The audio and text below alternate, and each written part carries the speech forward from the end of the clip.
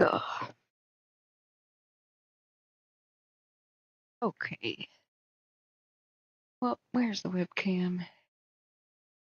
Hold on, friends. Let me try to get this going. There. Is it working now? Okay. I think. Shoot, that other monitor is dying. I can't even tell. I can't even see myself in that monitor. Sorry, friends. I had a bit of trouble going live. Weird things happen to me. Week continues. Let me figure this out real quick. Backlight. Okay. Come on, monitor. Don't die on me yet. Usually there's 2 lights or 3 light strips in the back of a monitor or a flat screen TV. And boy, does everything get dark if one of them fails. You could take the TV apart and replace it somewhat easily. However, there's no shock risk. You know, you gotta kind of know what you're doing. Do I know what I'm doing? Just enough to be quite dangerous. Okay, so brightness. Yeah, should put up more lights in here. Never mind. Let's wait for people to trickle in. We're going to look at this Anvil Fire. So sorry, I meant to be here more than 2 hours ago. I have been trying to. Okay, so let me, you know what, the brightness higher is better. Let's mess with the backlight. Okay, that should be good. Oh no, I forget. This remote, it's Samsung, so it works for all Samsungs, and it just changed a bunch of settings on my main monitor. I'm looking in front of me now. Okay, let's see what it did. Okay, dynamic viewing mode to standard. Okay, that wasn't too bad. You know what C-Probe calls stuff like this, guys? Hey, Christopher. Hey, J-Cat. He calls days like these Tech Revolt Day. Oh, I've been having that. Just like the crazy spilling the egg on the keyboard the other day. I regret to inform you guys, I think the keyboard is damaged. It was working fine yesterday. I put the keys back on because I was just in the keycaps. I was touching it, and the mechanical switches on the underside were working fine. And I thought everything's great. You know, I really did a test round last night after the stream ended, and I was so pleased and happy that I kind of resurrected it. And today I wake up around 3:30 or 4. I just could not sleep last night. I was just melting down with stress. There's just so many things to do, and these weird little things are getting me behind. So I wanted to have some time to hang out with C-Probe's friends, but I don't know that that's going to happen now. So I went trying to do all my prep so I could change the stream around. It looks like we don't have any updates here on the Anvil and Flatfire, except for 20 hours ago. Oh, wait, I'm sorry, that's a sticky post. Okay, so we have a 6-hour update. That's more like it. Okay, excuse me. And hey, Cogito, how are you? Cooking your food on the keyboard is energy efficient. Tell that to the A key. That just seems to have died. No, the S key. The A key is all right. So the egg fell on the keyboard by the right mouse, the right arrow key, and the enter on the number pad and the delete key on the number pad.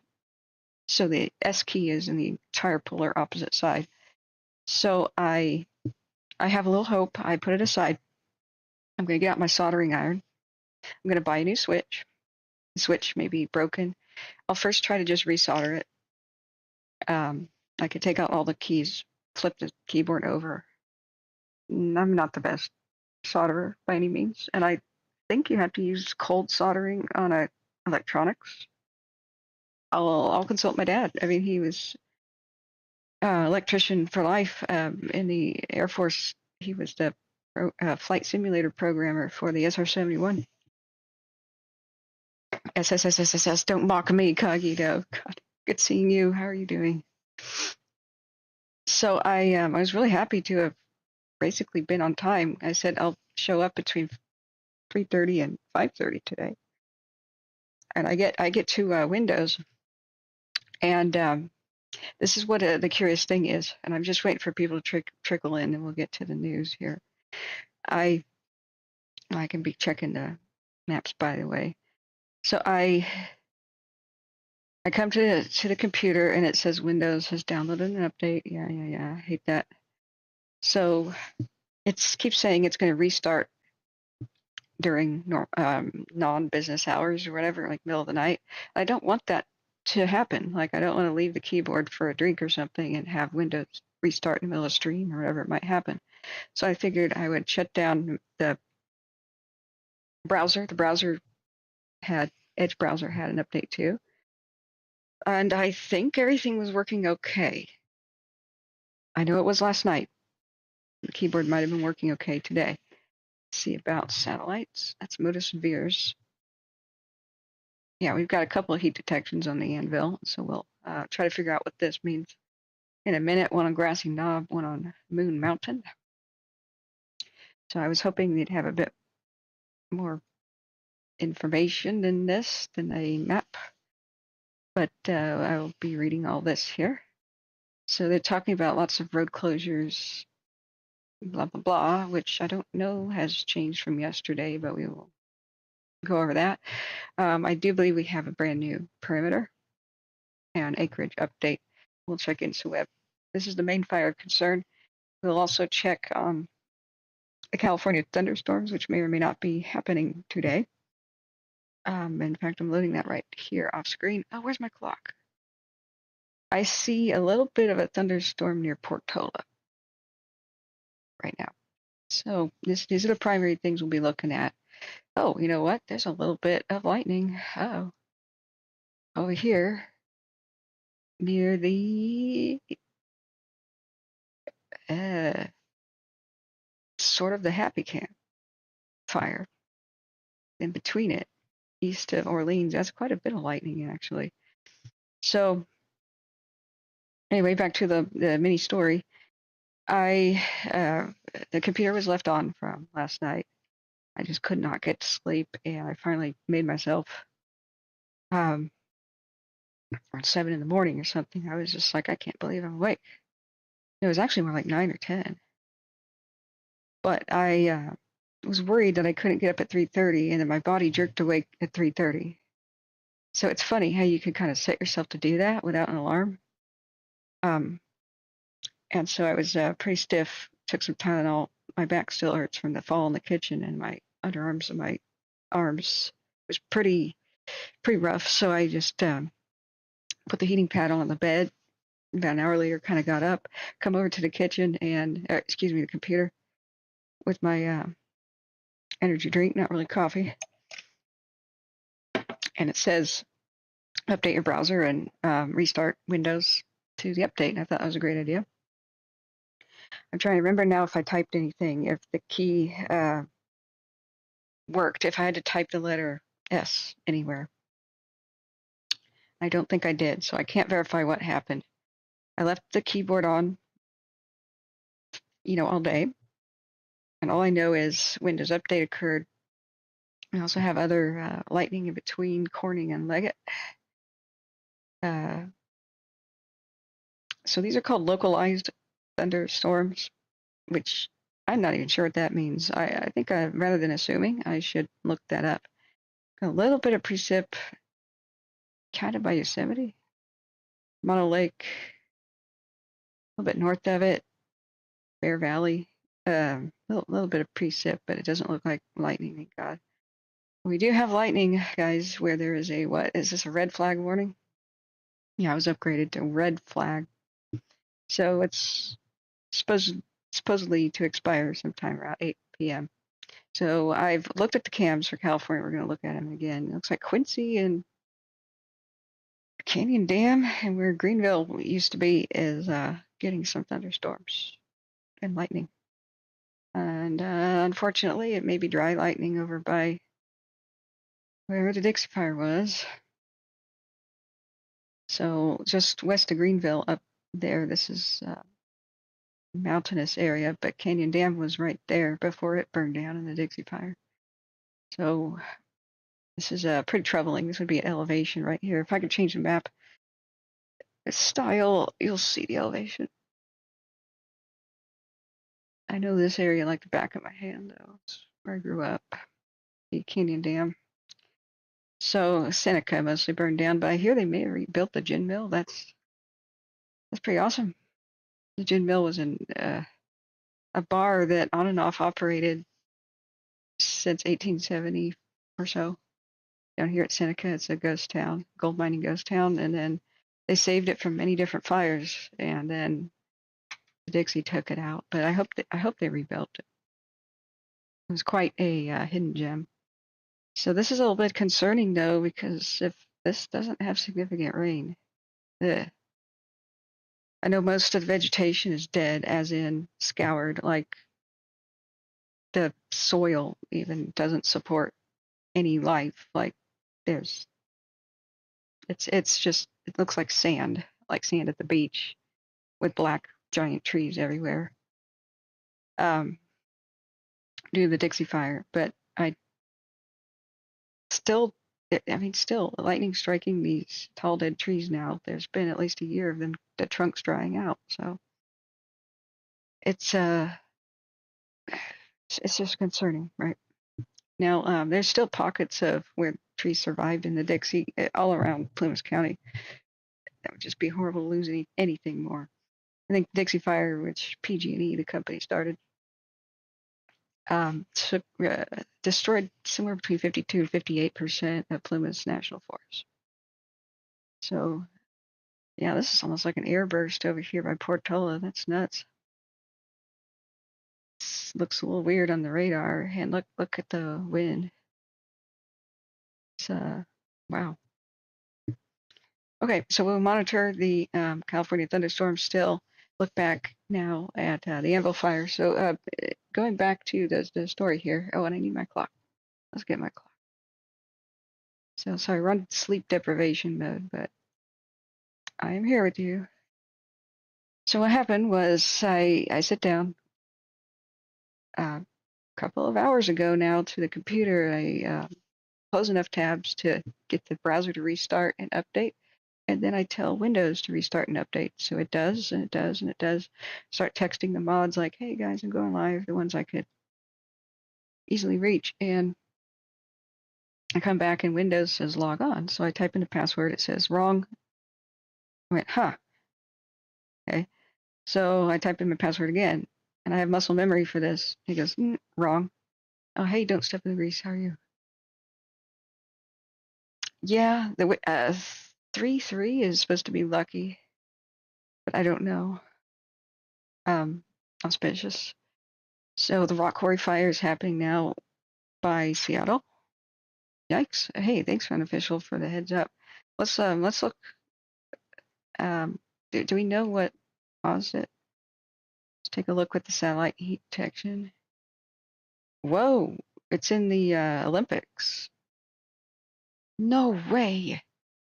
Oh, I'm getting a superstitious chill at my spine. I plan to hike exactly right there this summer. Exactly right there. It's on fire? No. No. No, that's not allowed. Oh my God. So sometimes I think I'm in a coma somewhere and this is just my nightmares. Have I been in a coma since 2019? Was 2020 a dream? And is this still just then everywhere I grew up burned down, and then Paradise where I took horseback riding lessons burned down, and like, oh my God, all the ghost towns in Eastern Oregon burned down. What the hell's going on here? Yikes. So is this it? The Olympic Peninsula does not have a lot of big fires. It's a huge rainforest, non-tropical rainforest. Forks is over where they filmed Twilight. It's where it's supposed to take place. This is one of the rainiest places ever, so the vampires needed constant shade, you know. So They lived around Seattle, of course. Oh no, what is this? Okay, you got a link. I was just gonna say you're on it already. Hey, Sherlock Jones, I was just thinking of you. I have an issue, guys. So I'm gonna quickly tell you the rest of the story because I don't know what to do. If anybody's ever fixed a keyboard, let me know. I love my keyboard. I think I have to buy a new switch and solder.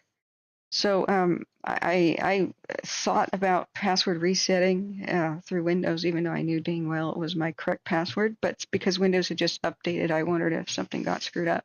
So I started a wild goose chase of trying to figure out why I couldn't log in for the last hour and a half, or hour basically. And then I noticed as I was typing one letter at a time, one letter would not type, and that was the S key. I went, oh dear. So I had my password that was fine. I then Google searched how to log in without a keyboard, and I went tearing through my garage again. Where did I just put away the spare keyboard that I'd been using the last few days? Then I went back on a battery hunt search and plugged in the battery charger and blah, blah, blah. So while that was charging, I didn't want to miss fire streams, so I tried to log into Windows with the virtual keyboard, and I couldn't find it at first when you're on the but you can log in. There's a virtual keyboard where you can use your mouse to type, bottom right hand part of the Windows login. And that was missing, so I had to Google search why was it missing. And everybody says sometimes it's missing, just restart the computer. Like, really? Yeah, when in doubt, turn it on and turn it off again. Like, really? So I turned off the computer. Sure enough, there it is, virtual keyboard. But I knew that. Like, I've been working with Windows a long time. I've repaired people's computers. I build systems, but just for the moment, just to make a fool out of me, it was missing. On-screen keyboard is a last resort. Yeah. So I'm upset. Do we know what caused this big fire? What is the weather like over here? Let's look again. Uh, yeah, Michael Jones. I know. It used to be Sherlock Jones. That's why I'm telling you this. But guys, I'm so happy to see Michael Jones here. He took me under his wing and showed me so much about streaming and promoting and how to do things back when I was a total noob. You're one of my original gangsters, man. So happy when you come around. So we got the continuing rolling thunderstorms coming everywhere from Clear Lake up to where the hurdy-gurdy fire is, coming to the Oregon border, northwestern California. We got some crazy airburst type activity of lightning from Portola near Susanville. That's got to be some crazy thunderclapping sounds. Now, though the thing offshore is a bit frightening, look at the winds going to Puget Sound. This is what I was worried about. That thing offshore was headed towards BC, and I was hoping BC would get some rain. When I say thing offshore, it's this. Oh, I'm sorry, forgot to. I clicked it, but I misclicked it. There you go. This thing offshore, this weird tropical depression, whatever that is. I was hoping that this rain band would go up into BC and help rain out some fires, but it's mostly rained on the ocean, and now it's weak. Doesn't have as much moisture in it, it looks like, which sucks. Now the light gray is like cloud cover, I guess. Wow, insane thunderstorm headed for Chicago, Springfield, Illinois. Yeah, we complain about our thunderstorms, but then you see what the craziness going on in the east, back east. Ah, yeah, I don't want to live there. I'm not man enough to live over there. So here's the problem, though, is this thing offshore is creating crazy winds. And I thought it might affect Northern California, just like they were saying with predictive services, that this was hard to predict where this thing would go and how it would affect. But there would be high winds offshore. I mean off the shore, like in the ocean. Now, most of the fires aren't quite near the shore enough, but the Anvil is. So we're gonna keep an eye on that. Last update was 6 hours ago with this. I'm much more concerned with what the hell just happened here in the Olympic Peninsula, exactly where I wanted to hike Mount Seattle. Oh, this is so weird. So weird. Okay. Now, the Olympic Peninsula was almost not settled at all. There are very few living towns. Port Angeles even is kind of an arguable ghost town, shadow of its former self. Um, Places like Oil City, yeah, you never heard of it? Yeah, it once existed. So I've always wanted to do the ghost towns up here. Some mining and some logging happened, but not enough to support any permanent kind of settlement. So this is some of the most untamed wilderness in the United States. Steep, rugged terrain. People go missing here. They usually stay missing. It's quite remote, yet somewhat popular for hiking and stuff. So let's get out of the. We're gonna watch this thing offshore. Let's just look at the crazy winds coming in through the sound though, right here. Um, I don't know. It doesn't look like they're penetrating far inland, but they definitely could because you see this, you know, drainage. These two things are wind tunnels. So if there was a wind here, it could come in through this way from the west, and it could come in from the north. And I would imagine that yeah, these are mountain tops. These are the satellite detections. So let's get out of this. Go back to my thing. Okay. An official says you will see the rock quarry fire. It's near Seattle. That's not near Seattle. Um, okay. I mean, I'll look at it on Watch Duty, but what is that? In the Olympic Peninsula, it says Seattle Mountain. Hey, Spinny Dude, hello. J-Cat says I fixed many keyboards. First step is go to the auto parts store and buy a can of electro contact cleaner. Oh, somebody told me about that. Somebody told me about JLS or something, a pro electrician did. Okay, and then soak it with spray inside and out. Yeah. If you pop the key off and clean it, assuming it's old school keyboard, it's mechanical and soldered switches, unfortunately, not hot swappable. Yeah, I will just check that out. But what the hell is going on in the Olympic Peninsula? So let's go to King 5 News. That's Seattle's big news station. I'm still on the temporary keyboard here. Bellevue, their heroes in our mind. Seaplane crash. Okay. What? This is not.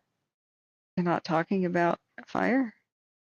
I mean, there has got to be a fire. Whoa! A giant white sturgeon was found on the shore. Holy mackerel! Really? They're not talking about a fire? What is going on over there? Let's look at watch duty. And we'll look at. I guess we're looking at Washington real quick. That's not what I had intended today, but I was concerned for the whole red flag. Central Oregon Bend, the fire weather watch is gone for some reason. But look at Washington and that red flag. I hope the thunderstorms stay in California because if they go up there, that would be a nightmare. Okay, so it's called the Martin Lake fire 20 hours ago. Okay, I guess I should put more counties in Washington on my alert for all fires. 30 acres, Mount Queen's fire, Diamond. Acreage is updated to 29 from 30. Containment not provided. Okay. Yeah, see, unofficial, your job is very important because Watch Duty doesn't cover Washington very much. Eagle Point fire? Oh, 127 acres. So it was burning 18 days ago at 0.1. Oh, it's from the lightnings of August 29th? That crazy night that we were live all night with the insane lightning all over. Okay, so it was at 0.1 acres back then. And it's been growing from 60 to 105 12 days ago to 127 acres. Okay, Olympic National Park boundary. So let's just Google it. What is their plan? Is it a let burn plan? I don't know if that's wise right now, but if it's on mountaintops in the middle of the Olympics, I don't know what they can do about it exactly. So, Olympic National Park wildfire plan. fire management. Okay. Current info, please. Not just general crap. Okay. BS. Currently, there's no active wildfires in the park. Seriously? Are you kidding me? Hurricane Ridge Road open with limited entry. The lightning strike on August 28th started a wildfire below Hurricane Ridge parking lot. After a few days of fire suppression, the area reopened. But, oh yeah, that was a 2019 update. Thanks a lot, Google search. AI has a long way to go. A long way to go for finding out the information we need. Okay. See, it's a big national park, so the following trails have closed due to wildfires. Okay, what is the plan? What is the plan, though? Fire policy. Since the federal government began suppressing wildfires in the early 20th century, blah, blah, blah, blah, blah. Oh, please don't tell me it's a let burn right now. Unplanned fires include those ignited by natural causes like lightning and by humans, which are like campfires, are generally dealt with a two-way suppression or the let burn. So what is it? What's the plan? Click here for more info. That's what I did already. You tell me right now. Current fire status. It's quite active right now, guys. Look at this. That's a wow. That's a lot of zones to have heat. And we got 10-ish, maybe 20-ish mile an hour wind gusts because they're always higher up on peaks. Wind coming up from we got onshore winds, wind coming from the ocean, going right up those river drainages, just like I speculated a minute ago. So, wow, that might explode. You've had that long to deal with it when the fires were at 1 or 2 acres. This is more old growth stuff that's very rare and supposedly protected, but you know what? Just letting it burn is not a good idea to protect old growth. Oh my God. They probably have stupid policies that are related to what time of the year it is. Like, oh, September is the wet season. Not in El Nino. Not in El Nino. Look at Canada. Holy crap. This is not that far from Canada. In fact, you could throw a rock and hit Canada. Oh, don't get me started on this. Okay. Send. Okay. We're quite upset by the Forest Service let burn policy. The people that got their homes destroyed in the Tamarack fire when the president, Biden had to step in and say, would you stop that? You can't just let an area that hasn't been logged or burned for like 100 years just suddenly ignite. You've got to introduce fire very, very carefully and slowly over time. And when it's actually wet, when it's supervised, you don't just go, gee, there's a fire. I hope it's okay. I hope the weather doesn't burn and it doesn't pick up later and it doesn't explode into something big. A shuck. But that was basically their policy. Did I see the red flags on National Weather Service? I'm seeing them on my other one. Thanks, Urban. Yeah, good. Thanks for being here. Pogito says, will it cut through peanut butter? Yeah. ACB says, yeah, there's big smoke coming out of Oregon on satellite. Yeah. We just got a, was this? Oh, this is the Olympic Peninsula right here. So I've always meant to, hey, Cogito, you taught me how to use this before. Wow, yeah, that's huge. Well, whatever was there just exploded today. I think it's safe to say. Cogito used to train me. That's what I wanted to email you about, retraining me on how to see the satellites about what was lost and what wasn't. Like what you can look at the lookout fire in other places and identify the unburned pockets and stuff. Wow. I'm really hoping there's some moisture that's going to come in off the Pacific because they're going to need that bad. Why is this not on their news? Look at this. Right there. Look at this. And there's one up there by the Canadian border too. Do you know anything about that one? Unofficial? So let me timestamp this, guys. We are at 30 minutes into the program. 0 was the keyboard story. So yeah, if anybody knows anything about keyboards, email me, and desoldering or special cold soldering or any solution like that. If it's just my A key, I may be able to flip it upside down and fix it. But I'm sorry, guys, if you just tuned in. I was not able to be here. I've been trying to log into Windows and could not figure out why. I tried to do an update, and then it locked me out with my password. I found out it's because one of my keys didn't work on the keyboard that I thought I rescued. So I had to dig out the old one and charge up batteries. Okay, so how do you move around the map? This is one specific area. I could duplicate it, right? Duplicate tab. So how do you get back to the map where you can look at, say, California right now, or the Lookout Fire? See, that's what gets me is view global sectors, localized. Okay, yeah, I figured it out. So let's look at Southern Oregon. Anvil, that's Port Orford, so that's the Anvil right there. And northish wind is sort of blowing smoke towards the south right now. So that's quite active, and you can see. How do I zoom? How do I zoom? Okay, I'm using my scroll. See number of frames. Let's go to 200 frames. I got. Oh, it's very slow though. It would be higher quality. So we're going through. There's a tiny timestamp that you can't see. Like 8 in the morning, blah blah. So that's the Anvil Fire right there. Well, let's get it off 200 frames. 96.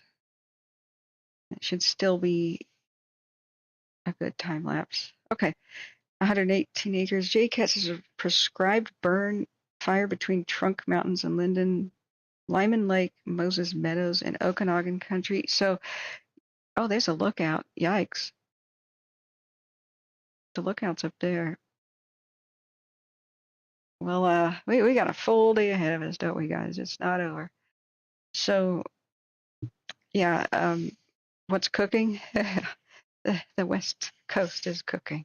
So here's our Smith River and those things, those complexes down there. They look quite active. We've had a lot of lightning down there, so hold on to your butts.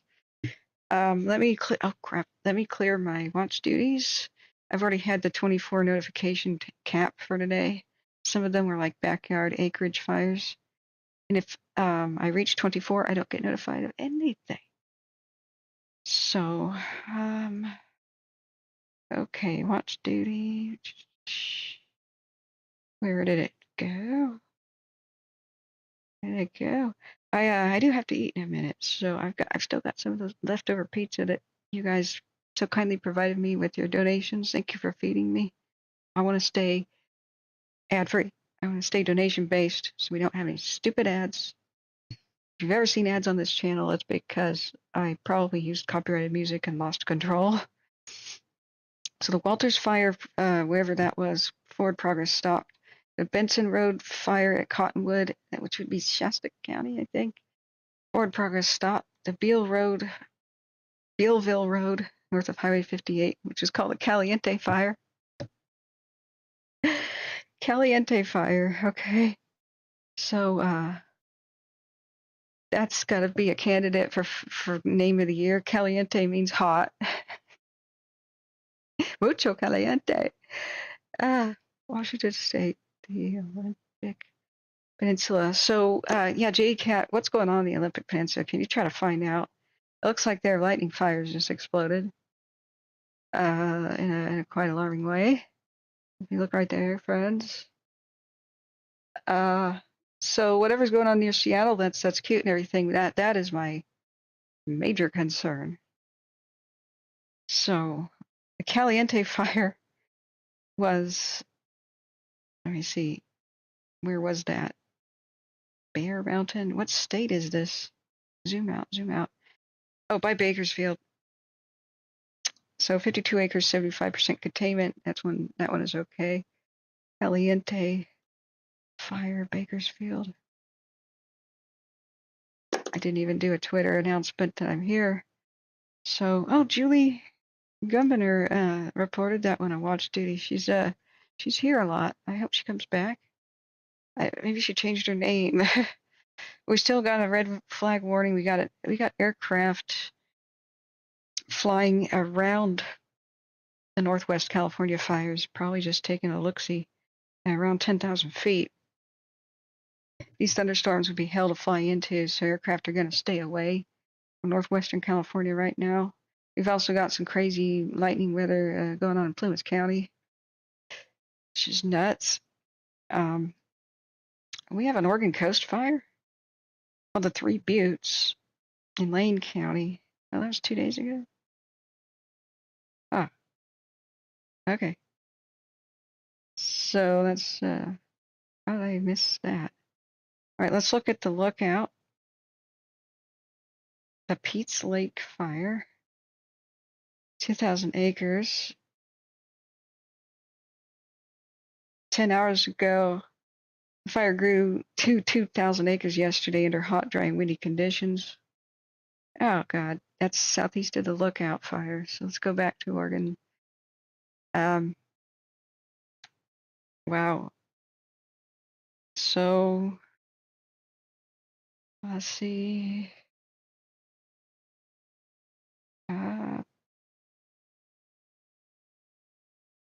Potential for torching will increase as they were talking about it. So we've got level 3 evacuations around the Cascade Lakes Highway, Lucky Lake Trailhead, and Mirror Lake Trail. This includes Lucky Lake, Leech Lake, Doris Lake, Blow Lake, and Mirror Lakes. 10 hours ago was our last update. So let's go and look on. We're seeing alarming things, especially here in the Olympic Peninsula, where they, from what I can gather, they had a let burn policy of some sort, and it just exploded in the Olympic Peninsula.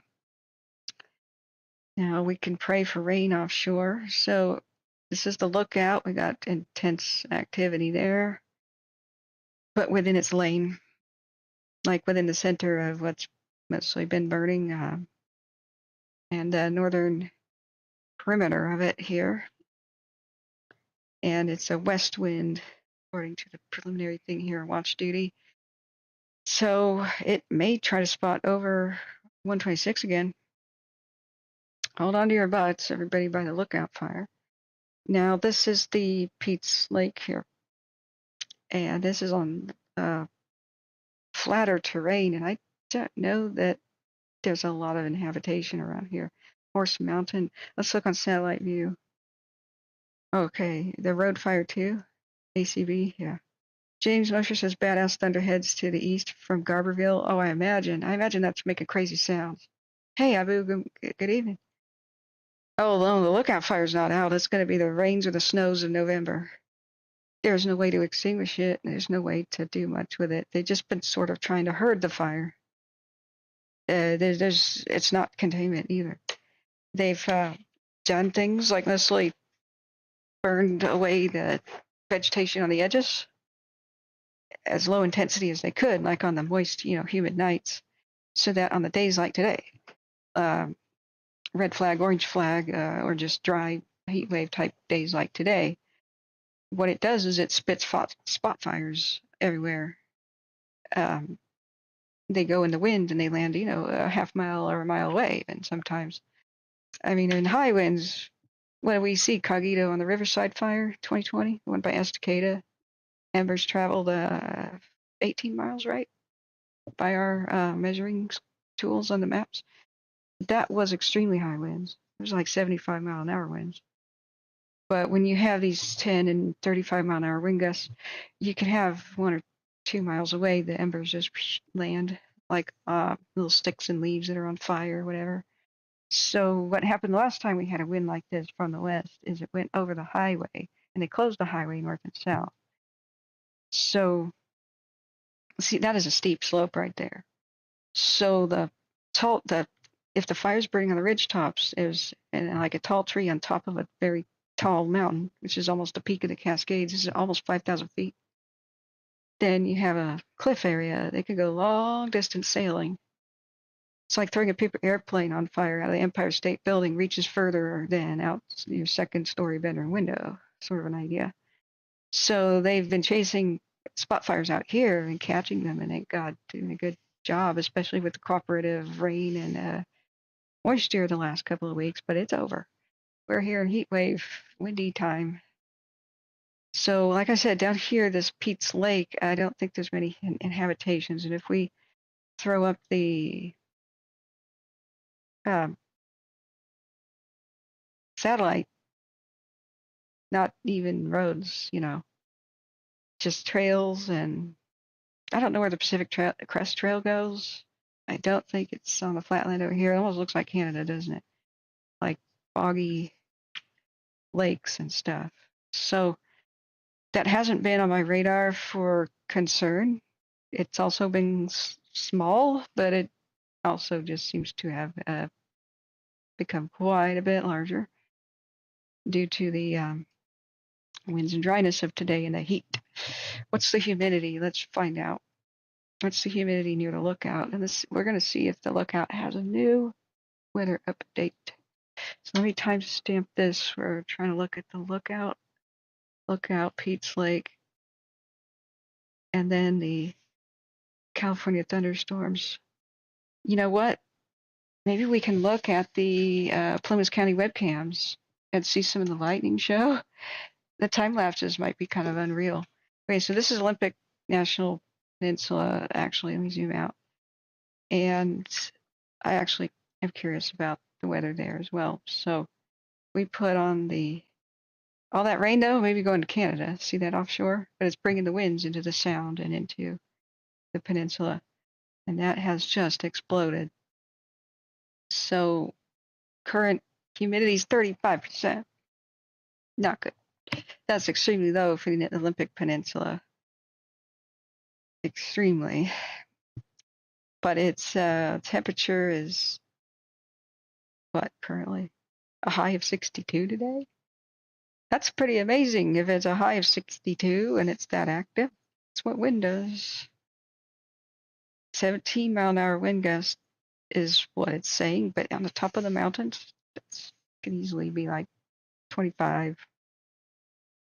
Definitely, I mean. So a chance of rain is upcoming, a chance. Skies mostly cloudy, becoming partly. High temperature 63. Winds 5 mile an hour from the south-southwest, changing to 8. From the west-southwest, chance of precipitation 10%. I'm going to say that's a lot windier there than they think. Just look at satellite and the smoke trails. Yeah. Now, the forecasts here, I've been skeptical of them because of all the uncertainty. They've been saying all week uncertainty of what the thing offshore is going to do.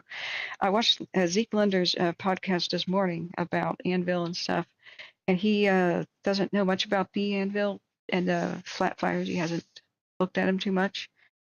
But I was quite surprised he didn't mention any of the thunderstorm potential for California, nor the red flag warnings or anything. I mean, it was going to be like 9% humidity today forecast for like Bend and Redmond.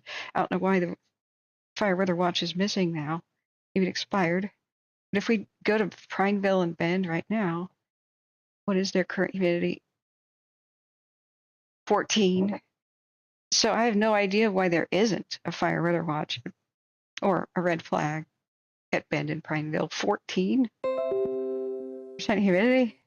It must not meet their wind threshold for some sort of a alert. Like I don't know. I don't know what their thinking is. But here we are. So yeah, we've got the thunderstorms, lots of lightning still rolling through the Coast Range of California, all the way from Clear Lake to the Oregon border. And that's what I was wondering is, are these storms going to make it past the Oregon border? They're called localized. But weather does what she wants. So what's unfortunate is there's not a lot of rain. Like it's not really raining at Plymouth County, right? There may be a little bit here where the lightning strikes are ripping through California's Coast Range and west of Shasta County. This is mostly pretty sparsely inhabited, but extremely hard to get to if any fire starts. Can you imagine, like, they've almost wrapped up most of these fires and as far as protecting the towns, and there's not much else to do from now on, just kind of wait for the rainy season. And now they're going to get a bunch of new ones. It's just being a firefighter is so depressing. Can you imagine, like, working on your doctorate essay or whatever your doctorate, doing that amount of work, and then like you've got it in your pocket or your satchel, and you're on your way to the university to present it, and a dog comes up and eats your homework, and you find out you don't have any spares or the spare save files are corrupted. That's the kind of thing that I think they experience. Like my life's work, my entire year, my summer, what? It was for nothing. I mean, it's not for nothing. I mean, they saved a lot of towns and such here, but the disheartening aspect of working for weeks on a fire line is just have lightning strike it on the other side. So, if you just tuned in, we've got some crazy stuff. So, okay, we're going to look at the lookout. Over here in Bend, it's 14% humidity. Now, over here at the lookout fire, and by the way, I don't trust a lot of the weather, like current conditions in the Olympic Peninsula. That's extremely remote, and I don't think they have a lot of weather stations there. So if you've ever looked at something like this, like a weather app or something, they guess the wind speed in between locations of the weather stations, and you would not believe how few and far between they are.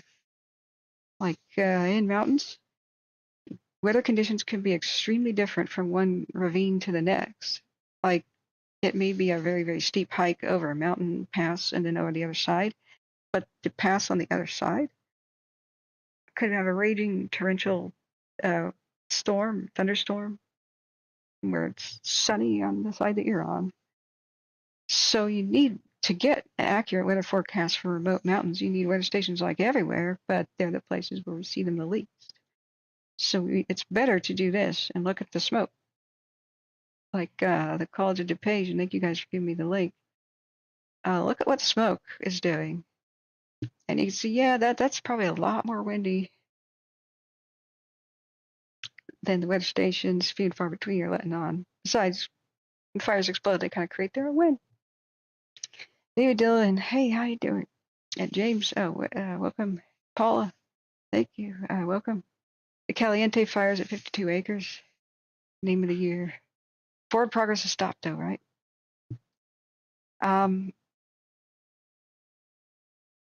J.A. Cat says the relatives are not that humid.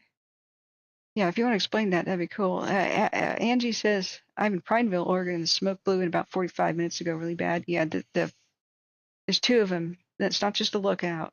It's that Pete's Lake. I think it's coming to Bend in Prineville. There's extreme fire danger right there. I have no idea why the app is not showing a fire weather watch, but 14% humidity. Yeah, and the road fire. The road fire is an awesome name. So, okay, let me, yeah, guys, we need to submit these fire names for the contest of best fire names of 2023. And so the Caliente fire and the road fire.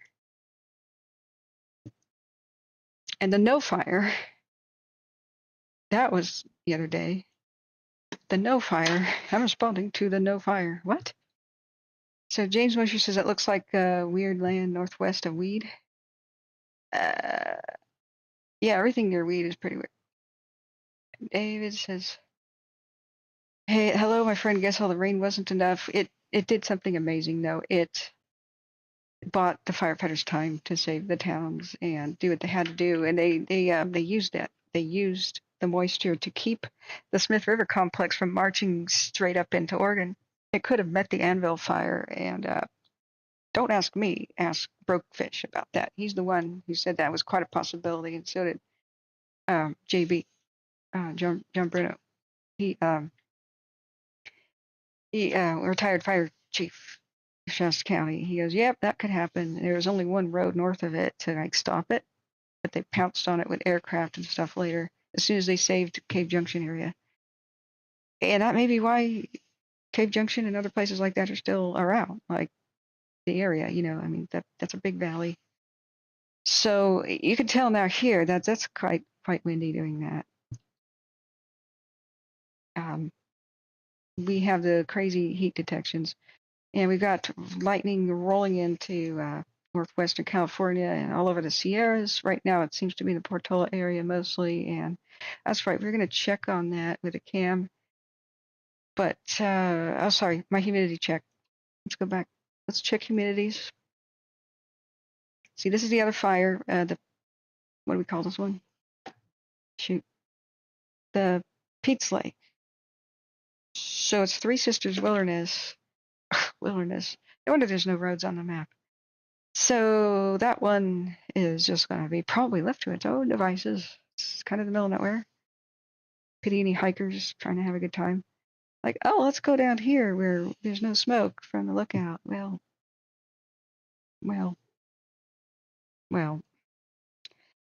So the humidity check for Blue River is 43-ish.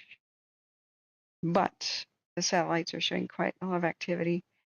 Now, coastally at the Anvil, I was hoping it would be better. So are we Linn County? All right. Let's see. 76%. With the fact we got really big heat detections right now, I would love for them to clarify if they're doing any firing or if that's just its activity. Because it's just got a tremendous amount of fuel from, I think, Broken Fish, who's the retired firefighter who was telling me all about this. I think he said there hasn't been any living memory fires in that entire area, Grassy Knob Wilderness. So nobody is alive today that might remember the fires unless they're about 100. Yeah. Maybe even, in fact, I don't know. We could probably look back at like records from the 20s and 30s. So that is a lot of dead sticks and pine cones and down trees and stuff just built up over the years. That explains why this went mushroom cloud ASAP. So let's look down at there's the rolling thunderstorms in California. Down here by Gasket, 59% humidity. Yeah, there's storms in the air, but you can only hope that that's raining where the lightning is. Now let's check the cams. Cams tell more of a story than anything about what is happening. So guys, let me know which fire you want to know about. So, but hey, Desiree, how are you doing? So we have gotten lucky though, David. I mean, we would have liked to have had all these storms rained out by now, because September 4th or so is usually the start of the wet season in the Pacific Northwest, and it's usually high degrees of 70-ish, maybe 68, and drizzle for the foreseeable future until June. That's kind of like Pacific Northwest winters. But this is El Nino. Considering it's El Nino, we've been extremely lucky. We could have been just like BC and Canada right now. That's what El Nino can do. It makes a hotter and drier Pacific Northwest. We're going to have a strong El Nino winter. What I mean El Nino summers do that. We're going to have an El Nino winter, and so that is going to possibly mean high fire danger and high flood danger for at least California. But that really does include Oregon too. I think the 96, 97 floods that went over New Year's were an El Nino year. And 2018 just about flooded too. If I remember right, we just got very lucky in Oregon that I remember that Columbia was extremely high, and I was worried that there might be a second type Vanport flood. It's just a golf course now. They had flood took out Oregon's second largest town in 1948. I wonder if that was an El Nino year. And because it was built below sea level, it was for the war effort, and a big scandal about that they didn't shut it down after the war. and it displaced like 200,000 people almost. At least destroyed the housing for 200,000 people. And the levees breached, the Columbia breached it. So I remember 2018, the water was almost up lapping at the bottom of the bridges over the Columbia. The ones just north of Portland, that was freaky. So let's look at cams. Let's look at cams, or maybe Watch Duty's got an update of any kind. Any kind. That would be nice. I wish there's like a little notification badge. Does Anvil have one? 9 hours ago. Let's see. The flat hurdy-gurdy mosquito. Why did they call it the mosquito fire? That was the name from last year. The one that was over, God, in the Sierras. Whatever. So the hurdy-gurdy, I think what we were seeing is firing operations last night when we saw the camera look really actively over at the hurdy-gurdy. It looked to me like it was perfect humidity, like pretty like good 75% humidity, and they probably were anticipating these storms. So we'd have to watch some sort of video to confirm that, but I was pretty confident that that was a good place and a good time to do it, even though it looks scary on the cams. So the one in the Redwood Fire is 1,000 acres, but last updated 21 hours ago. Okay, that's a lot to read. Nothing new there. Camera time. So first, let's check out, see if we can see these storms in Northwest California. It's kind of sunset now, isn't that nuts? There's Wild Frontier 1. It's 7 o'clock, 7:15, and it's almost sunset. How did that happen? Where did our summer go, man? Okay. So, yeah, David, we're pretty lucky. James Mosier says the BC2 is in Del Norte County. Okay, where? James Mosier says Siskiyous are traditionally dry. Yeah. J. Cat says lightning is shocking.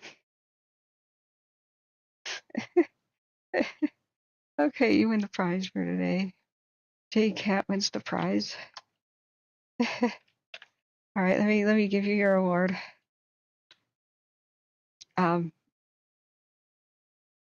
You've won the Catherine Prize for today for humor.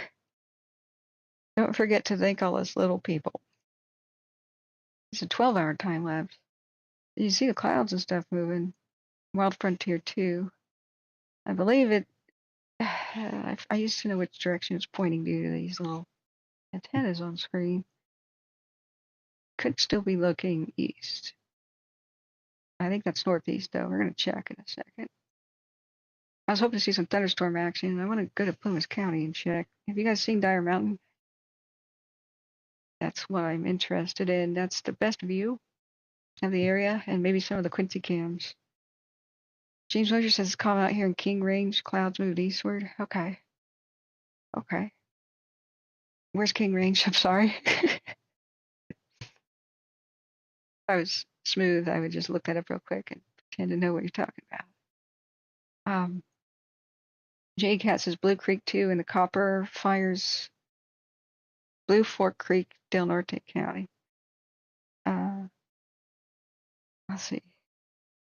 Let's look up here. Getting some erratic winds here, Reading. And you're saying, wow, did you? I'm assuming you weren't hit by lightning, but I'm assuming it probably hit near you. Okay, let's see which direction that's. Oh, it's looking south. Is it? Wild Frontier looking south? Huh. Okay, I'm not seeing the thunderstorm action that I wanted, but let's go over to Reading then. Let's see. Shasta County is. Okay. You guys got a good cam for us to look at? Hay Fork Divide, this and that. Organ Mountain, West Peak. James Mosier says Mendo border. Oh, Mendocino border, King Range. Oh, gotcha. Okay. I gotcha. I have not been down there, but here's pretty. The My 30 minutes of a time lapse. Oh, that's kind of cool. You can see the thunderstorm kind of moving. Image courtesy of PG&E. So are many of the fires. These are high tension lines that look similar to that were what failed and caused Paradise's fire, the campfire. Kind of a little bit smaller. But when I say power lines caused it, I don't mean your wooden telephone pole stuff. Like they didn't maintain the dang tower. The power line tower was 96 years old. And if they wanted to maintain it, they really couldn't because nobody was alive that knew how to make the parts anymore. They were 1800s technology. Shoot, that's not going to time lapse, but that's a cool pano. So this is by Redding. What's going on there, Redding? Speak to us, David. Are you with us? Because wow, no lightning was saying about the camera feed you had showing. Oh, okay, all right. That it was pretty, because it's quite pretty out there. Let's do a 3-hour time lapse by Redding. I was just hoping to see rain. You see it in the distance a little bit. Yeah, there's some. There's some. But we don't like lightning strikes that are dry, and I feel like any minute we'll get new fire reports, but here's the problem. They may discover them at night with the aircraft because of the sunset happening right now. This is kind of a bad time for I don't know, maybe you guys could tell me if it's a bad time. I'm assuming it's a bad time for lightnings to start fires because it's harder to spot smoke. But is it a better time actually if lightning strikes at night because maybe it's easier to see on infrared flight? Oh God. Yeah, wildfire devastation.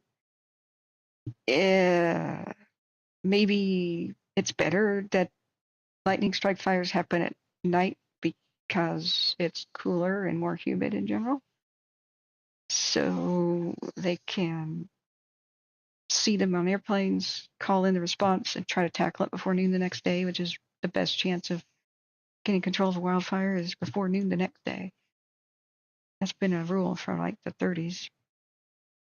Oh, that is beautiful. Okay.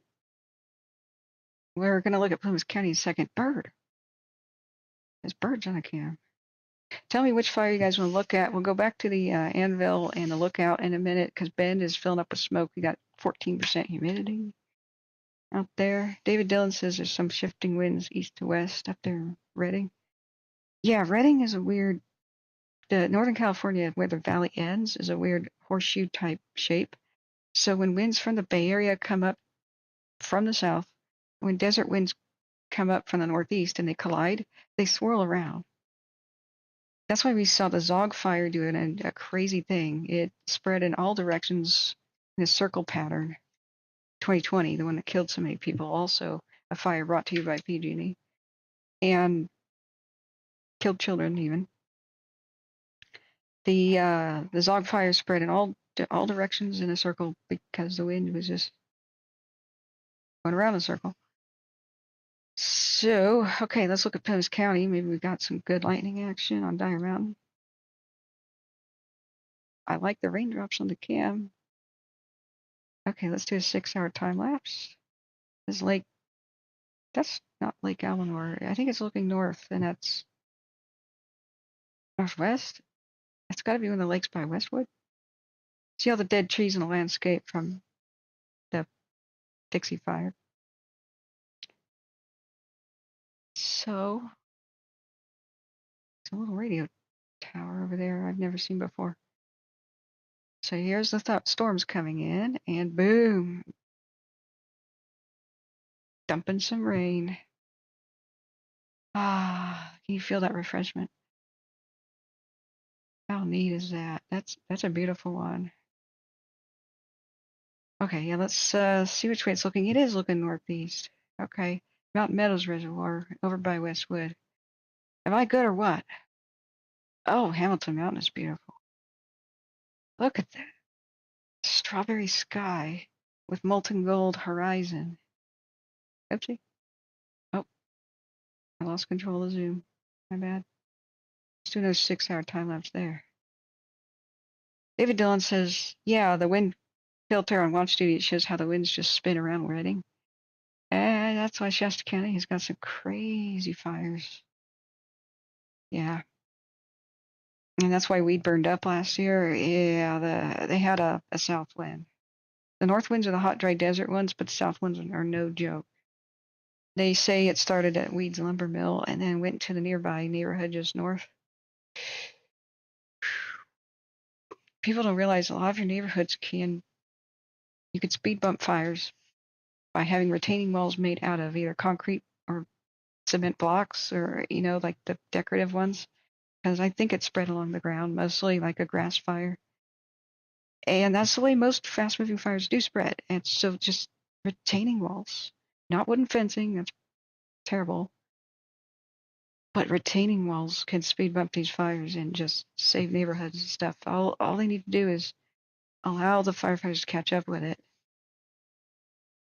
And firefighters can be on the other side, wetting down buildings and whatever they have, what have you, and trying to take care of the embers that might fly over the wall. But if it's a fast-moving ground fire, not that much of it happens. The wall's sufficiently high enough. So that would be a good idea for lumber mills, like for code, to have a wall around them. Lumber mill fires are some of the worst things on earth, and that won't save the landscape if there's, say, like the entire mill or like a giant stack of logs is burning. Man, that's beautiful. But it will stop the whole spark in a dry grass thing from a forklift that just bumped into something and scraped the tines on a rock trying to lift something. And, I have no idea exactly how that fire started. Can read the likely depressing report later. I think people died. A couple died in that one. Oh, there's Lake Eleanor, the peninsula. So the bottom camera looking to the north. Let's look at Indian Ridge. I was so surprised that Dire Mountain Lookout survived the Dixie Fire. It was insane. Like they wrapped it in foil and stuff. They babysat it, but there's no way out except for this little dirt road. And that was balls of steel for the firefighters and crews to try to protect it. It looks like a little tinder box on itself. In fact, oh no, it's in disrepair. All those heavy snows must have damaged it. Okay, the Indian, what? Where's the Indian Ridge camera? There's Butt Lake. Take a shot. Butt Lake. You want to see Butt Lake camera? Oh, that would have been a cool panorama if that hadn't occurred. Okay. Butt Lake. Where? So, what? Can I do the trick where I get a time lapse out of it? I guess you can't time lapse it. If you ever have one of the cameras fail like this, you can do this, refresh, time lapse, and sometimes you can get the trick to allow you to do that. Especially if you can get the collate button to work, but it looks like the trick is not working. Yeah, okay. Okay, there's Indian Ridge. All right. Oh, what an amazing view. So Greenville used to be down there. Right. No, that's it's over it's over the hill, right? Indian Ridge. Is that one or two? We're looking at one. Indian Ridge 1. Yeah, this would be like Crescent Mills. Sort of. Sort of. Looks at Dixie Creek. If I never hear the word Dixie again, that'd be just fine. That's kind of sad because Whistling Dixie was an old phrase my dad loves to say.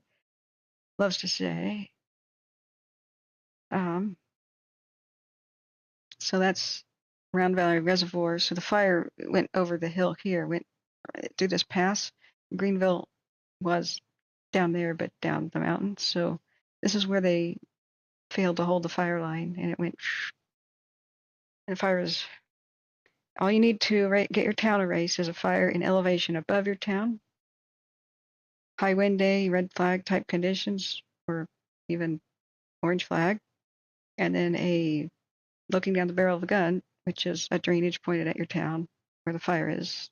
Just to add wind, fire can march right down and erase your town. We saw that in Kanoa and Lahaina, Canola, excuse me, in BC. So let's look at the 6-hour time lapse. That's Indian Valley over there to the right. Lake Almanor over there. Oh, look, almost every tree that you see on the screen is dead.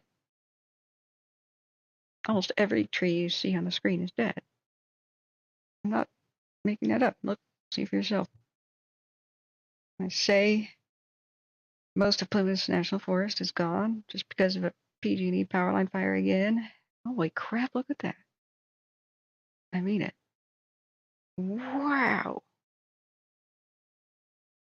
That is like, wow, did you see that? Okay, if you were looking away, look back. That's some crazy thunderstorm burst head stuff. Like we saw it on the radar. And this is what it was going on. Wow. Wow. Watch what the clouds do. So the Plymouth County cams, amazing Indian Ridge storm. It almost looks like it was trying to make a tornado or something with that kind of swirly. Now I'm looking at the trees in the foreground. They're not swaying that much, but the higher elevation winds, that's the kind of stuff that throws airplanes out of the sky. Okay, let's do it as a 3-hour time lapse to get more frames in this. Oh, if only these cameras had sound, we'd be hearing crazy thunderclaps. What kind of weather phenomenon is that called? Wow. It's like fingers from the sky. Okay, J Cat says we had a lumber mill burn up here 4 years ago. That made the fire worse. Is that they've made utility poles from western redwood, and tens of thousands of poles burned along with the 10 million board feet of lumber. Yeah, why are we still partying like it's 1899? Bury the lines. Jeez. Put them in a pipe conduit thing. You know how there's like oil pipelines are above ground? Put the power lines in those. They have to run up and down mountains. Why not? Why not?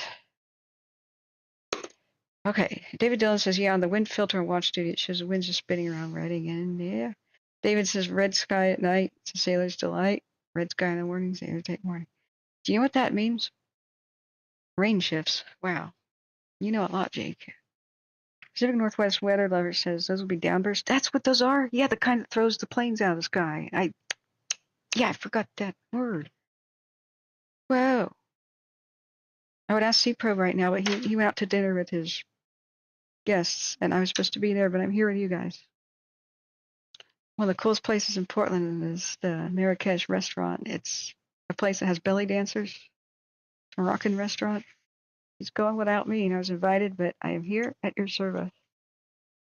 Let me text him and say I want chicken, honey, and prunes. That is the best meal. I don't know if they even do to-go meals. Hey, C-Pro, would you please order me chicken, honey, and prunes to go?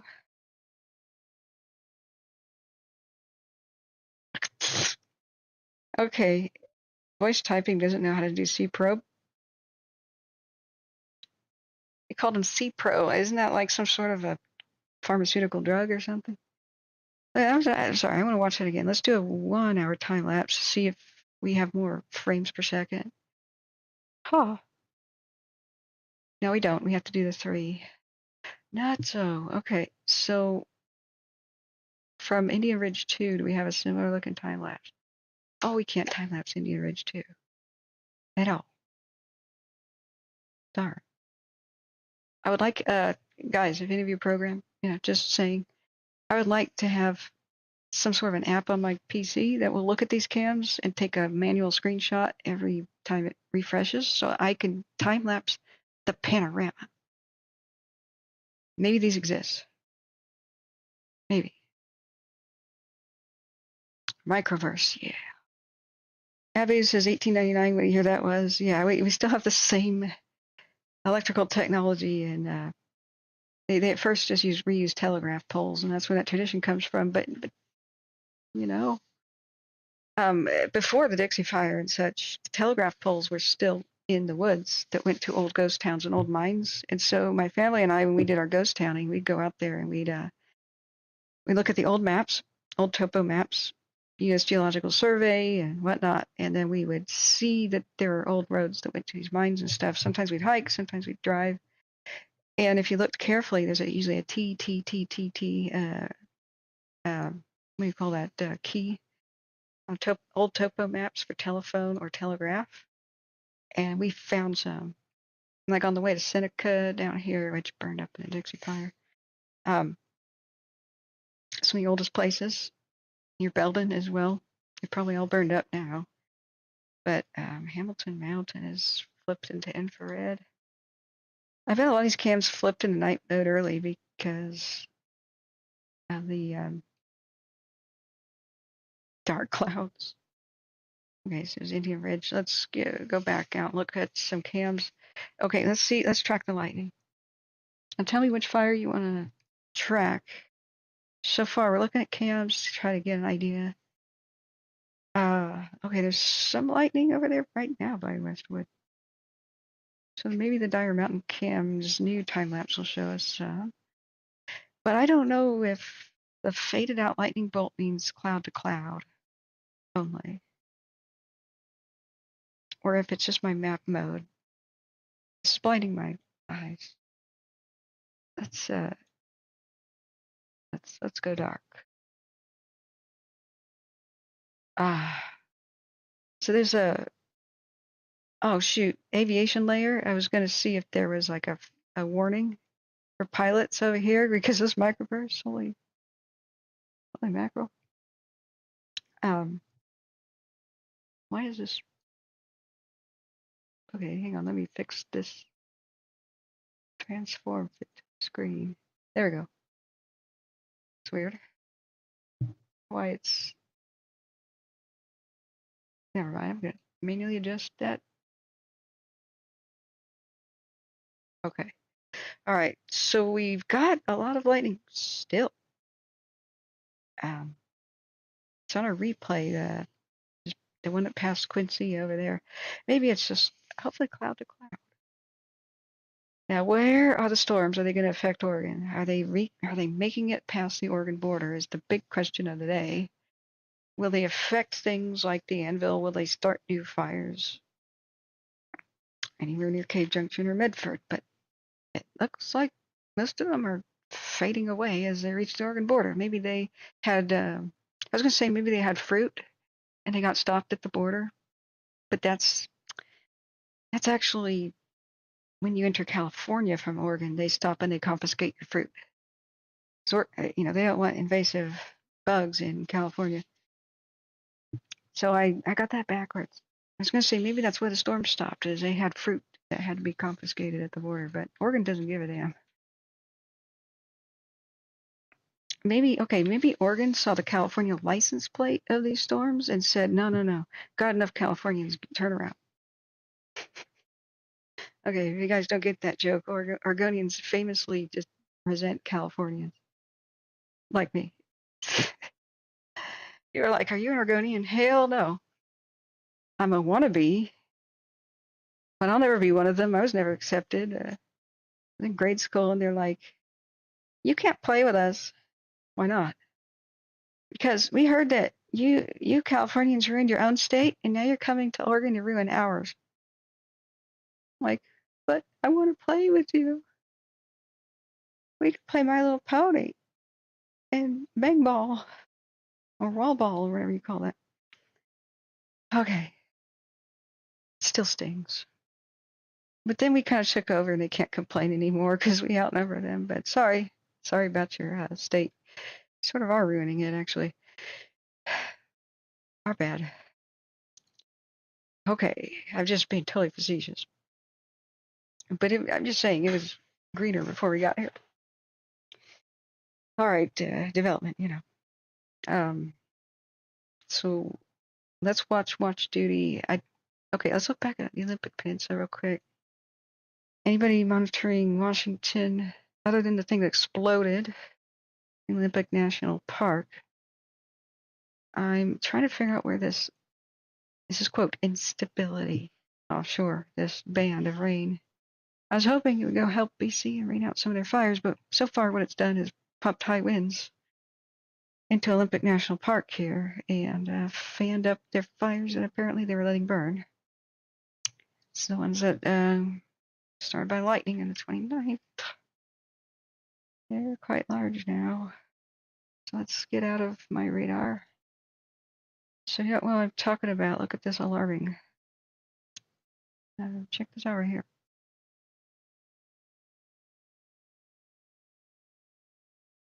Now I think it's moved on, and yeah, it's moved on in time because more of the clouds are coming over. We're gonna hope that it calms down now, but it's got 35-ish% humidity. I'm hoping this has just changed with stuff coming in from the Pacific, but I don't know.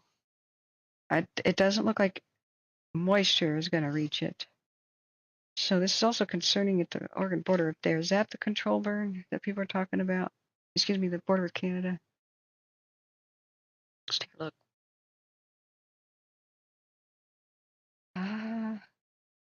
No. Sourdough fire.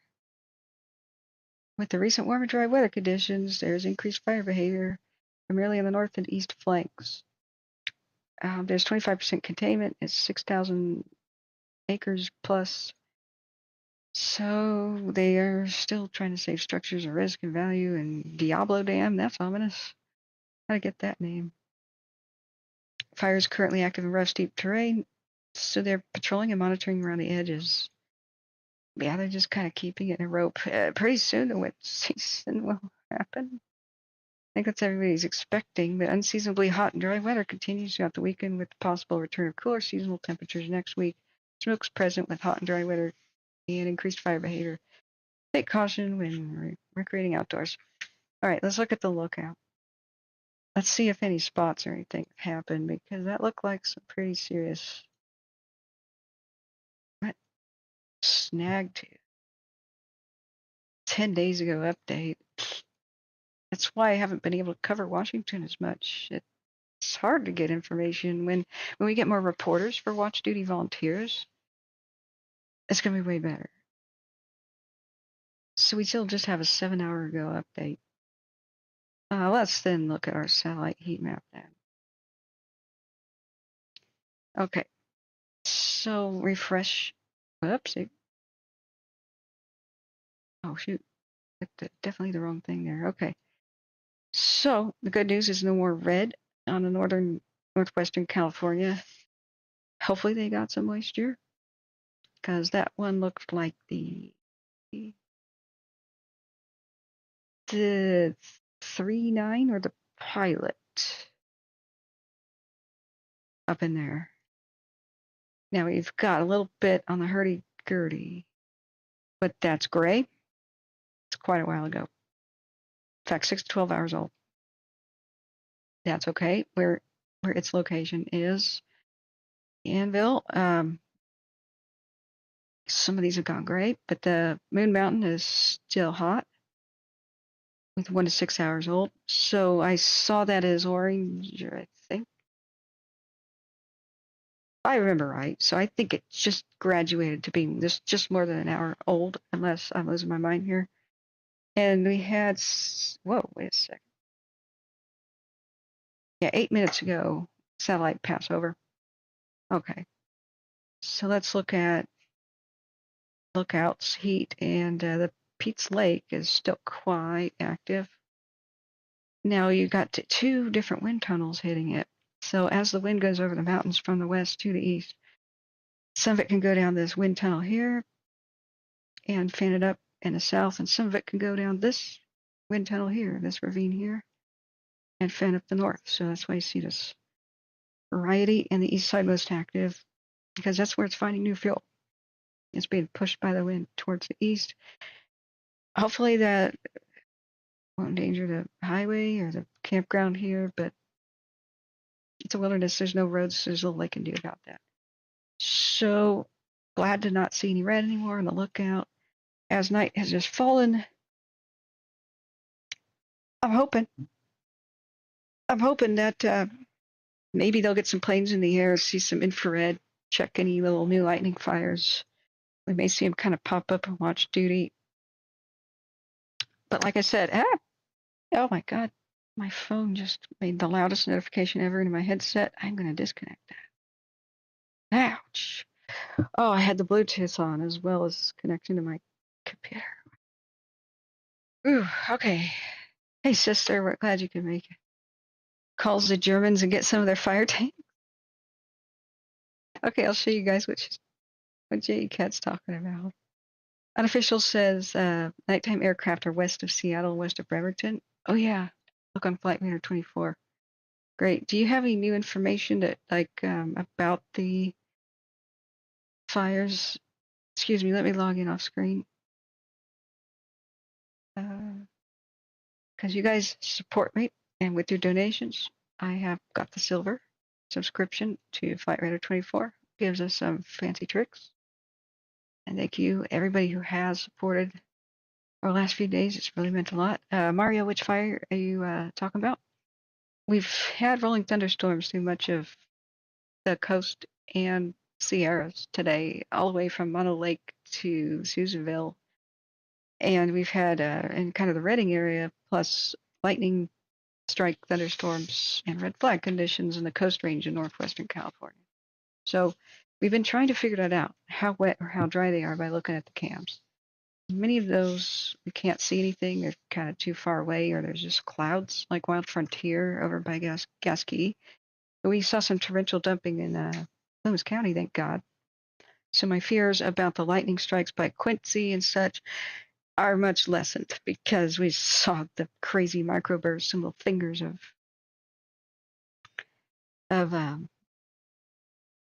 fingers of rain, like reaching for the ground and swirling around. That's nuts. Oh, whoops! I gotta put my filter back on for low altitude aircraft. My custom firefighting filter. Okay, so yeah, by Bremerton, that's a different fire. I was hoping to be monitoring what's over the Olympics, but it's too cloudy, I bet, for them to do anything of the sort. We got a Port Orchard area fire, not Orford, Orchard in the Sound, Puget Sound. So our watch duty there. We're whack-a-mole today because we got so many things to monitor. We just got to flip back and forth and make sure we've got. We got to keep an eye on them. It's like being a cook, the only cook at the restaurant, and everybody else called in sick. So we've got like 7 different dishes cooking at once. So, but do say in the chat which fire you want me to check it out.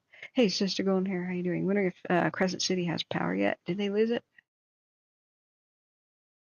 Mario says, thanks, didn't know how widespread the fires were. Oh, God, they're all over the place. West Coast it's been pretty bad in the Pacific Northwest. There's a million in Vancouver, BC, Canada area, up to the Yukon. They even had to evacuate Yellowknife, the capital of the Yukon. So that's just chaos up there. Too many to cover. Except for Canala, when I covered it, the west side of town was mostly burning down. Oregon's got many. Northwestern California's got tons. August 28th and 29th, when I did a marathon stream, and I need to fix my voice, guys. Yeah, we got almost no info. It's about 10-ish, 4-ish acres. Puget Sound. I'm glad to see they've got aircraft there. But night just fell. Civil twilight, actually. So I imagine those airplanes on the Quarry Fire there are going to leave soon. It's a Black Hawk. There's a little Cessna Skyhawk. Okay. Oh, it's at that's an airport. It's on the tarmac. So that's nothing to do with firefighting. So this fire is right next to the Bremerton Airport. And the Skyhawk may have just landed there. Wait a second. Wait a second. Rock Quarry Fire. Yeah, that's an airport. It's up there. I was looking at exactly the wrong spot. Right there of the Rock Quarry Fire. They must have just had to land because they. Yeah, here's the Aero Commander going home. He was circling that, and we just saw the Sikorsky disappear. It says. Yeah. What plane did I just last click on? The helicopter. Joe Johnson, welcome back. He says hello, good people. Hello. Yeah, Smitty Rock Quarry for Fire. Yeah. So we've got Whack-A-Mole right now. The squares are active heat detections. But boy, if we turn on Modus Veers, there's a lot going on. So we have red flag warning here, but Bend and Prineville have got like a 14% humidity right now. So a lot of lightning just struck all around Crescent City to Wairika in between. And it looks like it's stopping at the Oregon border as if they got stopped by the police or something. I guess that's what they mean by localized thunderstorm. But boy, look at earlier today and crazy fires and smoke, the south wind and the thunderstorms coming from the south, pushing it over the Oregon border. And the Lookout Fire up there. And that's the Pete. This is Pete's Lake here. I'm sorry, I cannot zoom, can I? Is there a zoom? Zoom in goes out. How lovely. Am I missing something? Like a way to zoom? Page up, page down. That's what bothers me about these. I can't just pan around. That's the Lookout. So the Pete's Lake is right down here. And both of them, you see they're like dark squares. Both of them produce a huge amount of smoke, and Prineville Bend area is completely smoked out. And here is a lot of clouds, but you see the crazy amount of smoke with the Smith River Complex north. Hurdy-gurdy, very active right there, and I would assume that's the Kelly part of the Smith there, but you've also got a lot of activity on, I think, what was the Pilot Fire? The one's east of Klamath? The town, not the county, town. And that's the Anvil over here, which continues to be very active. Let's look at the Anvil. I was hoping we'd have more than just a morning update or something. I was hoping for an evening type update. So the Veers hotspots are more pinpointy than the GOES by far. So it says today's date for this red one right here next to the red snowflake. Remember, the red snowflake is not where the heat is. It's the center of the margin of error, which is our circle. Like nipple on the top of a baby bottle, right? So 15:38 Mountain Time is 2:38 Pacific, right? So that's the last update we have for that hotspot. The 3:13 Mountain Time.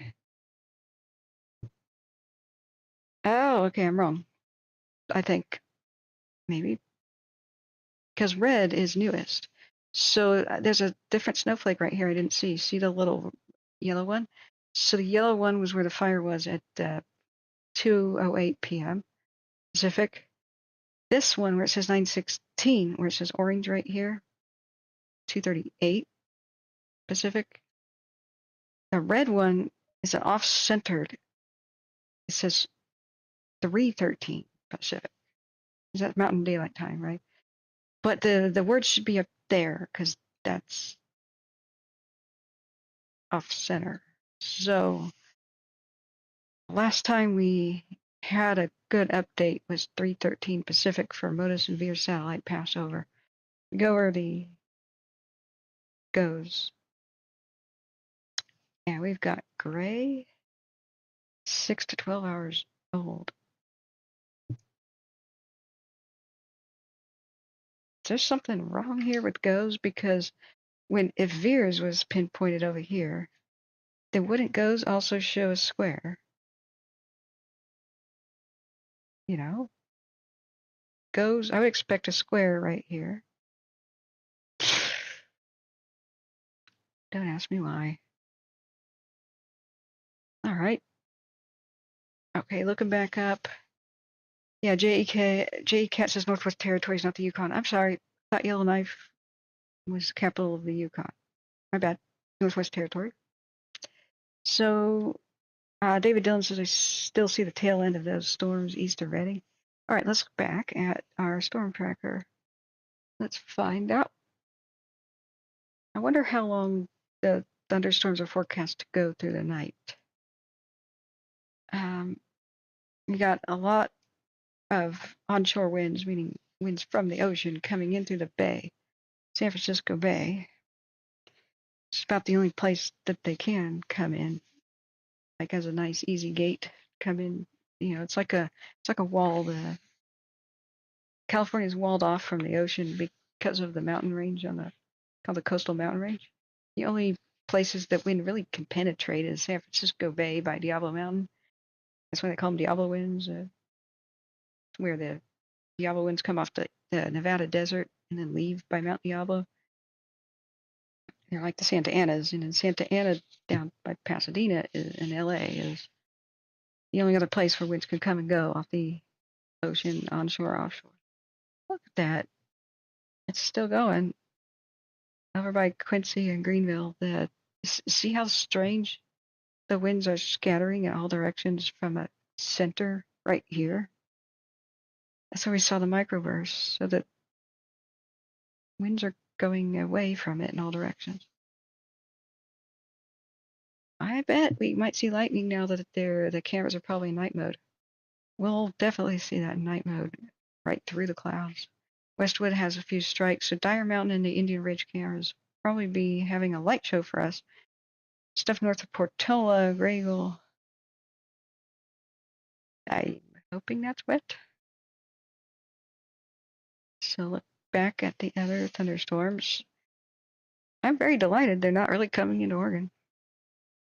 I had a little bit of a fear that the Anvil, as hard as fighting that is up by Port Orford, might get a double whammy of fresh air from the coming up from the south. Some of the thunderstorms might push up north to it, and then the ocean, the thing offshore, off the shore, excuse me, the stuff in the ocean, this unpredictable little rain band thing. There's some speculation it might hit the Pacific Northwest, or it might hit Canada, or it might go to Alaska. They had really no idea. And so I was hoping that Zeke Lunder or somebody else might be able to explain what they think might happen, but he was unaware of the red flag warning for today and unaware of the thunderstorm, or at least he didn't mention that this morning very early. So he had nothing to say about it. He had a little bit of a rosy kind of a outlook, and maybe unawareness of the crazy storm, unpredictable thunderstorm forecast. So, but I know nothing about weather really. Just like airbursts are bad, especially when you're flying. So I'm not seeing as many lightning strikes anymore by the Happy Camp. It might be getting some rain on some of these. Ooh, the Happy Camp might be rain. Oh, that's the U-fish. He did have cool things to say about the U-fish, and he had personal experience information. If you guys haven't checked out the-lookout.org, you have to put the dash in. That's his website, and he's tremendously knowledgeable about Northern California, especially Southwest parts of Southwest Oregon, but mostly Northwest California. They said that he's been involved in when they do prescribed bird teaching and knows a lot about that.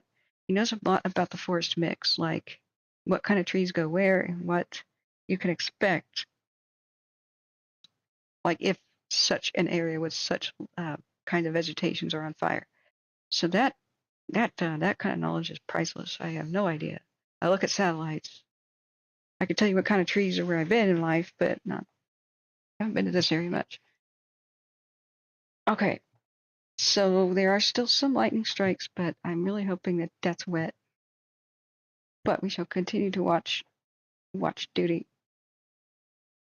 And I was hoping to see moisture over the Olympic National Park up there. Fires may just go to sleep, but if tomorrow has more of a heat wave, they may just roar back to life like an Olympic National Park. A lot of old growth to burn. I think too many. I have a hunch now that too many of their actions, especially the Forest Service up there, are like, we can let it burn because it's September. It's El Nino. We may have an extremely dry October and even an unusually warm November. That's what happened in 2018, and that's when the Paradise Fire started. So there just wasn't enough. Part of it is just there just wasn't enough moisture. From usually Octobers are supposed to be wet anywhere north of Sacramento to the to Alaska, basically. But when we get Indian summers like this year, late summers, usually that happens in El Nino. And then the crazy thing about El Nino winters is when winter begins, boy, does it begin with torrential rains, mudslides, flooding, dumping snow, and then raining on it and that kind of stuff. So hold on to your butts. El Nino winters can be quite bad for California and Oregon. So we may have quite an active fire season into October. It's going to remain to be seen. But we can't just say, hey, September's our wet season. It really may not be that wet for anywhere northern California to Alaska. Maybe pretty unusual. So let's when does the red flag expire for Eastern Washington? Tomorrow at 8. Red flag warning in effect. Okay, I thought I misread that. Yeah, tomorrow at 8. Wind and low relative humidity. Can you imagine how bad it would be if the thunderstorms went from California up to there, like we saw on the 29th? Oh, I really hope nothing starts up there. Wind and low relative humidity till 8 p.m. Sunday afternoon through Sunday evening. Winds will be west 10 to 20 miles an hour with gusts up to 30. 10 to 15% humidity. Temperatures 80 to 90 degrees. Critical wind and relative humidity values will result in extreme fire behavior. The Haynes index is high as 4.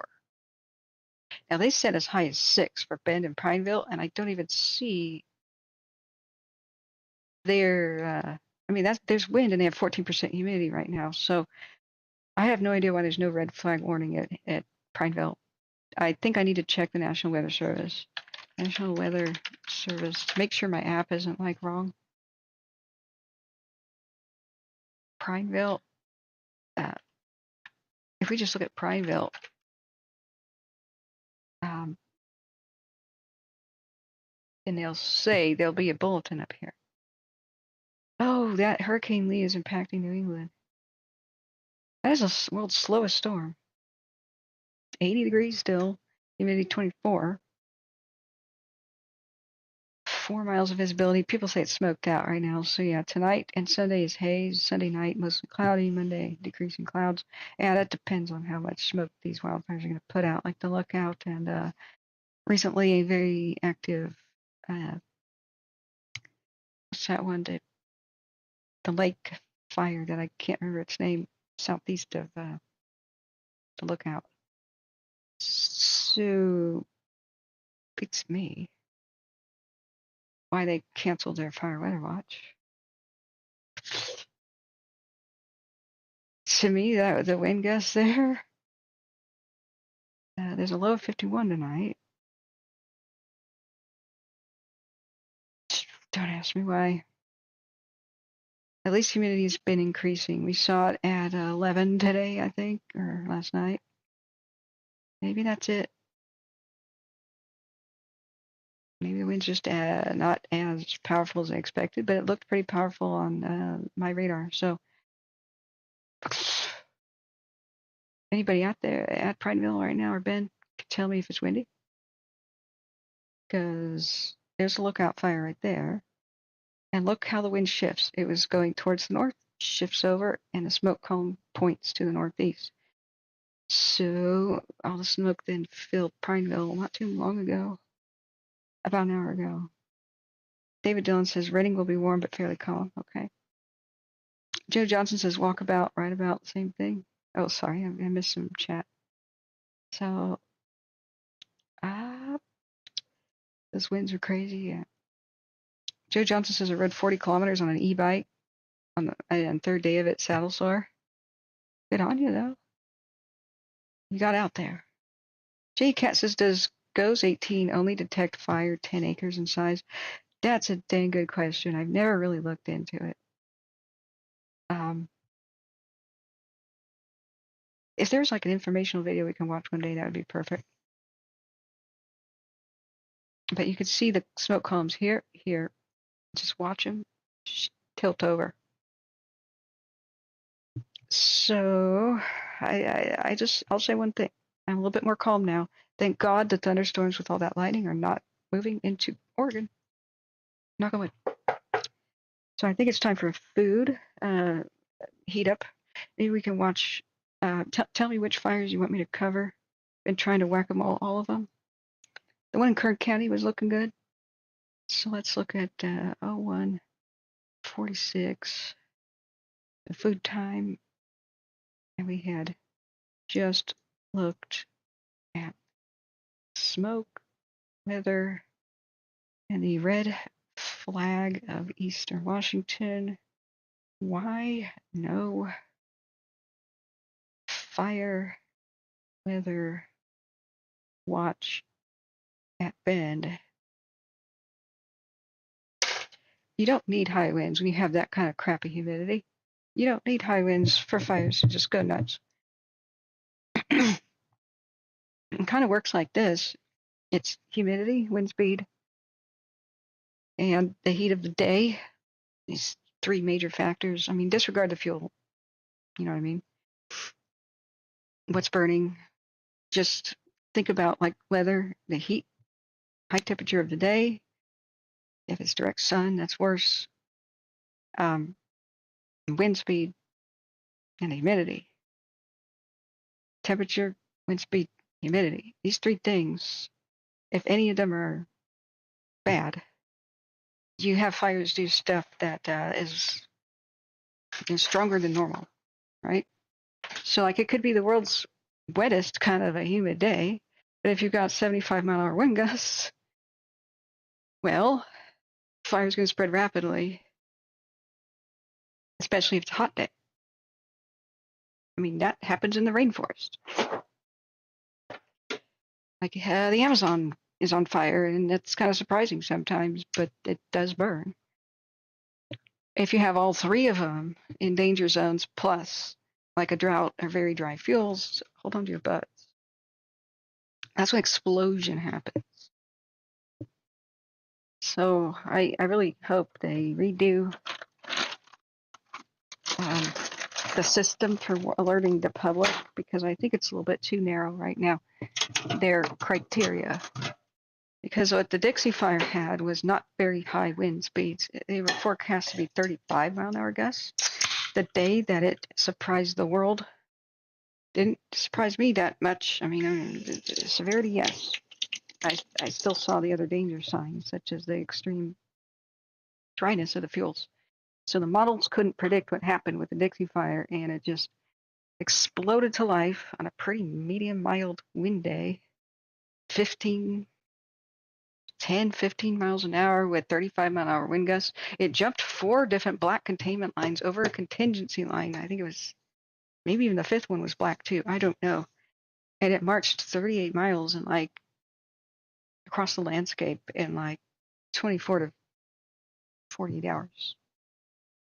That's some record moving speed. And part of why it was just gigantic. Like California's biggest fire from a single ignition source. Well, 2, if you count both power lines that failed. So what happened with the Dixie, not even computer modeling could figure it out. In fact, they over-relied on it and gave the public again and again and again a false sense of security, not out of any sort of, nefarious reason. It was just The fire crews that were on the Dixie were not from California. And failed to understand California is probably the worst place on earth to fight a fire. It's in the top 5 for the terrain and the crazy weather things. In fact, the PG&E is there. Other factors, the crazy seasonal winds like Diablos and Santa Anas, the drought and flood cycle. If there's one thing about California I stress is if you think California has normal weather, you're completely mistaken. It just cycles between extremes. Extreme wet, extreme dry. It's very, very hard to deal with it. I mean, with all of our modern technology and flood control and dams and stuff, we still can't deal with it. We do not have a handle on it. Just try to capture the water in the flood years and try to distribute it in the drought years. And it's not fairly functional. But California is a place of extremes. And if you have a, quote, normal year where California operates like the rest of the country, you freaking celebrate that. Because what a treat. That's just not the norm, though. It's just geographical reasons for that. So California is, ironically, the worst place to point to say evidence of climate change or this or that. Like, oh, honey, it fluctuates between so many extremes that it's better to point at something else that is very static and steady. And if that place changes, then you've got climate change. But let's see here. It's just not a good example of that. Let's see, reheat pizza. Excuse me, guys. Let me mute this. There's annoying beeps.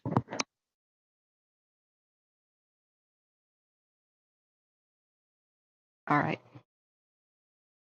Okay, and I'll be back with you in a second. Let me know in the comments what fire you're concerned about, and also, how are you?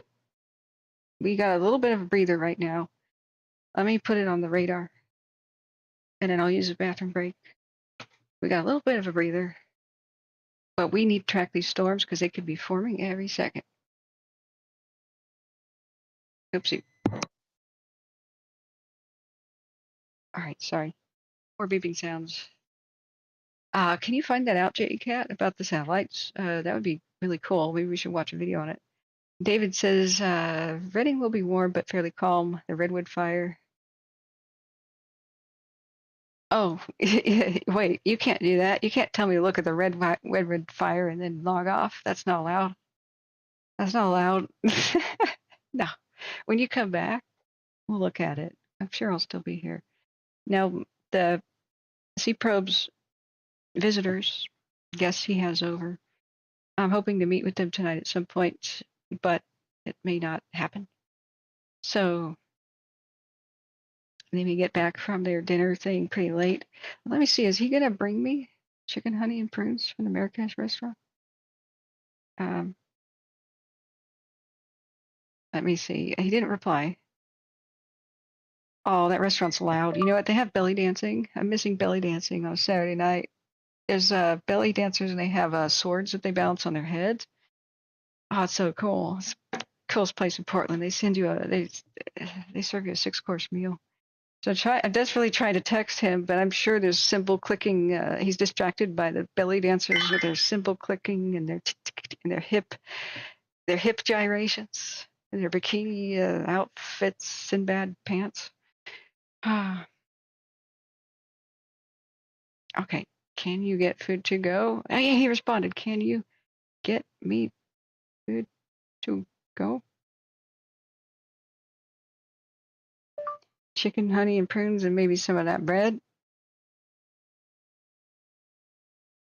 Or that meat pie with the powdered sugar on it.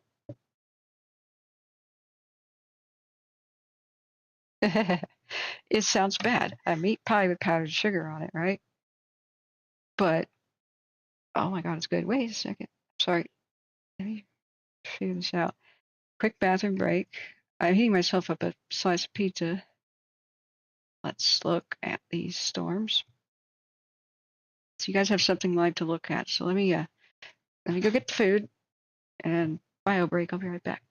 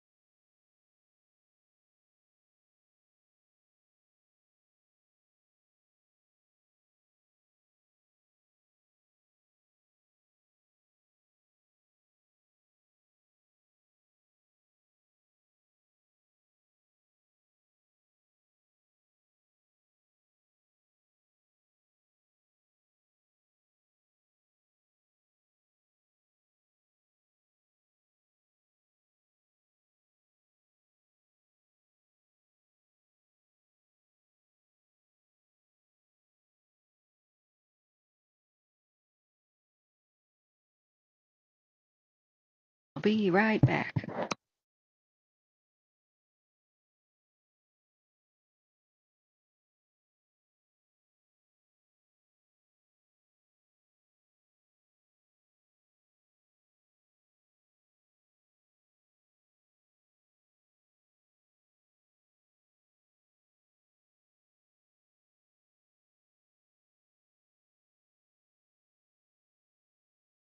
Okay, friends, so far, so good, knock on wood, is the name of the game. The thunderstorms are not reaching Oregon.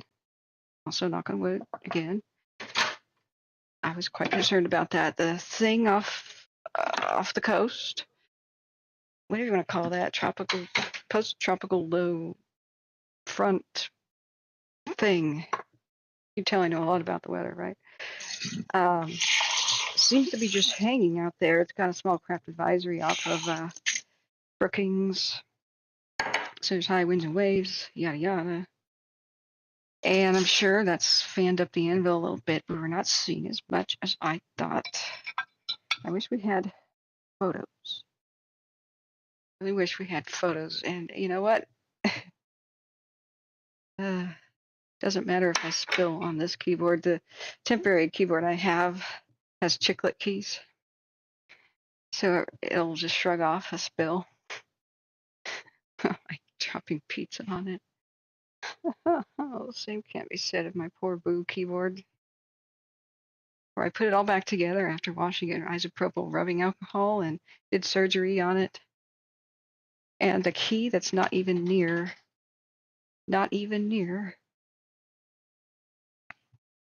the site of the spill the other day is the one that died. I have no idea why. Okay, let me get this weather out of my face. Okay. Joe Johnson says fish. Oh, broken fishing, that would be me in a couple hours hoping to make Apsley Falls National Park. Oh, Brofish, hi, how you doing? How you feeling? I tried to come in on your live stream earlier and you had just ended it or something. It was pretty hilarious. What do you think about the Anvil and everything? I've been meaning to talk to you. I mean, you predicted it. You predicted the Anvil over there exploding. And from day one, I believed you when they couldn't get to it because it's a wilderness with no roads, right? Joe Johnson says all pizza tastes better once you nuke it. You know, toaster oven on air fry is actually a way to make pizza crisp again. You wouldn't think so. You don't put it on reheat. You don't pop it on air fryer for just a minute. But hey, I can't wait all day for that. I'm starving. So I woke up at 3:30 and it's 8 and I haven't eaten yet. I ate a couple of apricots. I thought I'd be going to the Marrakesh restaurant with C-Probe and his guests, but as the fire weather is too intense right now for that. But so far, we have gotten extremely lucky with the thunderstorms not moving into Oregon. Knock on wood. And something in the Olympic Peninsula exploded. Which watch this thing up here. They let the lightning strikes burn, I guess. I don't even know that they had a lot of options. I shouldn't be that judgmental, but look, just a precursory glance at the Olympic National Park and their public announcements. It appears the let burn policy is what they're doing. And boy, did that just explode today. That would have been fine in a non-El Nino year. We'd be in the wet season by now, and that is like one of the world's wettest places. But it's an El Nino year. Indian summer is hot, dry, usually. Yay! I'm getting chicken honey and prunes from the Marrakesh restaurant, so at least I'm going to get some food whenever they come back. So let's see here. I lost at least 10 viewers. So anybody who has donated, thank you so much. I'm so sorry I forgot to put on the PayPal donation link again. But if you ever go to my channel, there's a home videos live playlist. There's an about me page, and you can always hit the donation link there. So if I want money, I should probably make it easy for people to get money. So donate via PayPal. Thank you. Even $1 helps by now. You have to buy a new keyboard. So it's a pinned comment. You can use super chat, super thanks. Feed me. Because I want to keep this ad free. I'm trying my best to do that. It's for many various reasons, especially YouTube policies that are medievally harsh. The channel struggles right now. We were popular when a lot of people were affected, like in Tahoe Basin was affected. That was 30,000 people would tune in at once. No joke. And so I'd ask people like, hey, give me $1 or $2. I didn't want to take away donations for people donating to fire victims. But now I'm like supported by 8 to 10 key people, and other than that, I'd have to be off the air and get a job again. So I am not working to be here almost every single day I'm needed, as much as I can be with my poor health, but I'm working on that too. I don't know what attacked my kidneys, but some sort of a virus over winter, and I'm still not the same. I need to eat. So 30 seconds, beat that with hot air. Okay, but you have to admit that the microwave makes pizza soggy. You just have to. So, do you want to talk, Broken Fish? Can you tell people while I eat a couple of slices? You want to be on the show, Broken? Tell us about your knowledge fighting fires in Southwest Oregon and what the Anvil might do next, what to expect next. We've got a massive red flag warning, Eastern Washington. That's terrifying. I think we've dodged a bullet that the thunderstorms are staying in California, and not like on the 29th when they rolled all the way to Canada from California to Canada. Whatever difference in the weather that is, we got quite lucky. So just let me know, Broken, because I've got to eat. In fact, this pizza's not warm enough. See? Cold and hot spots in the microwave. That's not something you get in the air fryer.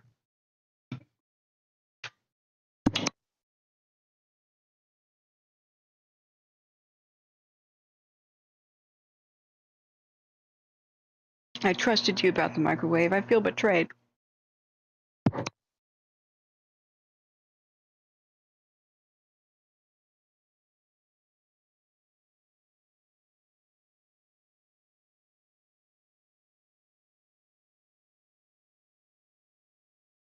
All right. It's either too cold or it's boiling. That's it. No matter what temperature it is, I'm eating it now. Okay. So, friends, what fire do you want me to cover and look at the moment? We did a little bit of storm watch, and I'm hoping they're petering out. That they're coming and going. How's Redding? Oh, that David just left. That's right. I was going to say, how's Redding? Look at that. Joe Johnson says, P.O. box better for me still waiting. Yeah, I'm sorry. I thought I had extra time today, but that thing with the keyboard happened. I really appreciate that, dear. You're a sweetheart. Are you still here, Broken? Are you still here? You want to talk? No, you don't have to use PayPal. I tell you what, there's a lot of people that hate PayPal. I mostly do too. Just because of the heart attack they gave me a long time ago. Do you guys want to hear my PayPal story? I think Brokefish went to bed. I think he just came in to say hi. Brokefish, are you out there? Paging Brokefish. See, he just had some health problems, so I would have loved to have had his take on the Anvil. And I can't catch him when he's up and out of bed. So we're all praying for his swift recovery. He came back to stream the other night, the Anvil Fire's community meeting, which was unintelligible. I tried very hard to understand anything about it, but the audio was terrible. So he may have just said hi. So yeah, the PayPal story I have is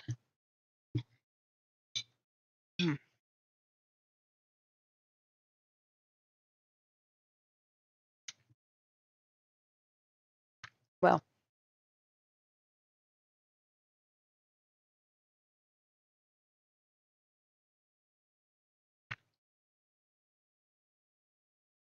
okay, I can't tell a story and eat.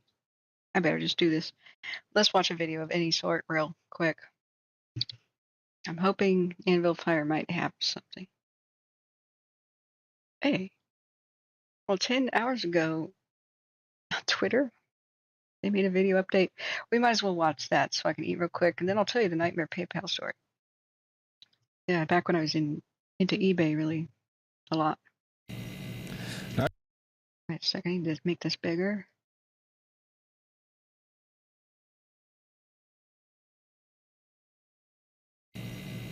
All right, good morning, everybody. My name's Clay Stevens. I'm one of the Operations Section Chiefs with Great Basin Team 4, specifically planning operations.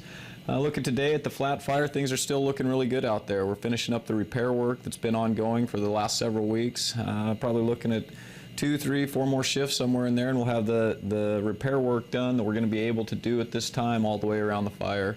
Other than that, there's minimal heat, just isolated interior heat across the fire, not really posing any threat or concern at this time, but we're continuing to have engines out patrolling, keeping eyes on things, and making sure that everything stays in check. All right, with the Anvil Fire today, things are still looking pretty good. We have experienced quite a bit of fire growth over the last several days, and we expect that to continue. But crews are making a lot of good progress out there. There's a lot of good work going on between the crews and the engines and all the equipment that we have out there around the fire. Specifically, one of our main priorities, or our main priority, is to keep it north of this Elk River corridor, the drainage and the road system there. So far that's doing really well. We do have a spot that was a few days old that came across the river, as you can see there on the map, but crews were able to get in there a couple days ago, get that picked up, and they're still holding on to that really good. Mopped it up. Things looking good there. As we move around closer towards the community, we have a good plan in place to help try to bring that fire down, keep it within our containment lines that we've established in there, and move that while we have this little break in the weather. The humidities are up right now and the temperatures are a little bit down. The winds are less than we have been experiencing, so we're trying to get some good work done while we have this window of opportunity. In addition to that, we are also working in contingency lines a little fire out in case our primary lines don't hold, both on the south and up on the north, looking for areas that we can get this fire boxed in over the next coming days and weeks. Oh man, well what kind of work? Oops. Sorry friends, my keyboard went rogue. A little foot fell apart. No. Well, I was really hoping for some information, such as we saw that activity today on the satellite. Were they burning today? Were they doing any firing ops because of that awesome 76% humidity? Did they do successful ones last night? Retweet that. Oh, I can't. I'm not logged in. Whatever, Twitter. Whatever, Twitter. All right, good morning, everybody. My name's Clay Stevens. I'm one of the Operations Section Chiefs with Great Basin. Stop. Sorry. Just autoplayed. Another reason to hate Twitter. Oh. So I guess we'll find out tomorrow if they're going to disclose what was going on. I mean, 11 hours ago, they said after low visibility kept the Anvil Fire. After low visibility kept Anvil Fire aerial resources grounded, which was yesterday morning. Helicopters dropped 62,000 gallons of water on the fire throughout the afternoon. A drone was able to look for any hot spots, and when they say that, I think they probably mean the big ones, maybe military, but it's hard to know. It's such a big area that like 15 minutes to 25 minutes of battery life on a personal drone is not something that's that useful. Oftentimes smaller drones like DJI and that type, commercial for you and me, can't handle the kind of updraft winds and stuff. Anything more than like 12-mile-an-hour winds starts to struggle. So I wish they would tell us what type of drone. Sometimes they just call in the military and they do it. But sometimes They will just drive to an area, launch it, look, drive again, launch it and look. But it's just so big now. I don't know. I'd like them to tell us what type. The big fancy military ones have all kinds of different vision modes too. And as you can imagine. See, they were looking at the hot spots or where areas of small fires may have started outside the perimeter. Okay. So if they were just on the highway, that could have been a personal drone. Sorry, answer my own stupid question.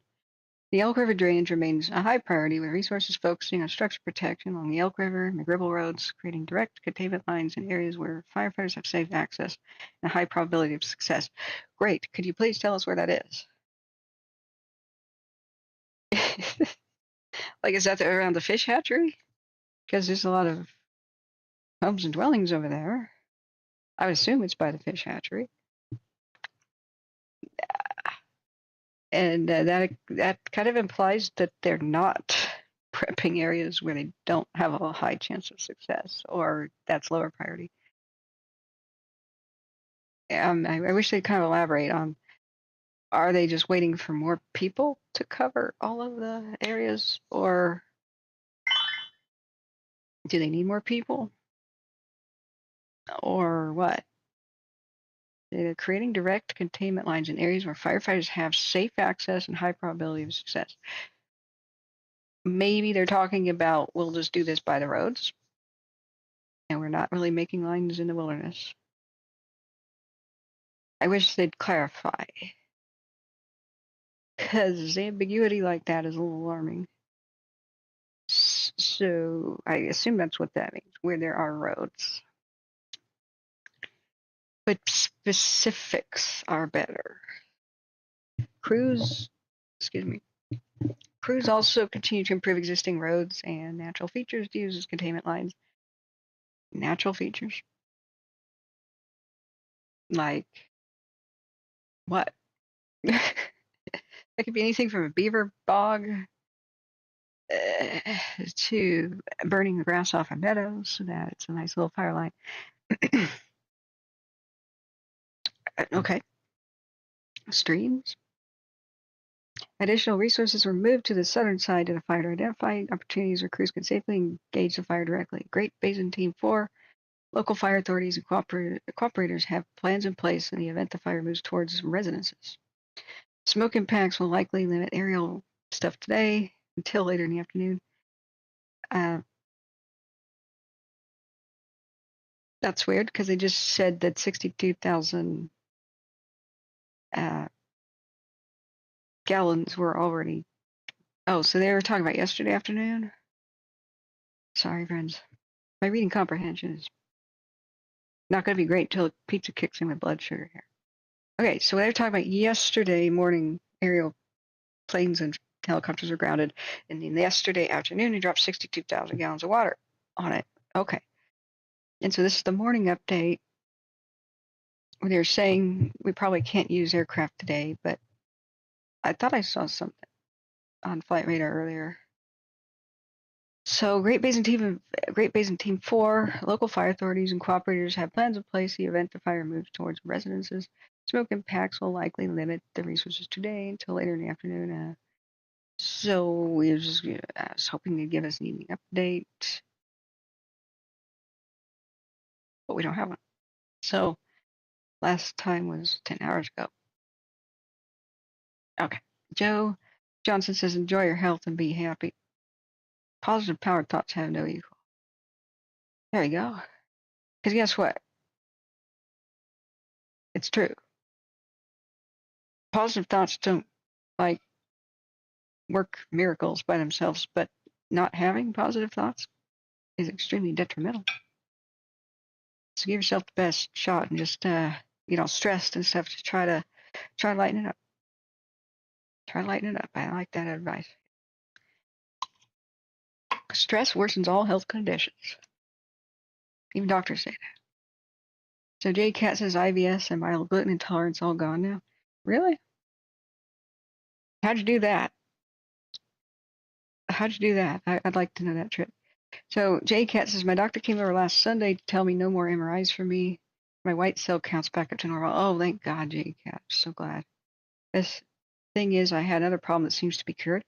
So wait a second, JCat, you got exposed to radiation, to like radiation sickness levels, right?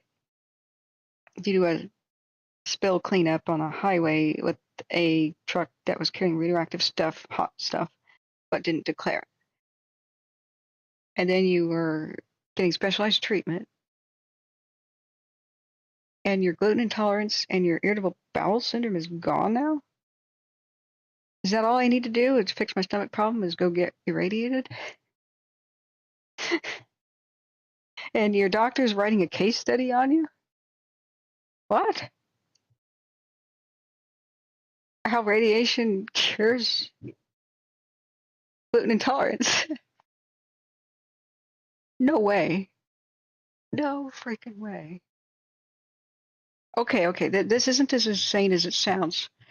Now, I'm an anti-radiation person. I think in general you should avoid it. There's no safe level of radiation. Of course, there's different kinds. Sunlight is actually kills most creatures, but we have protective layer skin. Sunlight's actually pretty bad, but it's not ionizing, right?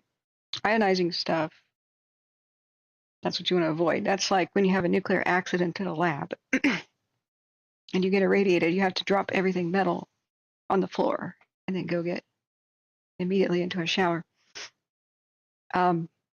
because it has made the metal objects on you radioactive, right? Like Louis Slotin's Demon Core accident.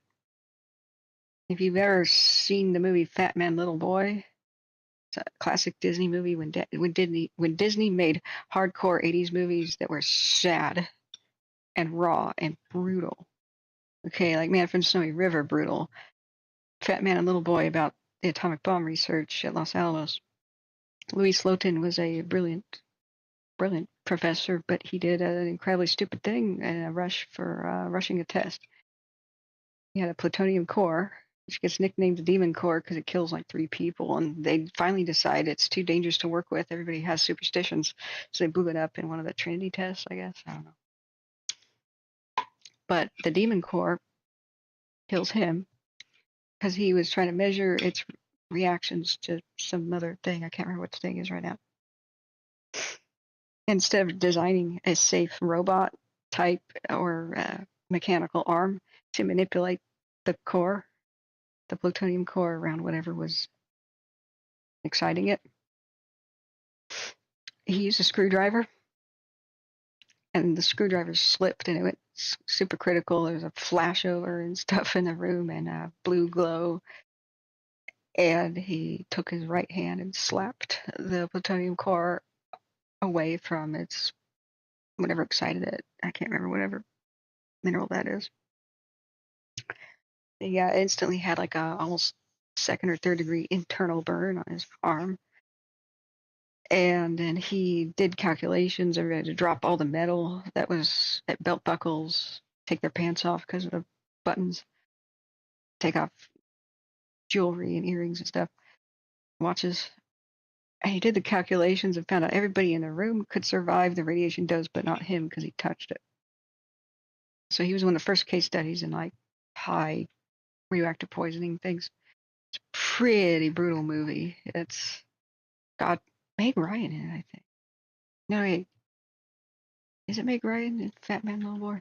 Anyway, John Cusack's one of his first movies, which was Disney. The other one was Adventures of Natty Gann. If you haven't seen these movies, you have to, but prepare for brutality. Oh my God. Natty Gann, my parents showed me when I was a kid. They should not have done so. Way more brutal than things like White Fang. Like White Fang is a cakewalk compared to Natty Gann. The logging accidents and stuff. Woo. So let's see. Fat Man Little Boy cast. So yeah, John Cusack. Oh no, Laura Dern. Yeah, the lady from Jurassic Park. She's his girlfriend and nurse. I think a fictional character, but man, yeah, Paul Newman was in it. Yeah, he ran Los Alamos or something. It's a great movie, but oh my God, hardcore, not a good date movie. Everybody would just be too horrified to kiss, you know. I'm going to go back to looking at camps.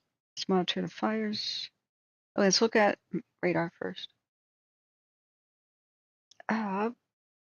But so it's not because of movies that I'm afraid of radiation. It's real radioactive accidents and how even the most intelligent people on Earth can be so careless and so overconfident that they neglect basic safety features that say nuclear power plants places need. Fukushima, like, there's brilliant Japanese engineers, but they didn't understand that even in the Pacific Ring of Fire, where they constantly get tsunamis, they never even thought about what would happen if a tsunami hit their plant on the coast. It's like, wow, that's an oversight. And it would be crippled and there'd be no way to cool the cores. Oh dear. But and we do stupid things like that too. Diablo Canyon down here needs to be shuttered because Fukushima explained that to the world that tsunamis can wreck power plants, nuclear power plants on the coast. But guess what? Gruesome Newsom decided to ask for $1 billion or so from Biden to keep it open. He says the threat of CO2 and global warming is worse than the threat of nuclear catastrophe for California. Incorrect, sir. Incorrect. That's why he's called gruesome. He makes horrible choices like that. He scratches the back of PG&E, the killer company of California. Want to kill my friend, Dixie Fire. So many of the fires. Cascade, Dog, so many others. Anyway, that's a little digression. But I don't like radiation because I've also been exposed to a lot of it. I had a nuclear bone scan before and had to sign all these waivers. If I get cancer, I can't sue the hospital. I was injected with radioactive dye and stuff, and I'm wary of it.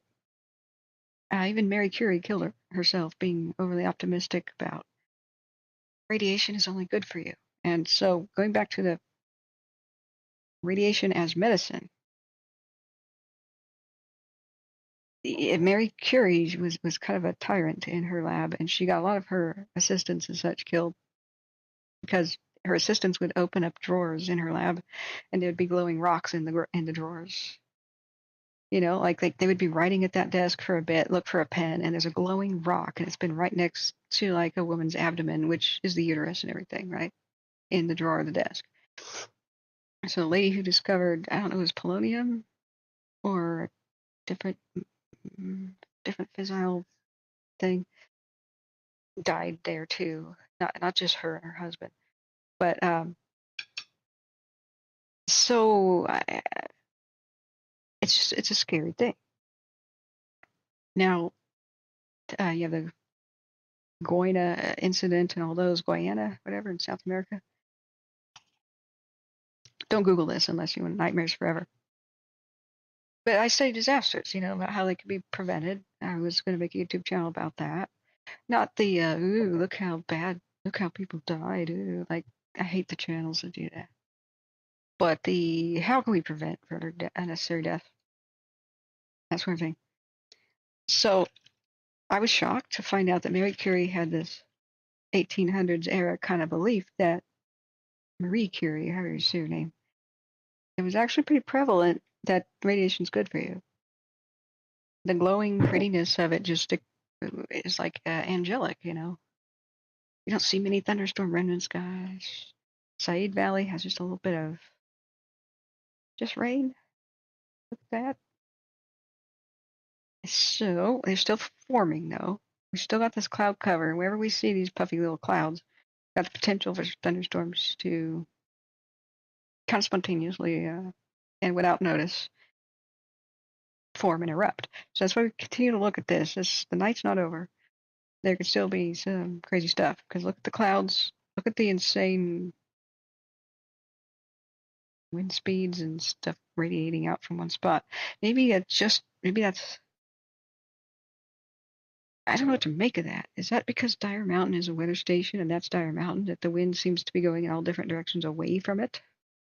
Or is that because of a downburst or the things we saw in the cams? Yeah, not the downburst, not downdraft, microburst. We saw that on the cams, but radar and stuff looks weird when something is right over a weather station. So I don't really know what to make about that. Let's just check the cams again. Let's just look. So anyway, radiation just freaks me out. My dad got irradiated a lot. So this was a pervasive, like into the 40s even, belief that radiation was good for you, like X-rays and stuff were good for you. Dr. Scholl's, like the foot insole thing, had a shoe-fitting fluoroscope. You can't make this up. They sold them to shoe salesmen, most of which died within a few years, using the device in their shoe stores. So my dad said he went shopping with his mom in Moultrie, Georgia. And a shoe store was there. And I was like, okay, can you remember which building that was in? Because that town hasn't changed much. I wonder if we could find trace amounts of radiation from this stupid thing. Shoe salesmen would take children, especially, and put their feet in new shoes, and then crank up the X-ray machine, which was like a moving motion picture X-ray. And children would, like my dad, would wiggle the bones in their feet and see their bones and everything in real time. There's no shielding, so pregnant women and other children standing right next to the machine got irradiated. Nightmare. Not many of these shoe salesmen survived, they say. And then my dad said, yeah, we just thought radiation was good for you. And I'm like, no way. I did more research. Radium hot springs in Florida, my dad also went to because it was good for you. It was naturally radioactive water, and they advertised the health benefits of coming to swim in it. So I thought, well, okay, that belief system has got to be dead by now. It's got to be dead by now. This is archaic, and some people tried to warn everybody, like Thomas Edison did. He had one of his favorite assistants and friends. Whenever people came by his lab to look at the, okay, we're at Plymouth County now, trying to look at the time lapse and see these storms. So whenever Thomas Edison had visitors to his lab and they wanted to see the X-ray machine, his assistant would just put his hand up and get X-rayed. I'm so sorry, the stupid radar's still up. There you go. He put his hand up and get his hand X-rayed again and again. And then he got ill. That's not that much activity the last 3 hours. Let's do this again. Maybe it's just wind right now. I was hoping to see a lightning show, really. We'll look at Indian Ridge in a second. Okay. Unfortunately, it goes in and out of focus. So his assistant got ill, and then his fingers all turned black and fell off. But they sold, or other companies sold Radithor, even though they knew this happened to Thomas Edison's assistant. It was written off as a weird thing or that. And so, yeah, look at that microburst stuff. That's insane. That dumping rain. I wish Oregon got that. All these thunderstorms stopped at the Oregon border. Now, I would expect to see lightning now. No, nothing. Usually, when it turns dark at infrared, we could see that. So, Indian Ridge 2, I didn't. Yeah, that one doesn't time lapse. Okay, let's see where we might have other lightning things on the cams. Dover Mountain. 3-hour time lapse. Oh, I just did that one. I'm sorry. Over by Susanville, Hamilton Mountain 1. Oh, Hamilton Mountain 2. 1. Yeah, that's when time lapses. So Thomas Edison's assistant got his fingers. In fact, I don't know what his ultimate fate was. I wonder if he died. But Thomas Edison tried to tell the world that it was his gold rush to try to push radioactive products on people as the latest, greatest alternative medicine thing. And so this one company mined clay at there's a lot of spots with radium in the soil in the United States. Some of them have uranium, but we're just talking radium. And they made these clay vessels, like drinking, spigots, like for parties and stuff, like the big vats with the spigots, kind of like a beer keg, but it's for drinking water. So they put radioactive clay in there, and they claimed health benefits. You can manufacture your own radioactive water to drink. And this was all very good, and sales were very high. And I wonder how many of these things are sitting on store shelves in antique stores, and people have no idea how radioactive it is. They were also making Vaseline glass with uh, uranium glass. Oh yeah, glows in the dark, all right, in the black light. You can still buy it today, but back then most of the glass blowers started to die because they were inhaling uh, uranium dust as they did the glass blowing. So they banned it for a bit, but then they changed it so it wouldn't harm people, and they you can now buy it again today. You're just not supposed to eat and drink off of it. Don't put it right next to your bedside. Keep it away from you in the room. But I have a few specimens. I bought a bunch at a craft store, not a craft store, gem fair. It said Vaseline glass and it showed UV light reaction. I thought it'd be great at a party, so I made a bunch of pendants. I made some like pearl-looking necklaces out of it. Nobody told me it was radioactive. I was horrified. Like, no, you're not supposed to wear that as jewelry. Nobody gave me a little safety note. But anyway, I became quite horrified. So I saw after the Radithor thing, the scandal happened. There was a golfer, a famous golfer, and he said he drank Radithor every day, radiation water, and then his lower jaw fell off, turned black and fell off. Don't Google his image. You're going to have nightmares forever. It's one of the worst things I've ever seen. And so at that point, the bubble was burst and people realized radiation is dangerous. And so I thought, okay, that's the end of it. Like, you can no longer swim in radium hot springs in Florida. You can visit the park. You can touch the water, but you can't swim for obvious reasons. So we're looking around at Lake Shasta. I was hoping to get some lightning action. Some must have been caught on some camera. Oh, look, a bird. There's a vulture on the power line. Look out. PG&E doesn't maintain those very well, Birdie. Oh, guys, can't make this up news. Portland had a big power outage last night. I wasn't affected, but the PGE, Portland General Electric, not PG&E, like California, because there's a bird with a bird. With a bird. Turkey vulture. And there's a beautiful sunset.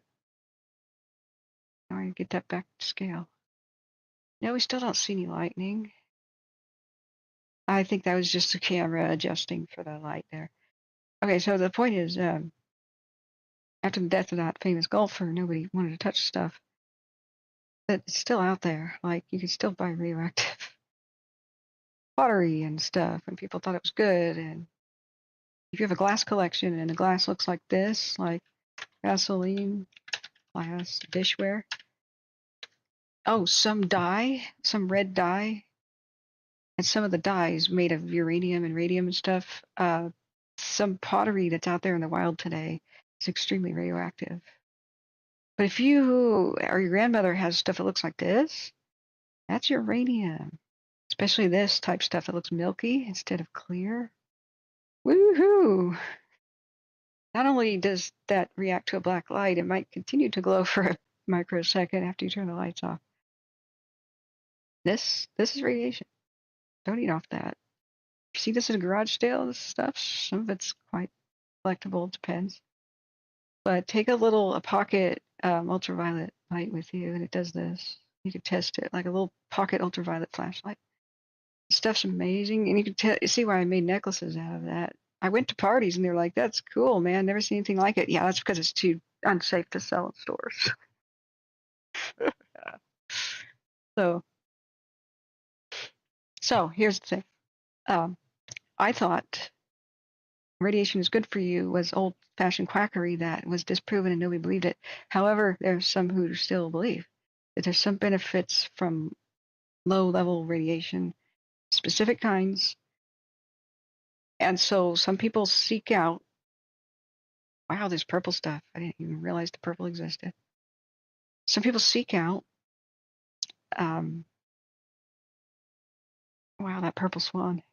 Some people seek out old uranium mines and such, especially in Europe, and you're allowed to go sit in a chair inside the mine, and they measure the amount and the dose you're getting, but people pay for it. And I was just like, this is madness. I'm like, no way, no way, this is legal and stuff. And there's a lot of legal hurdles for these places to operate for obvious reasons. But some people still seek it out. So if JCat, if you say something helped your stomach, it's possible.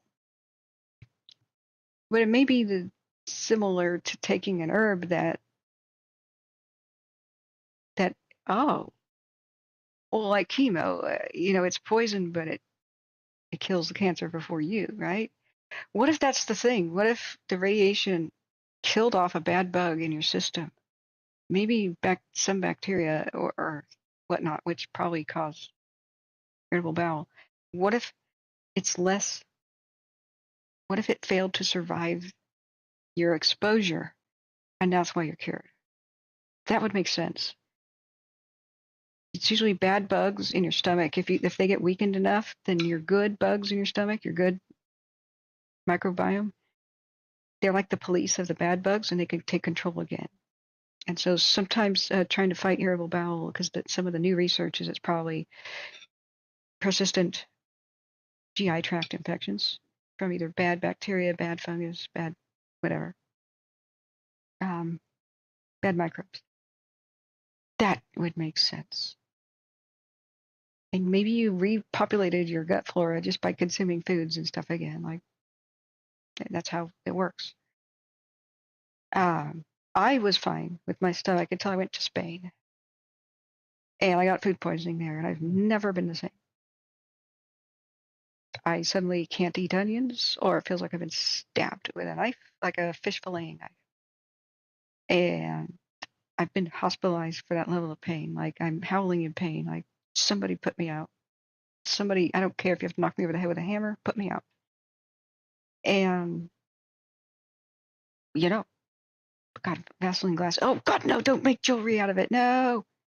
Dude, look at this. This is wrong. Don't do it. No. Oh, God. Okay, please don't wear that every day. There's other gemstones that fluoresce. Okay, use fluorite. That's what fluorite does, but it's not radioactive. That's where the word fluorescence comes from. Opals. Oh, no. No, this is sick and wrong. But okay, it may be that sometimes hurting yourself a little bit, just like with chemotherapy, is worth the result. But I'm terrified. JCat says, ironically, okay, let me get away from Vaseline glass topic. We're going to look back at the camps. JCat says, ironically, I studied and have my degree to work with nuclear power field. I graduated and went to Motorola and designed radio systems and secure networks. Today I'm into the septic and hazmat business. Hey, if there's a niche to fill it and charge whatever you want. Nick Giles says, walking on it, so I reckon it's not broke or something. I will be listening. Oh, hi, Nick. How you doing? I don't know, maybe from jumping out of van just now. Just started when we walked in. What did I miss? Oh, Nick, yeah, it says, hi, I made it. Got a dog with a hurt foot all of a sudden, a little distracted. Oh, poor puppy. Hope he's okay. Yeah. So Joe Johnson says, careful, last time in Adelaide, unhappy doc told me half the docs there hoping I would die so they would study your carcass. What? I hope that was a sick joke that he meant to try to cheer you up in like a British humor way. Whoa. And they called you a carcass? That's the word for dead animals. Wow. But you know what? That was an affectionate term in the Wild West. Like, get your keister over here. You are sleeping so heavily, I thought you were a carcass. It's I hope that was affectionate. Wow. Still just wow. Okay, let's look back and see if we got new lightning.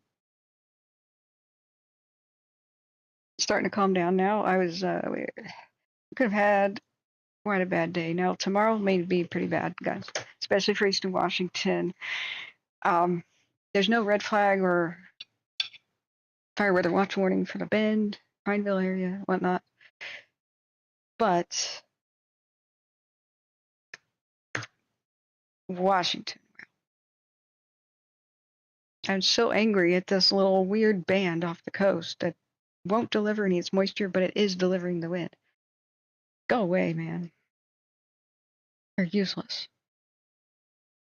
So we've got this explosion of the fire up in Olympic National Park, which Watch Duty put it on there. I remember seeing it the night of the 29th when we had the crazy lightning out all over. We had like 6,000 lightning strikes in 3 days. But Watch Duty took it off because it was no longer being monitored, if I remember right. It went gray, like not updated anymore, and then the icons disappeared because I thought it was a brand new fire. And boy, when it exploded red today with the heat signatures, yeah. But I had C. diff as a bad stomach bug. That may have been what I acquired in Spain, but I don't think so. I think I acquired it in a hospital having a minor surgery. They gave me intravenous antibiotics that were broad spectrum and against my wishes. I said, look, I'm just not the kind of person who gets infections. The first sign of swelling, redness, I'll take them. Prescribe them, give me a bottle, but no antibiotics, please, within the hospital, because I knew you could get bad bugs in hospitals. Against my wishes, they gave them to me. I wake up with an IV in my arm, and I'm like, what is that? And sure enough, I get C. difficile, which is something that kills a lot of people. And I suffered with it for years, just thinking it was a complication of gallbladder removal. And, not having a gallbladder, maybe my stomach is all messed up now. No. I wasted. I look like pictures of starvation victims, a skeletal, and had other symptoms you don't want to know about. And I was so lucky, though, because it's become antibiotic resistant. But finally, when I had a competent GI doctor, and I had one, and for 8 years he missed it. Like, I dropped out of college and stuff temporarily because I was too ill to attend. Everybody thought I was a junkie or something. I was like trying to show and push in my family's face, look, here's my drug test results for my latest landing in the ER. It's clean. I'm clean. They do that every time. Come on. I don't even smoke. Don't drink. You know me. I'm pretty straight. And thank God my family believed me. But just my appearance was haggard and ghastly if I just left the house for the worst of it. And so I finally got a more competent GI doctor, and he goes, yeah, let's test you. He goes, holy crap, you have C. diff. No wonder you aren't dead by now. You've had it for so long, because it creates the toxic bacteria. It creates a waste product inside of your gut that attacks your cell lining of your, it's a poison. And it attacks the cell lining of your intestines. It does permanent damage. So I may have permanent damage. But I was cured in 8 days with a flagyl antibiotic. But there's a lot of cases now that are resistant to that. Let's look at the Del Norte camps. A 6-hour time lapse. Just solid smoke. See, this is the problem. There's lots of lightning over here, but can't see nothing. It wasn't a joke, Joe Johnson says. The docs were just scary. That's got to be the world's worst bedside manner. I once had a nurse look at me when I was in that state, when I came in, one of my many mysterious trips to the ER. They also called me a malingerer. I'm like, do I look like a malingerer? I had the worst stomach pain in my life. And they're like, uh-huh. What do you want, pills? What? No, I don't. And then my my drug test would come back because they drug test you anytime you go to the ER. Like I could tell you the results, guys, but and then they go, "Oh, sorry, you just look like all the junkies who come in here." Thanks. You're gonna really treat me now and actually look for what's wrong? Not really. We just stabilize patients. We're in ER. Have a good day. Whoa, Wild Frontier.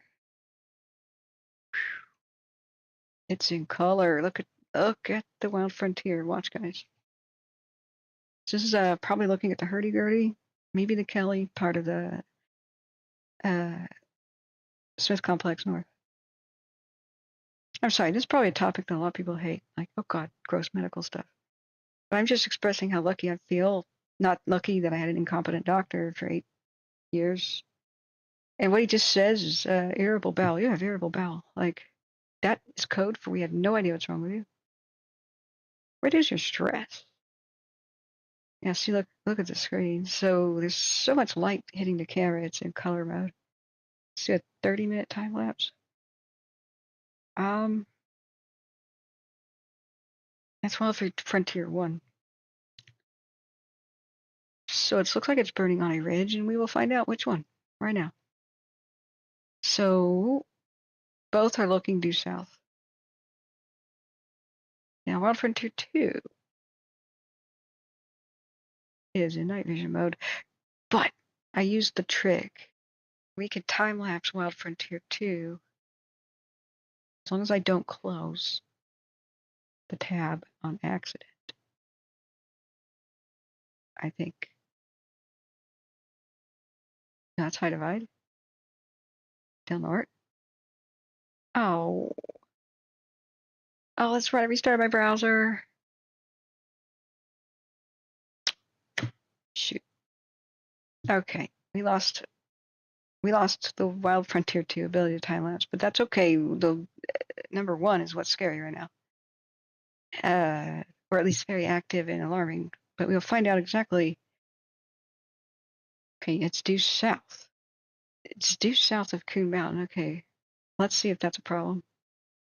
Let's see if this is a problem. So we're going to look now at Gasket and the Smith Complex North because we have fire burning over a ridge due south of Coon Mountain. We don't know the zoom level. It could be this little ridge right here. Big fat road. Oh, big flat road. I was going to say that's the best road name ever. So if this is the highest peak in the way, this one right here, we're going to look at the heat map. That's quite close to, once again, Camp 6. Let's look at the heat signature. Go back to California. I'm hoping the thunderstorms are over for tonight, but I'm kind of hoping there's more if they're this wet. Like, come on, gimme. You're going to stop at the Oregon border anyway? Dump all the rain you want in California, man. Okay. So here, let's use our activities. Gasket, yeah. Quite close, I think. All right, we're going to go to Forest Service map. Yeah, that's Camp 6. So it is not the upper Coon Mountain Ridge or the one I was thinking. It's further, but it's, if this one's a higher elevation, that would make sense. Big flat by the mine. Prospect in a well. I want to look at this and see if there's old mines and stuff, just out of historical curiosity. I'm hoping there's not too much historical loss of structures and stuff, you know. So this is where the cameras are located. Oh, I'm so sorry. This is stupid. I'm so sorry. I need more blood sugar. I had the wrong thing on. Thank you for trying to warn me. I get tunnel vision. I'll try to set up my third monitor so that never happens again. Okay, let me show you what I'm just alarmed about. I'm sorry. You know what would be fun is if I took a dog collar thing and anytime I screw up like that, I'll just hold it in my hands and one of you guys gets to press the button. Okay, sorry, master. Just go ahead and shock me when it's like that, and I'll go, oh, that gets my attention. Okay. So here's Wild Frontier 1. It's looking due south by the time it pivots over. And now it's looking due south, and there's fires up over the red. Yeah. Thank you, guys. Thank you. Don Ron says, are all those fires, or are they campsites? Yeah, I'm so sorry, guys. Which one? Don Ron. The one that was on the weather screen? Those are all heat maps detectable from space. Those are big wildfires.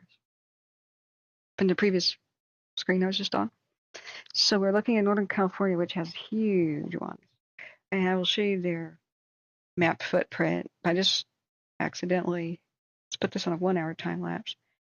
This is so bright right now, it's tricking the camera into daytime mode. It thinks it's daytime.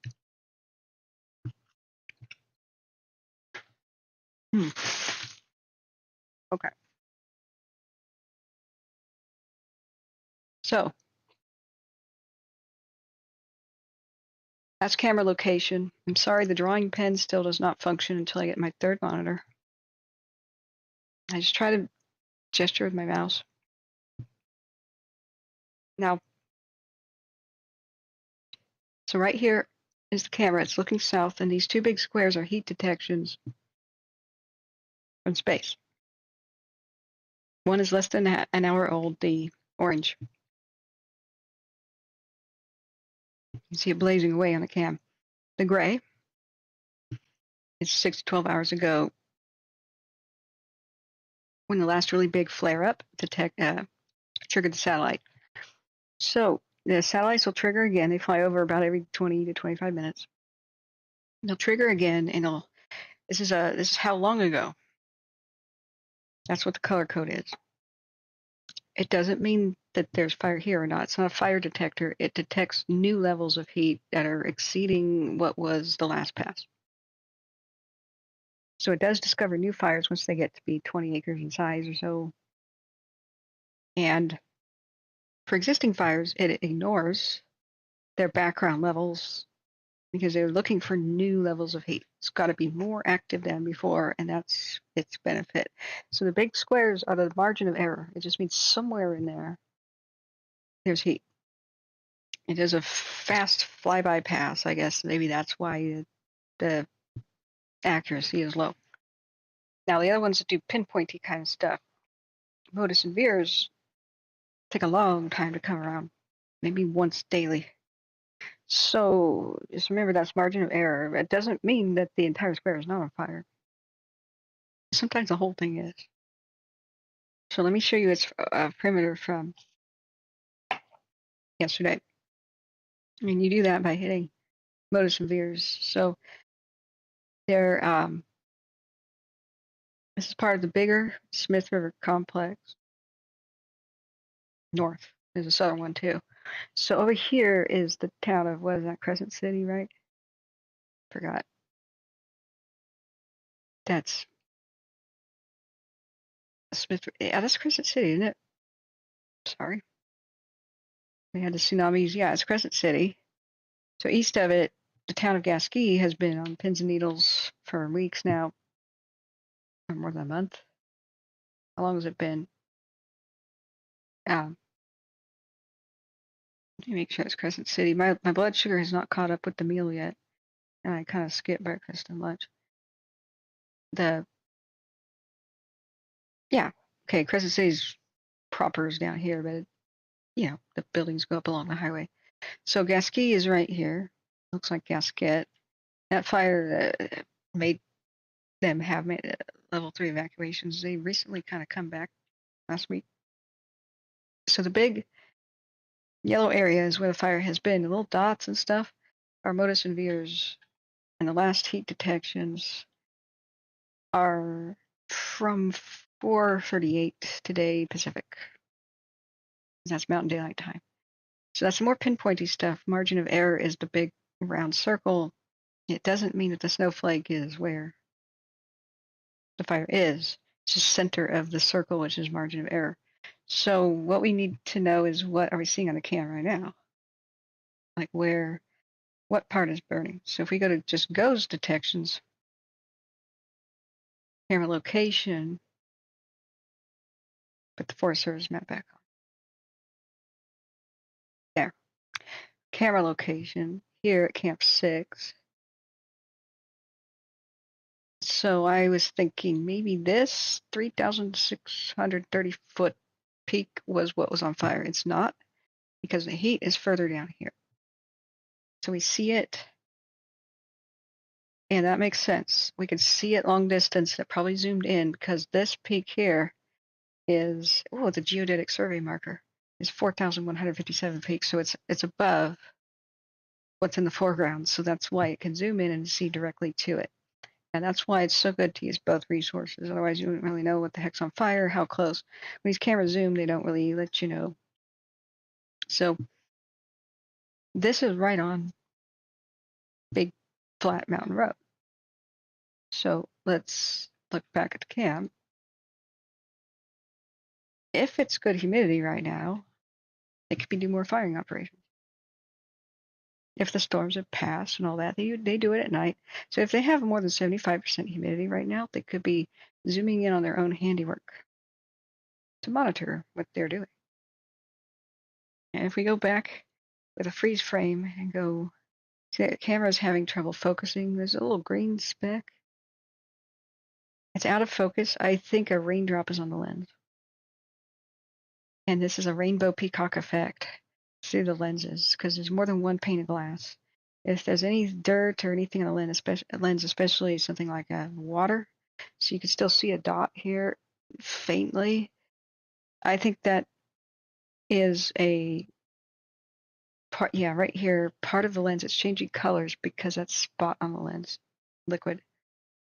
There's just been some thunderstorms. So that thing will only highlight when it's focusing.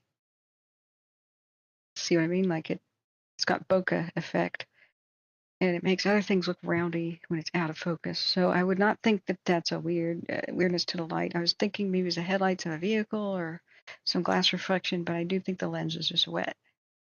Now here, when it was still in infrared, that would be either a vehicle headlight or another fire over there. Spot fire, perhaps. So this is the ridge that's got a road. So it could be vehicle headlights unless that bright spot stays in one spot. Ah, it's not. It's red. Not vehicle headlights. Oh yeah, look. For that frame, yeah. It's like a tree torching.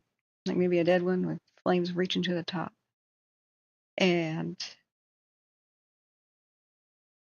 or maybe it's a living tree, but it's got a lot of dead branches at the bottom, you know. Hard to say. But sometimes those can go whoosh and then kind of peter out. But that does look like another spot fire over there. Or at least another smaller fire. Now what they do to do a firing operation is they'll walk along the line and they'll use the drip torches to start them where they want it. And they're trying to Zeke Lunder, what I learned from his stream is his own personal opinion, he's a forester, is that it's very hard to hold roads as fire lines unless, especially thin ones, unless you fire everything right next to the road. It's like a scorched earth policy. The main fire comes to it in a high windy portion, and so all the bushes right next to the road have to be burned away, and then the dead trees, whatever, cut down or burned ahead of time, because flames, like say something next to the road, like a big old dead stump that a bear tore apart, you know, say that's right next to the road, and if it goes up, say the flames are reaching the air like 9 feet tall or something, like a half shattered stump. Well, wind hits it, and you have 8-foot flames laying vertically across the road, looking at your boots, and you got to hop, skip, and jump backwards, right? Well, if there's all kinds of weeds and bush next to that road, the flame length could be 15 feet in the air, 20, and then lay down across the road and even touch the other side. So they'll make it black when they can control it. And if we look and verify, like last night, I think they were doing this because they had 78% humidity.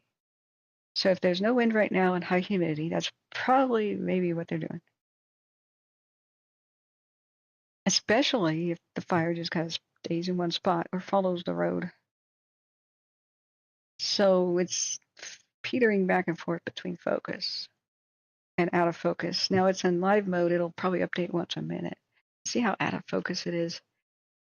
In night mode, they should just lock infinite focus, and I don't know why they don't. Every camera has that setting, like a digital one. And manually, well, you do that with your hands, like an old-fashioned lens.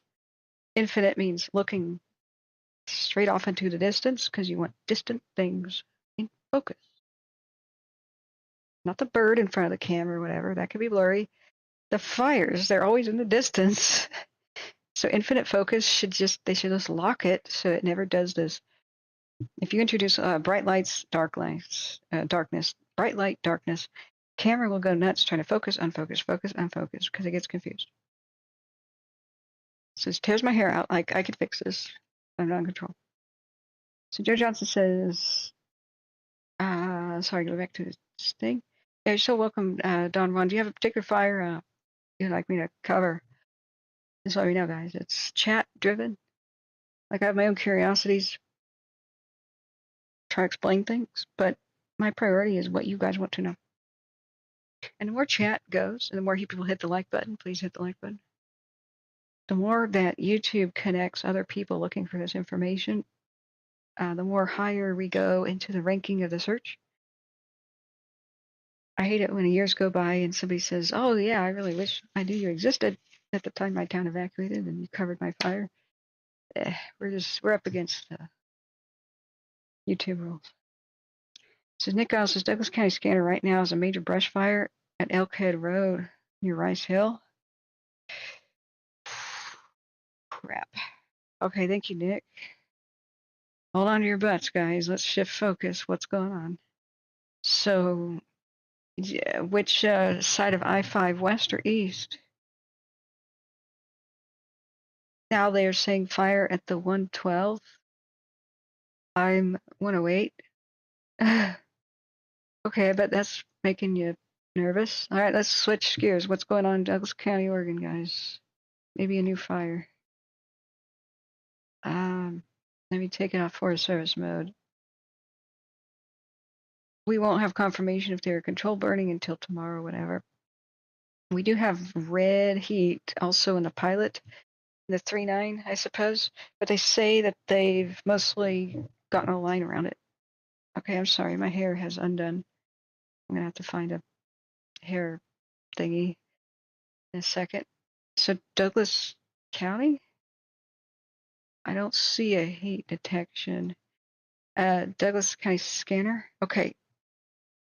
The 490 block of Elkhead Road. I'm just gonna say Rice Hill, Douglas County, Oregon.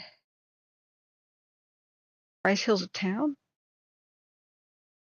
Has 3 gas stations and a Motel 6. Oh, it's Yoncalla Creek. Okay. By Yoncalla. 5-5. Uh-oh.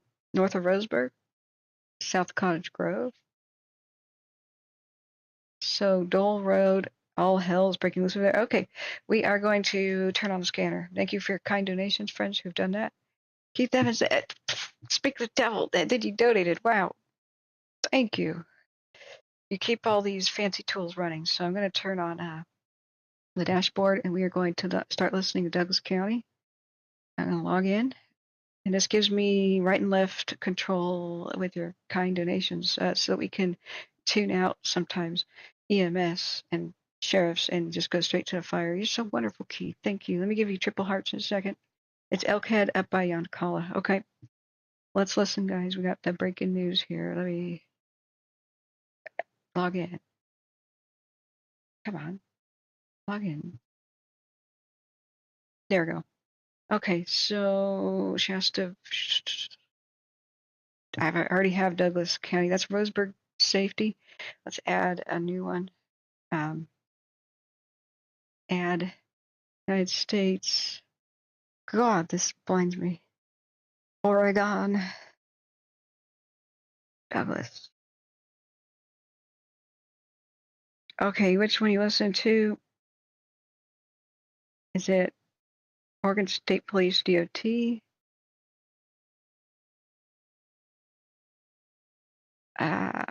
Usually the one with the most people listening is the correct one. 133 listeners, but Roseburg Public Safety is 1,000. Were you trying to get a hold of one of us? Negative. Okay. Copy, just for info, I haven't made it to 167 yet, but his directions for the road are accurate. I believe it's the Steamboat Road. Steamboat? 149, I copy, 2123. Okay, that's a ghost town with good fly fishing. Cassandra Murray, 928 of ADE. It was for possession of heroin. It was going to be Ashley conditions, no alcohol association with 1258 users, no entry where 1258 is kept, no intoxicants or illegal drugs, no medical marijuana, other drug and alcohol restrictions. All right, I just muted that part. That's like privacy of somebody. This can't. 2123. That doesn't sound fire related. Roseburg Public Safety. Thank you for your kind donations, guys. 161, 160. 161. Okay, let me try to look. I got a hold of McNeil. He's going to have an engine start heading south from Roseburg as well. Just not knowing if we have any additional fires there. Okay, we're on fire. Okay, we're on the correct channel. There was a broken down vehicle a little north of the fire along the freeway. I was going to go back and check after we got them contained. I'm on scene of this second fire. It's less than 100 of an acre, just kind of skunking through some blackberries. Once the engine gets here, they'll make quick work on it. Good. Okay. Okay, everything's roadside then. Affirm, little concerning with one being roadside of the freeway and one being roadside on Dole Road, but trying to get that figured out. Is that in your on Dole Road or the freeway? I'm on the Dole Road. Good catch. Good catch, Nick. So we've got, looks like a vehicle caused a fire. Let's go see the maps. It may not. I copy second fires off of Dole Road on David Road. Be advised, there's a caller on 911 advising that he believes he's seeing 2 additional fires to the south of the fire on Dole Road. 30, Roseburg 19. Roseburg 19, go ahead. 12-1, warning. Roseburg 19, 2125. DOLE Road? We got that 911 report, and I just caught a glimpse of it. I think there's another one on Dole Road, kind of across from the 108. Multiple fires. Copy. 1884 is full on scene of this one. I'm not going to take care of it. I'm going to take a look at the others. Okay. I'm just about to the 110 on I-5.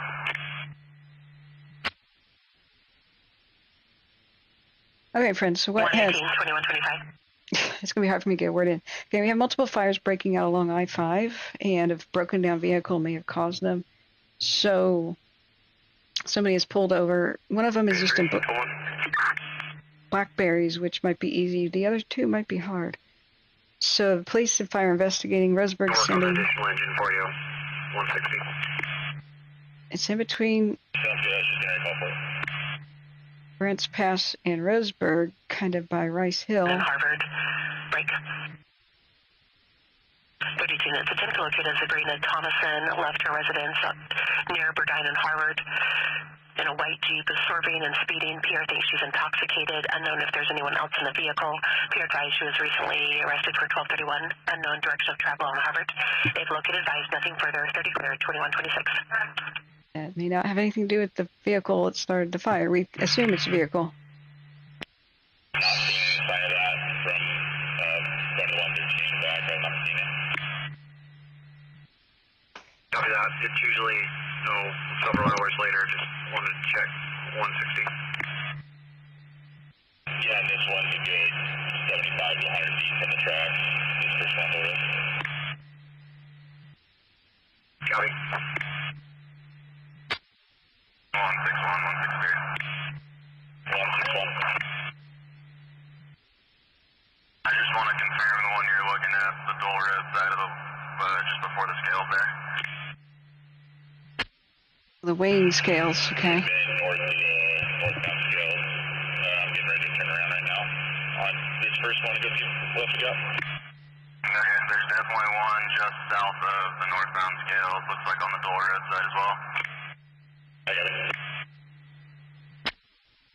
So DOLL road? DOLL? DOLE? They set it on the scales of I-5. Trucker scales. I don't believe I ever stopped it there. So, we don't have any heat detections from space. They're not big enough. But it's in between Roseburg and Grants Pass in general, over by Rice Hill. I can't find this. I'm going to check Google Maps. So, thank you for your kind donations again, guys. You guys get super hearts. At least I have a moment to talk. Because I tried to tune out. Okay, depending on how they set it up on Broadcastify, usually they separate police from fire, you know, with left channel or right channel. So I can turn off one channel because of your kind donations. 149, go ahead. But I can't right now. 12-2 with 167 of the vehicle. We believe they're going to be down the trail, and I'm not sure we're going to have service on our radios. 149, I copy. 2128. I think it's south of Yoncalla, which is someplace you've never heard of. South of Cottage Grove, north of Roseburg. I thought it was in between Roseburg and Grants Pass. My bad. North of Roseburg. But we've got multiple fires in different spots, and I can't find Dole Road, so we're going to check Google Maps. Let's look outside here, because they've been giving pretty, let me log in off camera. They've been giving pretty good directions, like this road, that road. But isn't it sad this day and age, they say we're going to lose radio contact? I mean, anything could happen to the police or fire there, and they can't call for help unless they drive somewhere. Even in a place like off of I-5. This is primitive. If I was president, I'd say that's it. No more dead spots in the entire United States of America. Get this done. There's nothing more important than communication, especially at the start. 169, go ahead. Nothing. I'm in the 900 block, copy plate. Go ahead. 9 Tom 1454. So, Dole Road. Oregon. That would be Dole. Copy. Okay. Alright, we got it. 212, go ahead. Right there. Station's on site with the 12-4. Wait a sec. 212, 2130. Wait a sec. This is way different area. This one is south of Roseburg. I'm so confused. 160. This is very far away from Rice Hill and Yoncalla. Do you need law enforcement in the area or anything? It sounds like either something or someone's starting fires there. Just wanted to check in. And as well, you'll have an engine out of Central, and then you'll have Roberts coming in a Type 6 as well. It could be Arson then. Yeah, a couple of those are going to need some mop up in the Blackberries. Still trying to drive out Dole Road, see if I can't find a vehicle or anyone in the area. You're the only thing so far, and I'm almost to the dump. Yeah. Can you get in the car, Nick? This may be... Let me know if you need law enforcement or anything. 160. Definitely not going to hurt if we can get them in the area just to kind of help us keep an eye on things. But as of now, I haven't found anything that I'd be able to use them for. Could be an idiot dragging a chain. 160. But... Myrtle Creek, Margaret Little Alley. Wire for it was involved. You might want to let the dog know. Confirming there was a power pole not involved, but a guide wire was involved.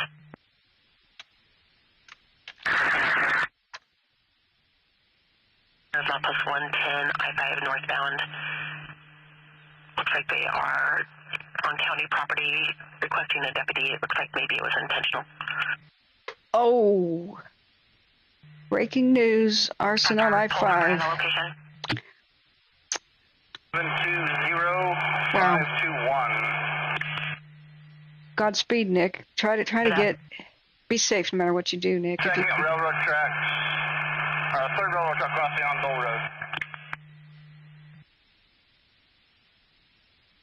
Copy that. Woo. So, okay, up and down I-5, we've got 2132, break 3212. we got multiple fires. We have your PR on 12-4. Can we transfer it through? Right. No. 212-2132. Oh. 911 callers are saying possibly intentional. Knock down to the fire, then yeah, let's have you bump to the next one and get these at least knocked down. There's one on each side of the road farther out from the one that Myrtle Creek's on now. Woo. Copy, and then just coming under the freeway, so it'll be a couple minutes. Thank you, Margaret. Are you in the area? What a scary night. Let's see, what's the weather like there? PR saying he was previously arrested and is now bailed out, concerned what he might do. He's wanting to park his camper in front of the location. The PR wants him trespassed. That's probably unrelated. Get him, boys. Manhunt on. Rabbits on the run. 2133. Not every day we've got an arsonist on the loose on the road. Last time this happened was in Yuba County earlier this summer. And then Yuba County officials said, oh yeah, it's probably just somebody dragging a chain. When a 911 caller saw somebody in the act and had a vehicle description and there was a manhunt. We heard that live on my stream. And the next day, the newspaper just copy and pasted what the officials said, which is, oh yeah, here's talk about multiple starts. 10 and 2012, one by organ ID and the other by name and date of birth. Go ahead with organ ID. I'm so angry. Adam 937-519, massive Pierce, break for second.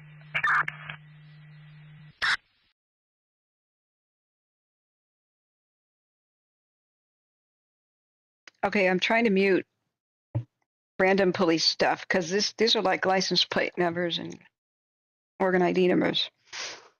I'm sorry, I may not be able to stay on top of that.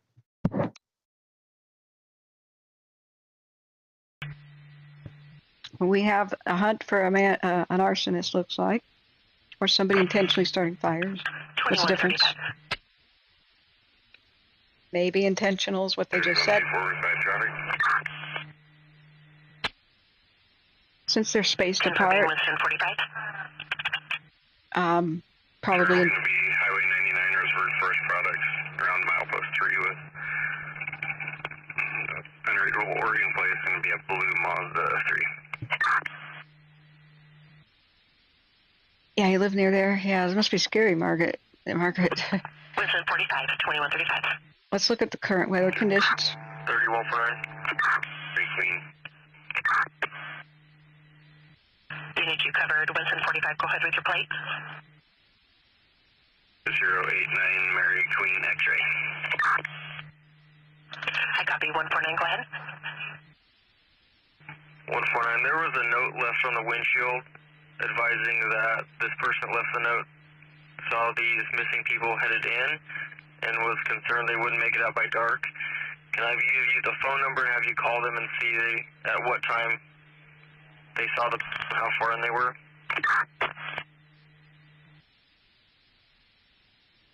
%45% humidity. And we'll get the information in the morning. 160. It's probably going to be okay. Shawnee? 149, I copy. We'll make the 12-4. 2136. If you're just tuning in, somebody's lighting fires along I-5 and the old 99 area. So there's multiple fires started. Copy 1228. They're saying probably intentional. 169 for Robert Pierce III. He does have a close match in NCIC for a 1224 out of Pennsylvania break. This unrelated police chatter. I'm sorry, I can't tune it out. Continuing, his demographics are 5'9", 240, brown over blue, same date of birth, 123 of 83. It was for a probation violation, dangerous 1258. This is right here in Oregon. Otherwise, his pen is coming back as suspended failure to appear to hearing, DWS violation. The other subject, Elizabeth Sellers, is returning 1221, suspended driving uninsured. It's all up and down I-5. It seems north and south of Roseburg has fires, so somebody may have been tossing stuff out of a window. Continuing for 169, and just for information, the Pennsylvania 1224 is no extradition and state pickup only. Sorry. Random police chatters driving me insane, but so these fires are quite far away from each other. So it could be like, I-5 is 65 mile an hour speed limit. It's 2138. Somewhat windy over there, but you can go 65 there. Command terminated 1780 available. Are there any other fires that need attention?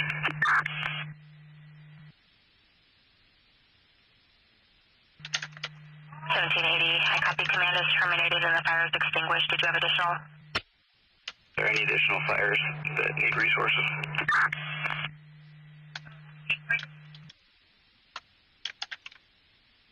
1884, can you advise if 1780 is needed at your location? 1780? Police code? 1884, can you advise if 1780 is needed at your location? Oh, wait, that's a unit. Okay. This fire is knocked down. Yes. I copy. Fire's been knocked down. 1780, you copy? Which one? We're available. 1780 available at 24. Fire dispatch. Okay, command. Go ahead. Fire's in mop-up stage. Scene turned over to DFPA. All 2,300 units are clearing and show 2334 unavailable for mechanical.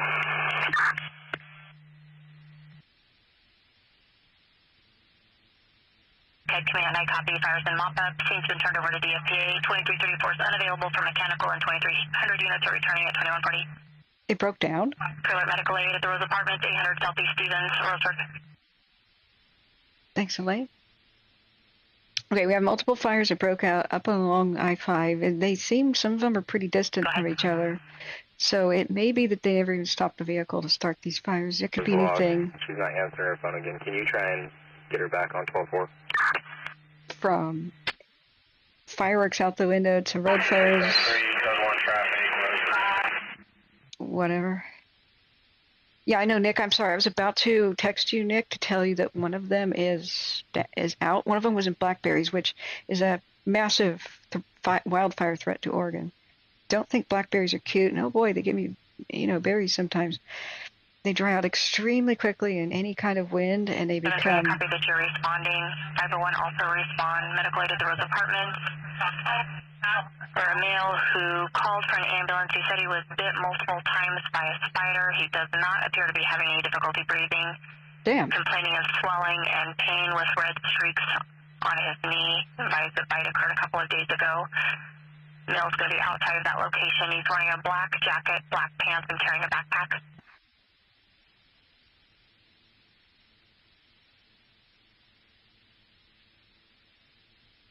Oh my God.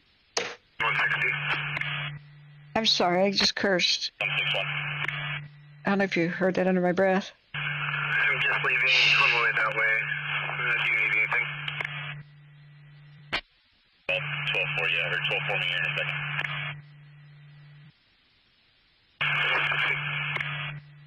He's not bringing me food from the Marrakesh. He says that they cook it in onions, but it's extremely weak onion broth.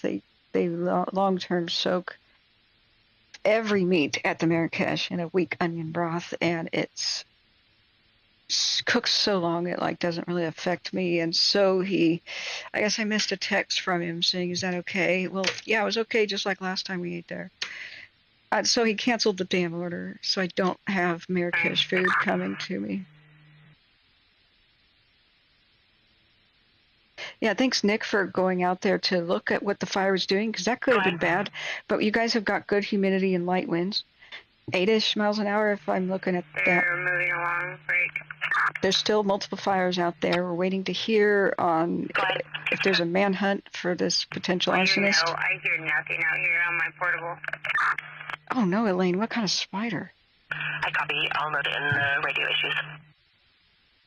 Now, some of the units went into a no radio location, so they're probably fighting the fire all by their lonesome. So we're waiting to hear back, but it seemed like the vehicle may not have even stopped to light so many fires apart from each other, but I'm not clear on where any of them were except for the Dole Road fire here, which is off of Myrtle Creek, which is where Nick is at, and another person. We're requesting law enforcement on 342. Elaine is there nearby too. Yeah, my uncle got bit by a black widow right in the abdomen. Not yet on scene. It got up in his shirt when he was gardening. Crawled up into his sweatshirt. He felt a sting on his belly button. Yeah. 1045, go ahead. 12-1. Yeah, D. Parrish, the comment is going to stay hidden because 1331 copies. Break fire dispatch. 1331 is available. 1331 available, 2144. YouTube auto-censored it with the T word, so I can show it, but we've got a rule to try to keep people calm. Any threat or suspicion must have some sort of evidence. We try to be a facts-only resource on the fires, so we only say the arson word when it looks like it's arson, like right now. There's a lot of motivations for arson, and if you are saying that, you mentioned in your hidden comment that some of it can be enviroterror, I wouldn't think that's a roadside thing right now. Like, they usually target logging outfits, tree farms and the like. There was some serious environmental terror west of Portland in the 90s, and they routed each other out and got caught, but they torched logging equipment, and some of them got out of control and got big, and they were trying to raise Pacific yew trees, which have cancer-fighting properties. The scientists are studying them, but loggers don't replant anything that, what makes them lumber. Like, they treat it like a lumber farm, and so Pacific yew are disappearing, right? And so these idiots, terrorists, are never that smart, really. They, the fire spread to or maybe even was intentional. They burned down the Pacific yew tree farm that was being studied by a university, and so it set back cancer research. But mostly they went to logging outfits and torched the trucks, and they did end up destroying parts of the forest. But as far as like the really big, out in the middle of nowhere fires, I don't see that there's a motivation unless, say, logging equipment's destroyed. 155 added some information about a 1228 male in a 1228 white van. He wants you to check on the information of the call. Well, if you can link me an article, 2145. like Antifa, for example, is anti-fascist. They're big in Portland, and so they usually antagonize the white supremacy rallies that show up in Portland and that sort of thing. And the anti-police sentiment, which is different. Some of the really bad arsonist criminals infiltrated Black Lives Matter protests in Portland, and they began trying to light police stations on fire. So, but when the 2020 Labor Day storms came out, the power lines 3726. fell down all around the Detroit Lake area and made the Beachy Creek fire spread much faster.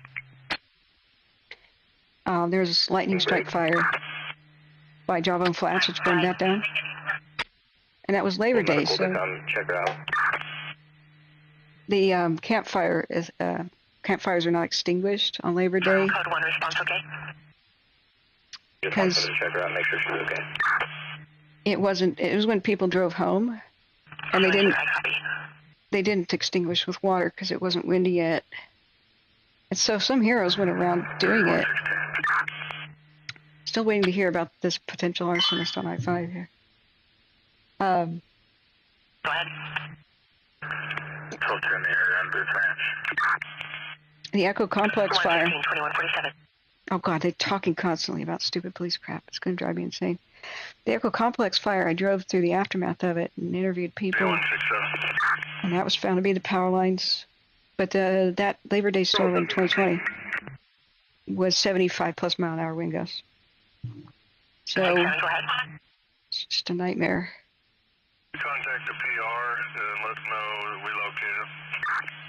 There are two portions of the Beachy Creek. The power lines ignited in the south and the north by the Joplin Flats. That was ignited by lightning months prior, like weeks prior. And they didn't have road access to it, so they couldn't put it out by helicopter. So what we try to do is try to make... Go ahead. Look, why would people hate the police when it 12-1. burned down police stations and they almost killed cops? 24, 2148. In East Portland, they almost killed cops. Cops had to 116. bail out of a roof vent, basically, like that. 115, go ahead. Oh my God, I'm going to be insane. Be able to camp that has some info break. Still They trying all- to get further with that caller. It sounds like she may have struck it, but the phone connection's pretty bad. Stand by for further. Oh, hang on a sec. Just Canada has subjects that have info about the fire. Break to that info. oh, suspects on the fire. Okay. Arson suspects. Let's listen. 116, we believe the van is unrelated and that they saw a passenger car just a bit ago on Dole Road. Stop, turn off its lights, and then take off at a high rate of speed. Unknown for the description. That's it? A passenger car? Oh boy. They're going to find Middle them. Creek. Officers requesting code 1 medical for a female who's conscious and breathing. She's requesting to be checked out. She's difficult to understand due to a medical condition. She thinks she's got a history of Parkinson's and needs to calm down. Okay, I'm muting that for a second because I'm going to be driven insane. I can still hear it, so I'll unmute it. The moment they're talking about... okay, so the vehicle did stop to light the fire. We have a witness. Hopefully they'll... I hope to God they had a dash cam or something. But headlights turned off. That's extremely suspicious. And then takes off. And there's multiple fires breaking out. It probably hit an I-5, but I don't know which direction. I don't know which fire on I-5 started first. Did hit the object. She has not stopped to check out the damage to her vehicle. She's still northbound on the interstate. She'll call back if she needs a case number. What? Copy. En route to the hazard. Okay. 2150. What's going on with Douglas County tonight? Stop watching MSM, and have I been living under a rock? Look, if you... 24, copy suspicious, 512 Colorado. Why would Antifa burn down a forest when they're angry at fascists? Does that make any sense? Why would the most extreme Black Lives Matter protesters who have a beef with cops stop trying to harm the cops and then decide, oh, let's go randomly into the middle of the forest? I suddenly hate the forest.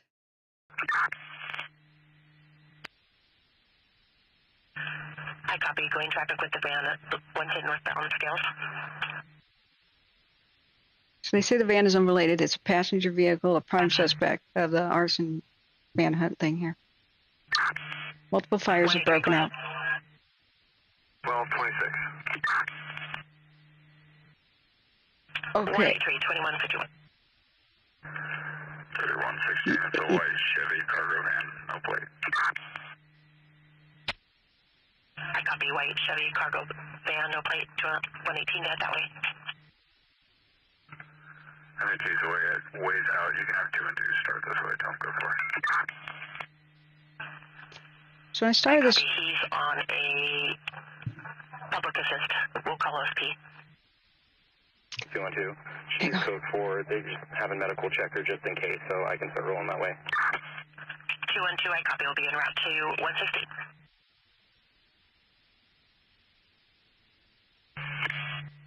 All this chaos. Okay, let's see if Douglas County participates. If it's knocked down and secure, they can clear. We'll come check it here in a little bit. In watch duty. Watch duties. 1884, did you copy?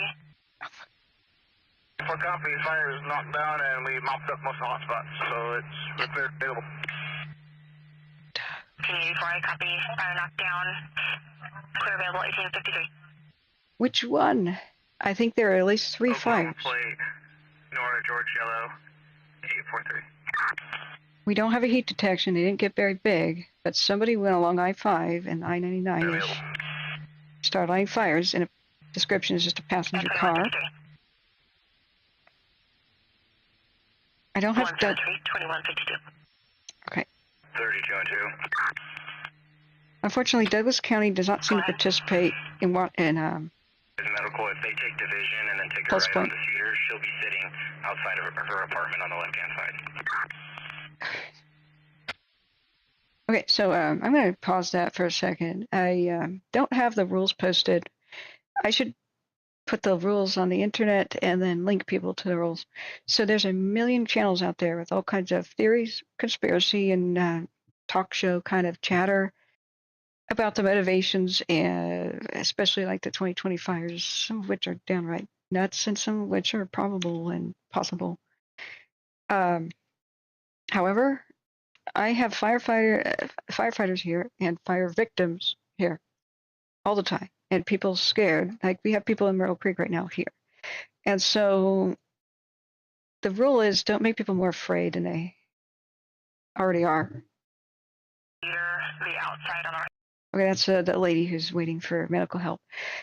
As soon as there's a suspicion of arson, we put it out to the public immediately, but we don't want to form lynch mobs or rumors. People have told me they just don't want to see fire traumatic stuff like homes burning down. And I keep them in mind. They are the people I serve. So public service, and that's my goal. So talk show stuff and theory and debate is stressful. And so nobody wants that kind of stress. It's already stressful as hell to see what's going on, like with these cams. Like for example, that. You know, it's stressful to see that. Like near your dwelling, you know, that's what we're watching. If Primo needs help with that incident, we can get him help there. We can have it knocked down here in a second, and then we'll just carry you on up to get the other ones taken care of. There's 2 more fires still lit. This person lit. 168. So there's almost 5, maybe 5-ish. 3175. Oh man. 30. Confirming it on 302. They've been located. Upper. Copy. Does 167 or 149 need any more resources? 2 fires at least still burning. Maybe 3. 3167. 4 making our way out. 149 confirming code 4 making your way out. Affirm. 149 copy. 175 did you copy? So much for the truth. Yeah. You can show me 12 on. So much for the truth. You kidding me? You've got speculation, rumor, and email forwards for your evidence. You know, like, okay, show me a picture of some Antifa person lighting a fire in the woods. You got any evidence? You got any police reports? Anything credible at all to hand to me to look at? Look, well, if you want to tell the truth, go do it. But you don't understand what my channel's about. Just past the 129 with the sun map ahead. I'll call OSP to get an ETA for ODOT. Well, when the truth finally comes out, will you do a retraction? Retraction of what? Low traffic down at the 129. What have I said that's untrue? Perfect.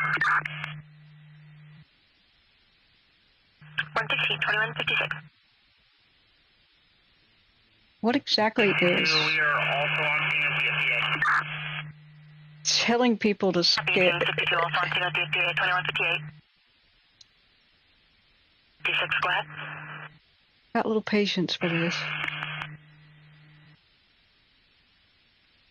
You better have some ammo in your gun when you accuse me of something. 3169. 30. Catch myself on 129 and 335. So can you say one thing I've been incorrect about? 2157. I'm waiting. Police reports, investigation, photographs, evidence, video. You got any of that? Or do you have email forwards and Twitter rumor shares? Because, you know, the whole anti-George Soros stuff you're talking about is the big, oh, the Jews are behind everything conspiracy. I don't have a lot of tolerance for that.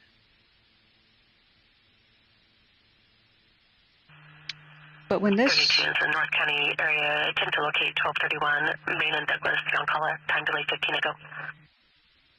You start getting into the Democrats are vampires. 1231, Cassidy Dawson driving intoxicated in a gold Mazda passenger car. The female just bought the vehicle, unknown plates. Then I get called a lizard person, and then people accuse Democrats of drinking baby's blood to stay young and immortal somehow. That's where that conversation goes. So, but yeah, look, if you want to tell whatever truth you want, it's called YouTube. You're on it already. Go ahead and hit that like button, and I encourage you to do it. You can find a lot of success. My idea is that I serve the people who are the victims.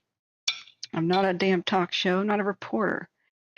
I am there to give people their survival information to survive these things and to inform people about fire behavior so they can protect themselves and to provide a refuge for people to feel comfort and soothing here in a chaotic and extremely scary world.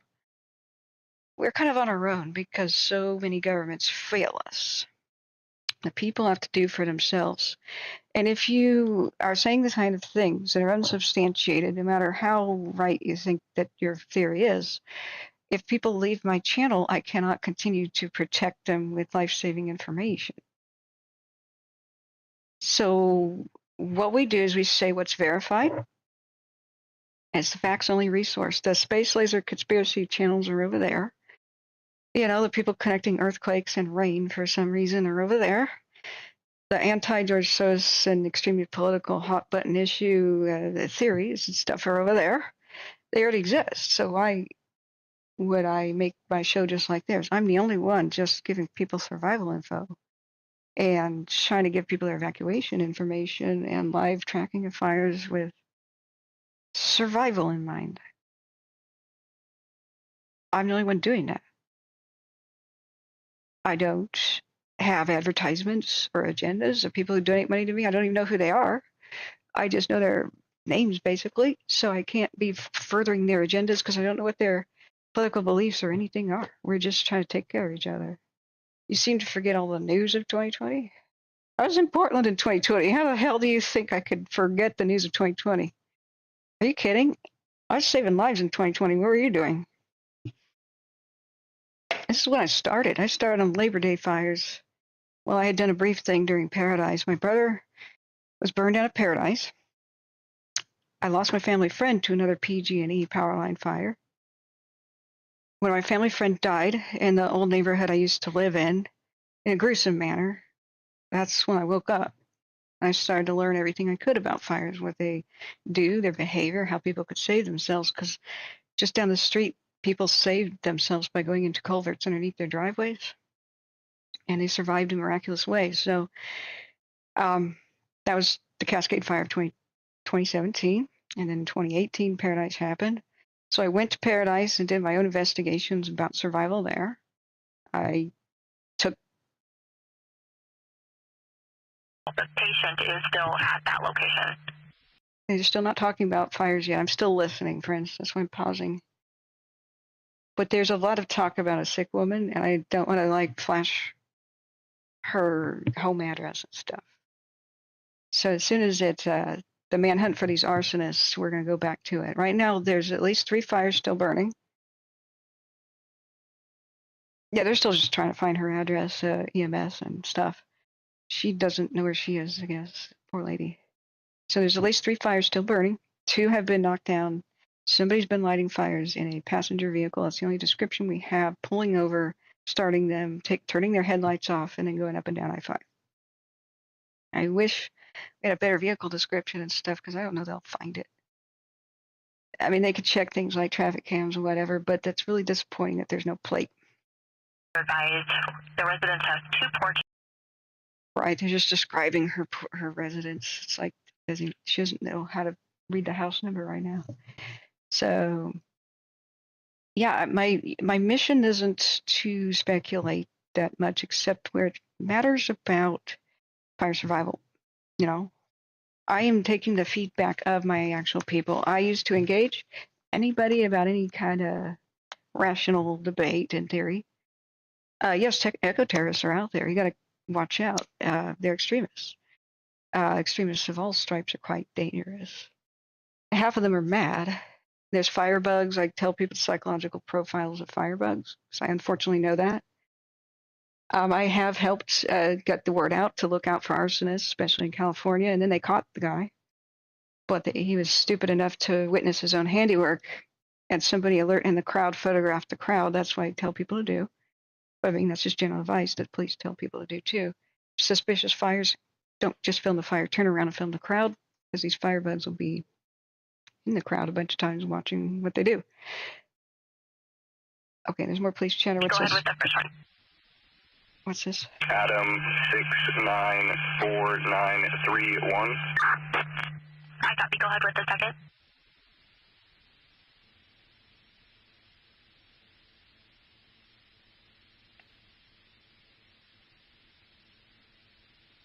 Okay.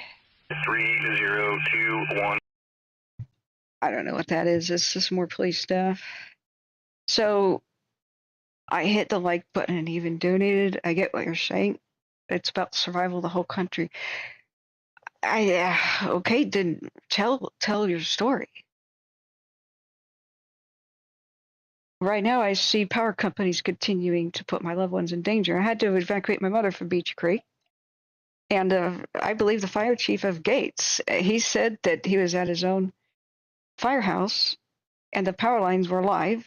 And guess what? The power company, the one owned by Buffett, actually, Warren Buffett owns this one. Get this. His company started several fires and killed people. That's so disappointing. Maybe taking a maintenance, same kind of track as PG&E, unfortunately. But the Pacific Power, I think they're subsidiaries of each other.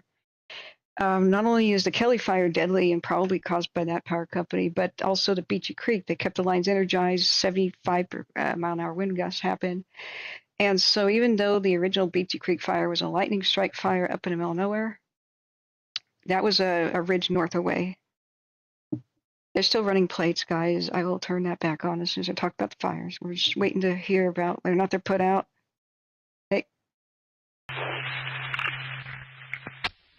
2205. Okay, somebody just said they got debris out of the road that some woman hit on I-5, and I don't know what it is. But she called 911 and said, I'm not stopping. 116 Law 1. I don't know what the hell that was. 1241. So, him and I both got off at the 112, and he started to head towards Rivers West. Unknown from there. who? Affirm. I have eyes on. Eyes on him? Oh, I hope that's the suspect. I don't know if it's a fire suspect. Travel stop 280 Grand Smith Road, Roseburg. It's so confusing, guys. There's multiple things going on. 1172 medical aid at Love's, 280 Grand Smith Road at 2207. But I'm hoping the police are on the trail of this possible arsonist right now. They said, Copy, you're responding for a lift assist at 2062 Northwest Calkins. It's an 83-year-old male, conscious breathing, requesting a lift assist only. okay, it's so chaotic, I can't even talk. But 2020, mostly power lines happened, except for what's going on. An arsonist was picked up south of Roseburg. I don't know if that person was convicted. An arsonist did start the fire at, I guess, suspected arsonist, because I don't think that trial is concluded yet, but she's now going to stand trial. The Nutso woman, I don't know if the college professor dude is going to stand trial. That was 2020. So I am very, very aware of that stuff. And guess what? Warren Buffett's old power company, the Pacific Corps, not only probably caused or made the McKenzie fire worse, which I thought was lightning. And I did apologize publicly and said, yeah, there was a lightning storm there, but the power lines went down too, and it caught all the firefighters by surprise and even trapped them because it went along the road that they were driving on. And one guy survived by being on a bridge and ducking under it, I believe. So the firefighters at Gates, though, the fire chief, said that they had abandoned their own firehouse at Gates, which is west of Detroit Lake, during 2020's Beachy Creek fire. And I had to evacuate my mom from that one, so that was personal for me. She was over there by Salem, east of Salem. He said that power lines were falling all over the town, and so people lost their telephone. Listening? And they ran to the firehouse. It said power lines have fallen all over town. Marie.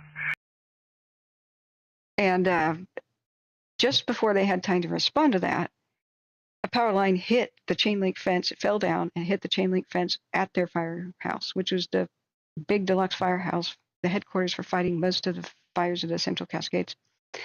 And when the power line hit that chain link fence, there was vegetation, like little plants and stuff with their leaves that went into the chain link fence. And they started getting electrocuted. And so it fried all those plants. And so fire erupted 360 degrees around their firehouse at once. They grabbed their stuff, left some of their personal things like purses and stuff, and ran for their lives and abandoned the town of Gates. And as they went west, more and more power lines were falling down as everybody was fleeing the area. But the people at Detroit Lake were trapped, and we almost had a mass fatality event. At the same time, arsonists came out of the woodwork, because they do. Sound of the debris. Scene is left with OSB or available attorney. 1134, copy. Both lanes of travel were free northbound. Scene left with OSP at 20%. It was just about whatever that lady hit with her car, and they were trying to figure out who left the debris in the road. So anyway, that was awful. I was covering that live. So it's okay, D. Parrish. I remember you. I'm furious with a lot of the way politics are. I know that a lot of these politicians are covering for the power companies. It's corruption. Is corruption real? Absolutely. Pretty verified. Oh God, there's the most horrible symptoms. I'm not going to unmute this for a second, guys. You would not want to hear this. Somebody having horrifically bad medical symptoms. Oh man. And so it's an upsetting topic. But don't worry, it's okay. When it takes way too long for these fire investigations to happen, like it took more than 2.5 years for the Bobcat. And so for the most part, these power companies are getting away with it. Politicians are covering them. We just saw another mass fatality event in Lahaina with more power line faulty maintenance, because it's cheaper to let lines fail than to maintain them. Oh. A person with a green flashlight going down by the river across from Booth Ranch Road between where the fire started and the second train tracks. He was by the gravel near the river. Oh. Arson. 2212. Dispatch 6876.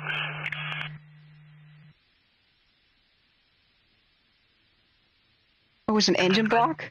An engine block was on our fire? There was no medical need. Female just wanted assistance getting back into her apartment. 6876, I copy. Clear, no medical need. Female wanted assistance getting into her apartment at 2212.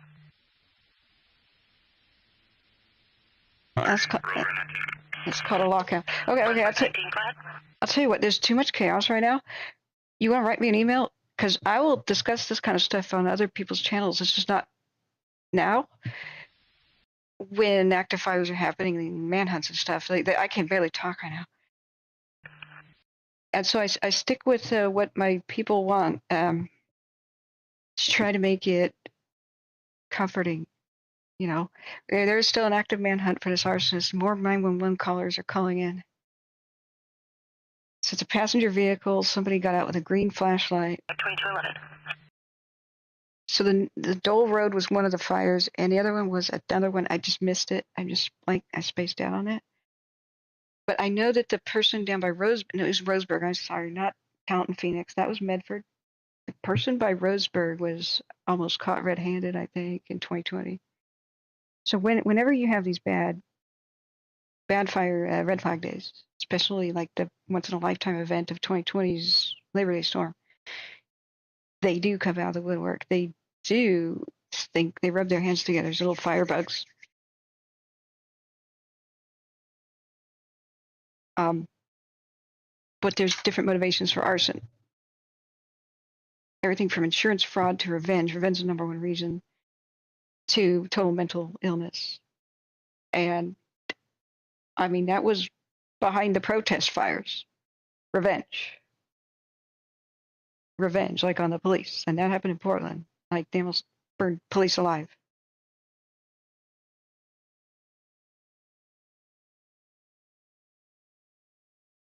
But this is a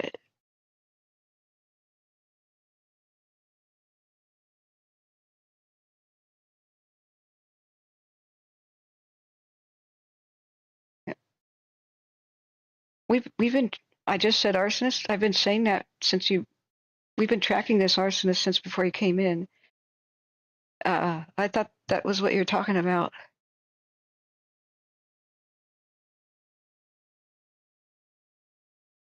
Somebody's been driving up and down I-5 lighting fires. Thirst for barrier, and yeah. So write me an email like what you want to talk about, and like when it's not chaos, I'll be happy to talk to you. Because there's a fine line. Anything that looks suspicious, I tell people, this looks freaking suspicious. And I do that carefully, though. Very carefully, because people die to lynch mobs and stuff. Poor guy in Libya met an awesome, not awesome, but awful, why did I say that? Awful fate trying to fight a fire. He was like a citizen first responder, and somebody said, I saw that guy light it. And that Twitter rumor spread like crazy, and then a mob descended upon him. And I'm not even going to describe what happened to him, but so when we've got to have some very strong suspicions, such as politicians calling for keep on the lookout. That happened in California. After later they caught the dude. It was in the Bay Area, I think, Napa, something like that. Same thing for like when we hear it on the radio. So Nick Giles alerted me to Douglas County was exploding with fires everywhere, up and down I-5. And so we tuned in. And so I had my suspicions like, yeah, that could be arson, but it also could be a dragging chain. The next thing they said is there was a broken down van. So I held my mouth for a second. We waited for a little bit more info. And then once it was clear the fires are spaced out along I-5, I don't see how somebody could drag a chain and for it just not be aware that they're lighting multiple fires behind them. It is also way too humid right now for them to just take off by themselves with a spark. That's not normal. It's too cold. It's too humid. That's the first thing I did was check the humidity. So my suspicions were increasing, and next thing they said was 911 callers saying, "Oh, Road and Roll Creek." Okay, that's firefighter chatter. They said, "Do you want me to take I-5 or Clark's Ranch from Dole Creek?" 108 Still Road. Go past the first fire you'll come to with our engines, and time has made the second fire. Yeah, there's two fires are burning still. Alright, copy 167. At least. We don't have a heat detection. But once that call came in and somebody said suspicious in origin, I said, boom, probably an arsonist, active manhunt. If you were here on the channel 19, go ahead. in Yuba County, the officials tried to cover up some arson. Some people saw it and witnessed it. I was not happy about that. Roseburg 19, 2216. I mean, on camera and like 911 listening to it, people said there's somebody lighting a fire, and it was like 2 hours later from the first one started, and 3 hours later from the very first one, which the officials tried to say, oh, no, there's not more than one ignition source. And we saw it live on camera. The camera pivots over to a different road where I used to live. So I knew that road pretty intimately. And citizens tried to stop the person, and we had a vehicle description, an active manhunt on the radio. The police couldn't catch up with him. And the very next day, the county official said, oh, yeah, it was not suspicious. And then 12-7 by plate times 2, one for the trailer, one for the semi. So do I get what you're saying? Yeah. Truck plate 87, or correction, out of Washington, 8716 Robert Paul. 1241. Yeah. Hey, Debbie, hi. Trailer plate Washington 18500 Adam George. Okay, I don't know what plate that is. No, I'm sorry. I'm stressed out. I was responding to your accusation. I was trying to hide the truth. When you were saying that someone was paying other people to set fires in the middle of the woods, that's alarming to my people. It's a debate thing that if we don't have anything to just solidify that with, I just tried to explain that. Okay, they're still running plates, guys. We're still waiting to hear about the status of the 2 fires. If you just tuned in, there's an arsonist somewhere running up and down, or maybe just up I-5, who has been pulling over and lighting fires. 3 are extinguished, at least 2 are still active. They don't seem to be major. SBA, and returning available. But there's so much chaos on the radio of medical and unrelated stuff. I have to mute we even get a word in, but that's what we're waiting on. We don't have a heat detection from space. It's too humid and it's too cold for this to spread much. Thank God. So we don't know the motivation here, but it's a passenger vehicle. We don't have more of a description, but somebody got out with a flashlight. Yep. Down by the river across from Booth Ranch Road. Said it was going to be between where the fire started and the second train tracks near the gravel. And Booth Ranch Road? More fire dispatch. Can you advise DCSO of that? Affirm, we did. What's your route? 2220. Pre-alert medical aid at the Travel Lodge, 554 South Pine Street, number 121 in Canyonville. She just repeated the description of the suspect with a green flashlight at somewhere like Dole and Booth Ranch Road. If you locals can tell me where Booth Ranch Road is. Yeah, I'm sorry. I got heated too. But I got accused of trying to hide the truth, you know. I hope we can be friends. Write me an email. This is 2K. I like today. We have a red flag day tomorrow for Eastern Washington.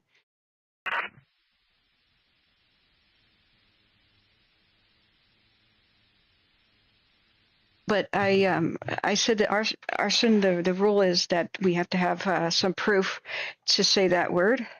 Like if it's in progress, or like say a conviction, or if somebody has a suspicion, like this suspect has a prior history of arson, you know, like that kind of talk is okay. But I don't want to start a panic or be financially and or morally, ethically responsible for somebody's death by whipping up a mob like that. I could never live with myself. Okay. Sued by this family, you know, and like I want justice. I want justice. I want these people caught. I want to put bounties, not like Wild West bounty. I want to put rewards, add my own money to rewards.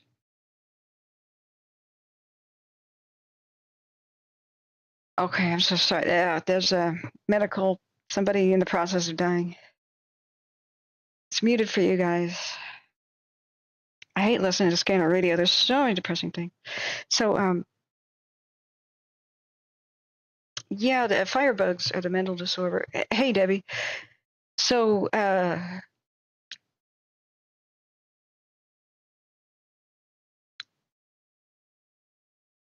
I hope we're cool. I've been really grateful for your support. We will all lose our cool sometimes about fires because this is one of the most stressful things on earth.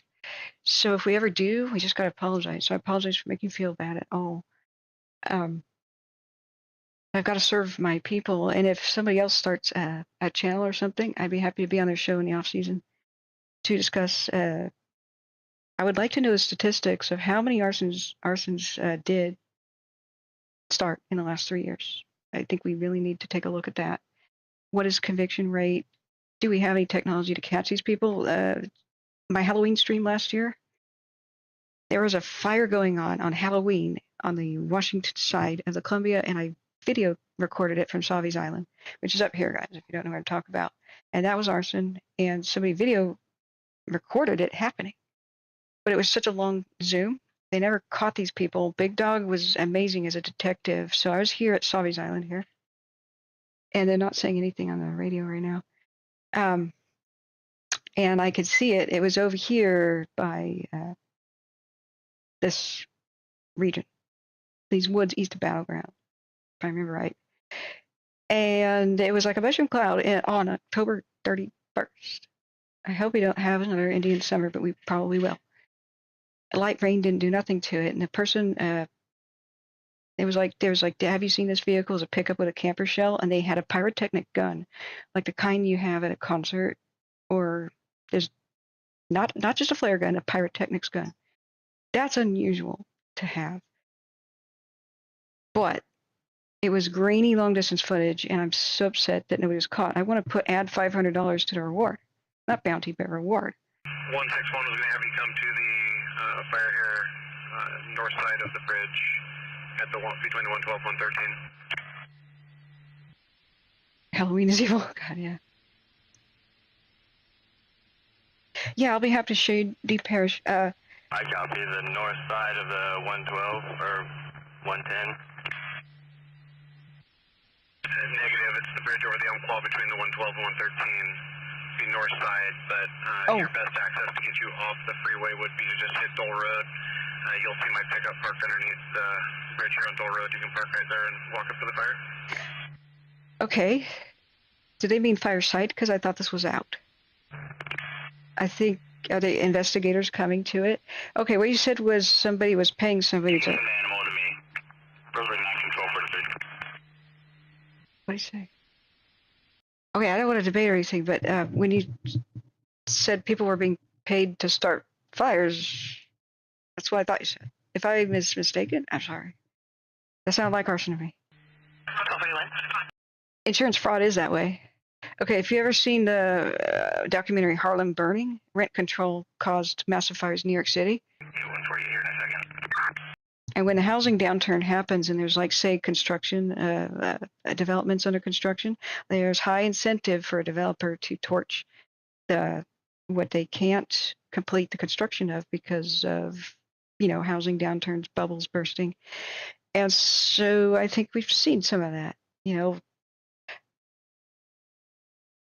2 going to Callahan Village. Okay, that's a medical transfer. Okay, either the fire's out on Dole Road by Myrtle Creek, or they're still calling it the fire, and investigators are on the way. I can't tell the difference. Also showed up at the location to pick up their child. George is heard yelling in the background for them to leave his property. Pierre and Jasmine are leaving the property and will... Okay, domestic violence stuff. Gosh, so stressful. So I'm going to try to just calm down. That was a funny...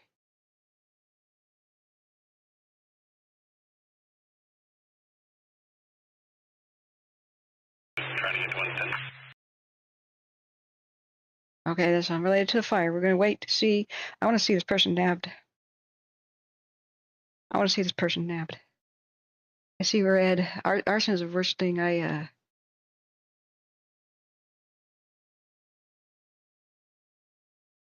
don't know that in this day and age if there's a worse crime.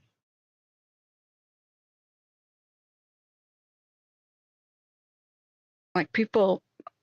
Semi driver where all the sheet metals that he's going to loop around and start picking them up. Break. Oh, that's really sweet. A truck driver is helping a family escape domestic violence. Company's phone number for anybody else that may call in for damages, and I'll be headed to the initial individual's address there in Sutherland and see if they have any damages. Oh, actually, the semi-truck driver could have been the one who dropped the engine off the back of the truck that somebody hit. Okay, I thought that the semi-truck driver was trying to help people. They went on a road to escape domestic violence. And he said somebody was looping around to pick them up. I don't know what happened there. So hard to monitor scanner radio. Yeah. So this is why I'm against rent control, as nice as that sounds. The consequences mean that if a landlord can't make money off a structure, especially if it's dilapidated, like low income usually is, then what happened in Harlem in the 70s was that people would get letters slipped underneath their doors at apartment complexes, and it was saying, "Get out of here by midnight." And then the building would burn to the ground or have a massive fire. That's because you can't ask landlords. They can no longer sell a building where you can't charge rent high enough to maintain it. So they have a money pit that they can't deal with. So they went to get the insurance money.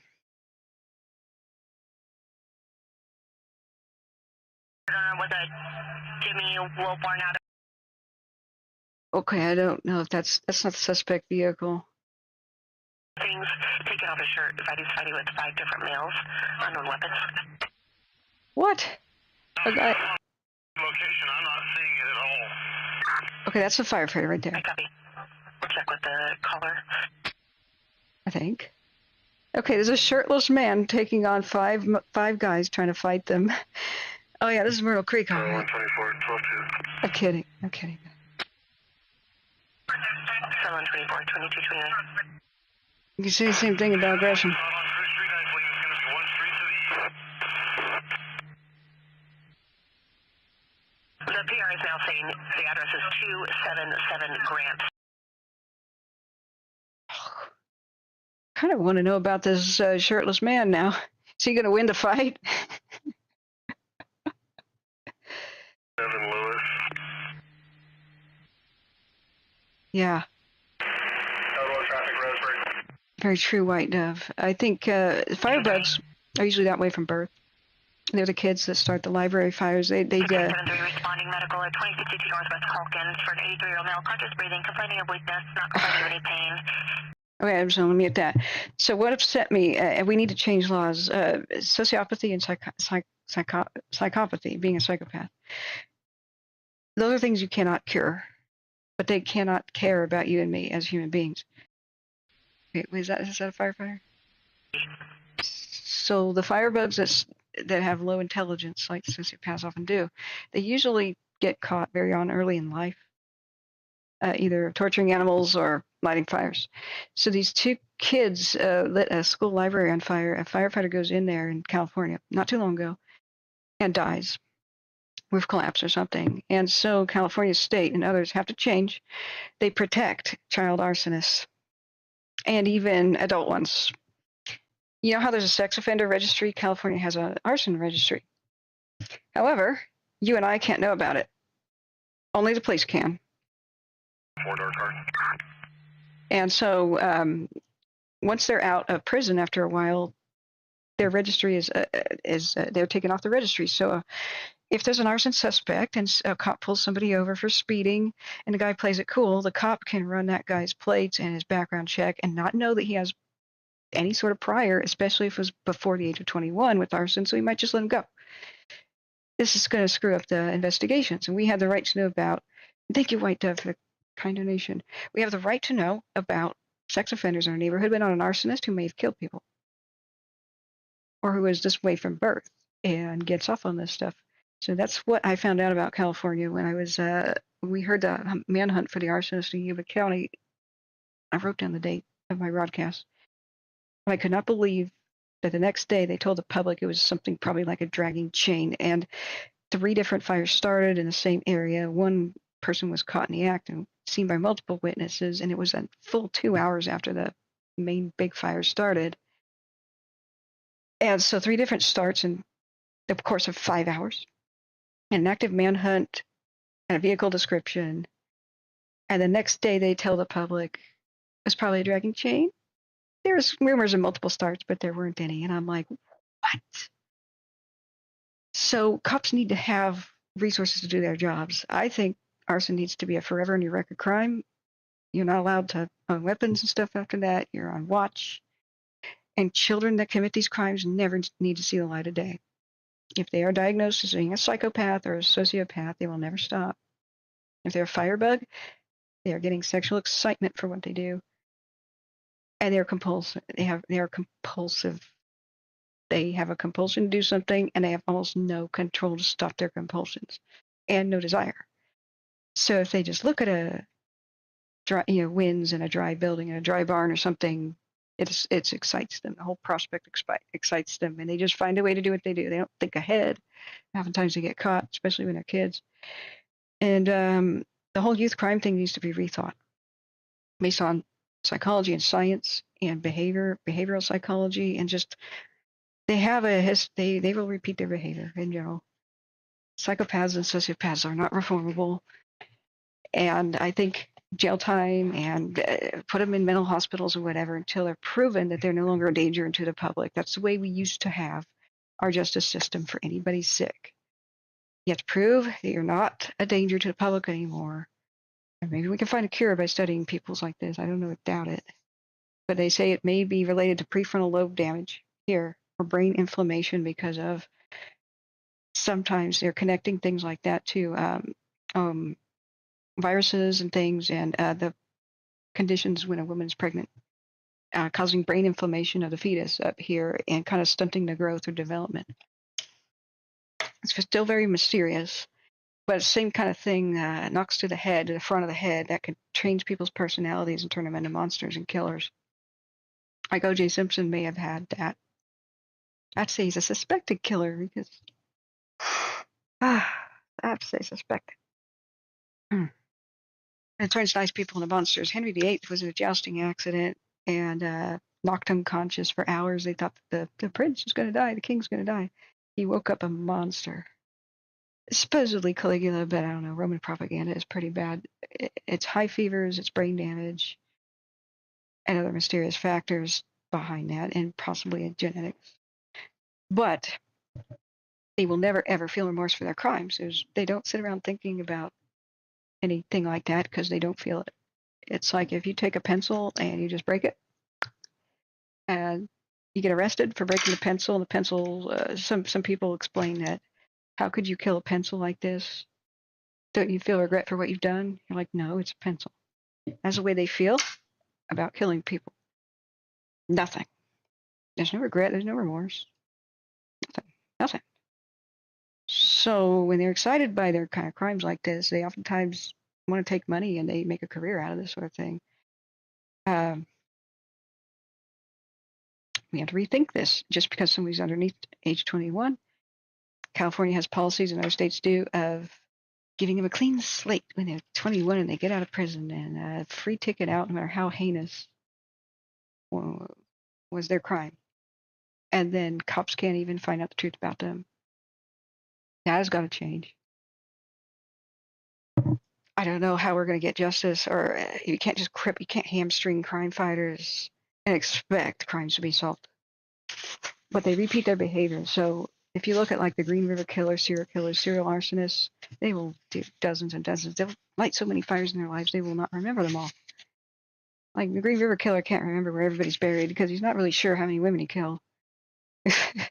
He straight up says that. I was fortunate enough,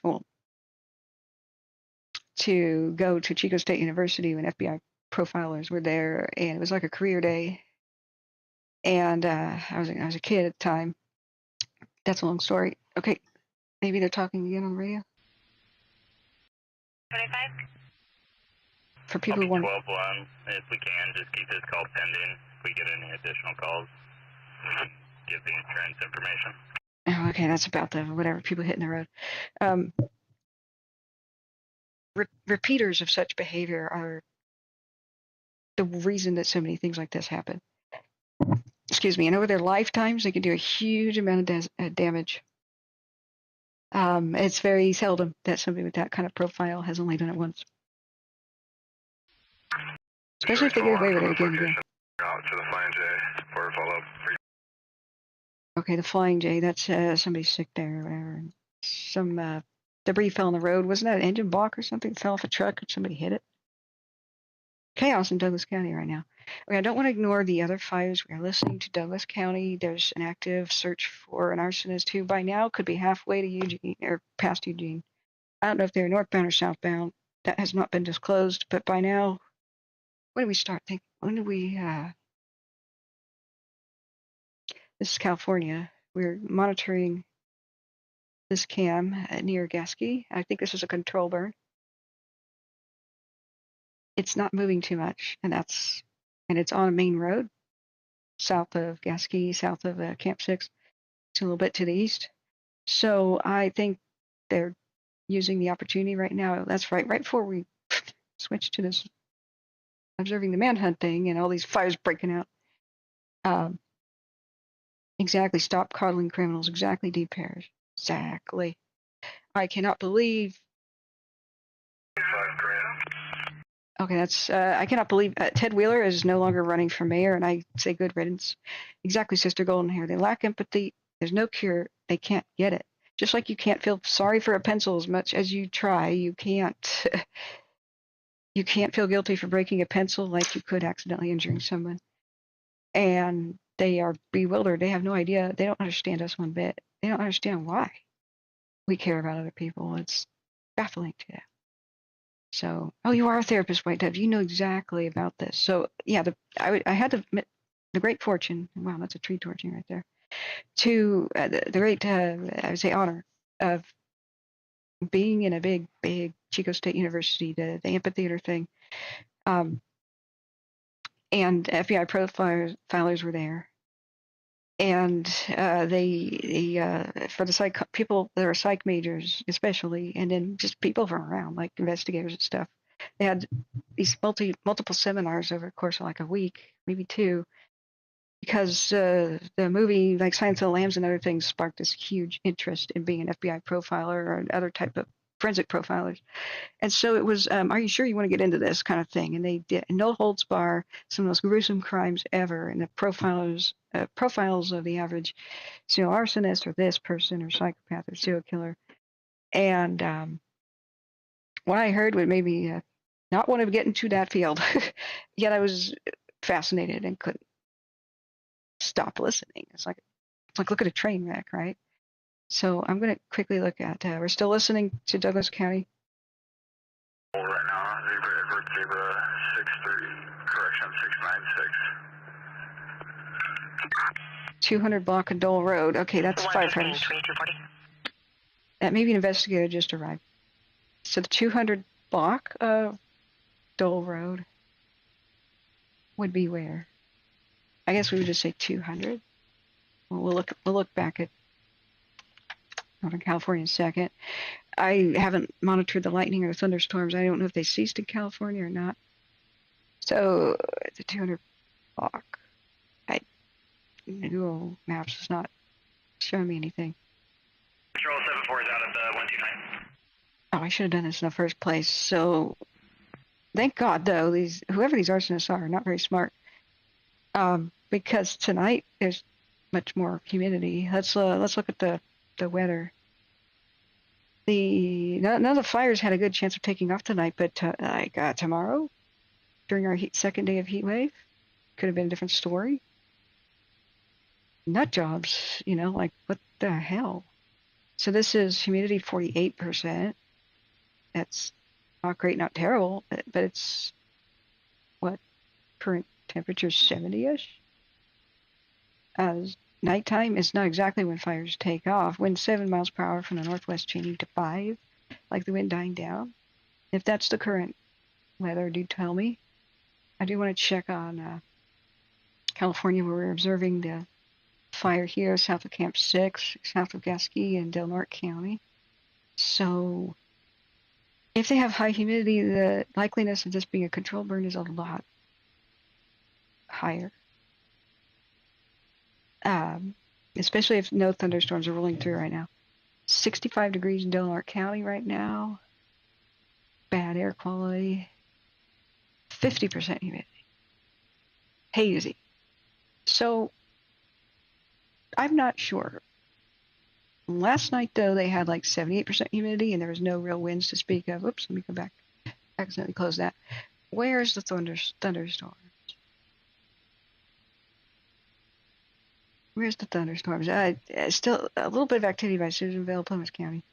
But the point is that most of the crimes that are ever committed are by repeat offenders. So you really got to keep them locked up and really monitor them. Oftentimes they do have personality disorders or severe mental illness or something driving them, head injury histories and the like. And I really think that like they did a study, and most school bullies have brain damage on the front of their heads, and it might be either shaken baby or abuse in the home, and anything related to sports injuries. I don't know how large that study was, but it's telling.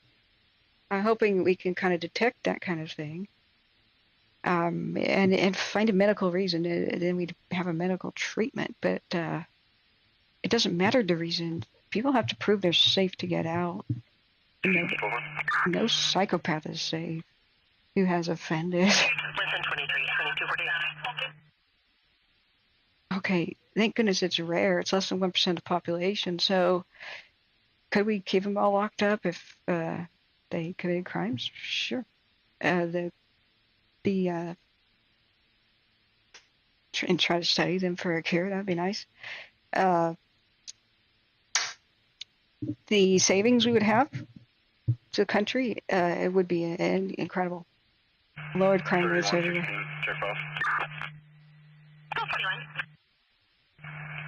Gavin Simmons, born in 98. Okay, is this more police chatter? Okay, so we're back at Emerald Creek. We're still waiting 116, 212244. to hear the status of 2 different fires that the suspected arsonist has lit, but I think they could have gotten away by now. If we're not hearing about an arrest tomorrow, 116, are you 1225? they could be past Eugene by now if they went north. They could be 19, I'm almost to him, go ahead. they could be at Ashland by I now. believe Almost. the subject he's out with is on the wanted list. Wanted? Got it. Suspect is wanted? We'll check in advice. Somebody's wanted, but I don't know for what crime. Dispatch is so confusing. Joe Johnson says, unfortunately, I think you're right. Yeah. Yeah, I'm sure it is very complicated. If it was simple, I'm sure we'd have everything solved by now. Yeah. But go ahead and chime in, like you're an expert. I'd love to hear what you're saying. Might have sociopaths can be criminals. They could still be people and need help and treatment, but the treatment is ineffective. It's true. Not all psychopaths and sociopaths will, and I'm using the old terms, I know. It's supposed to be cluster B personality type, blah, blah, blah, blah, blah. I don't like the new DSM. 12-2, that was 116. I don't like it at all. But you know that 22, 2245. what I mean with the old terms. There's a lot of psychopaths who might be benefiting society, especially the ones who take pride in what they do. There's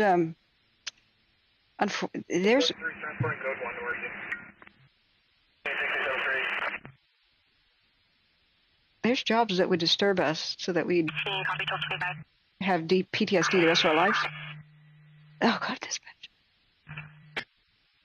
Like body recovery underwater for big shipwrecks. He's going to be on the PNP list. I also have for Gavin Kyle Simmons, 12-1 of 98. He's returning with a 1224 felony with caution, right? That be continuing. It's going to be a caution for concealment of weapons, interfere, elude.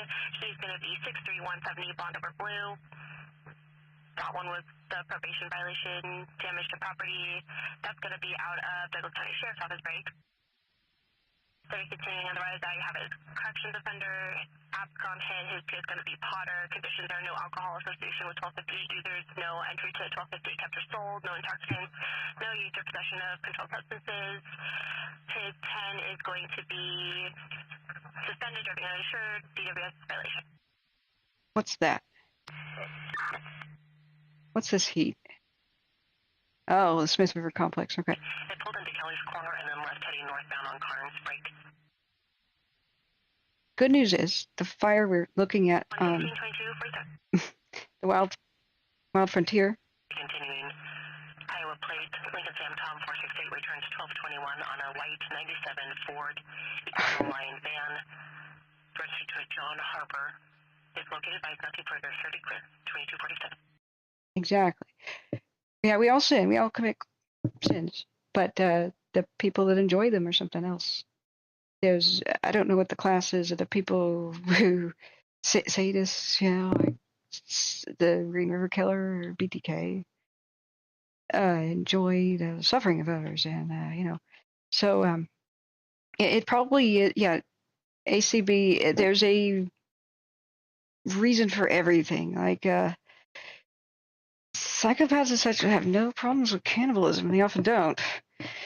So for the human species to survive, sometimes it takes a monster. If some guy kills everybody else in his clan in a cave, you know, and eats them all and survives to reproduce, then the human species survives a bad winter, like in that section. So that may be why natural selection, even though we get our strength as a species from being socially cooperative, I mean, our cooperation is amazing stuff. Could anybody put out a wildfire alone? Just saying. So with cooperation, that's how we survive, but we also survive through acts of brutality when we have to. And so that's why they're still around. It's like there's a weird hidden benefit, silver lining thing, if you can call it that. I feel weird saying that. To even things like sickle cell anemia, like it protects people from malaria. That's why so many sub-Saharan Africans have that in their bloodline, and it's because at one point malaria wiped out entire villages, and only people with sickle cell anemia survived to reproduce. And that's because red blood cells that are misshapen, the malaria parasite can't grab a hold of it. And so fibromyalgia, those types of things now are speculated to be part of defense against high fevers, such as maybe the stuff that came along with the Black Death.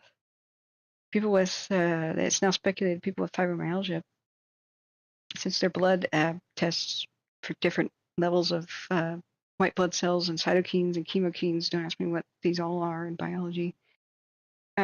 People with fibromyalgia cannot die of a cytokine storm. So that means they survive, you know, they're crippled with fatigue and pain all their lives. They survive things like high fever, things, even hemorrhagic fevers, things like pandemic flu for 1918. There's a reason for stuff. We're starting to figure it out, but it's what about, I mean, that was the past. That was like survival in the Stone Age kind of stuff. Do we need that now? If we could find a gene that causes people to be psychopaths and just sort of inform parents you may want to adopt, we could end it if it's genetic. Some other things could be brain damage. You know what I mean? Right now we can sort of make paraplegics walk with spinal cord stimulation.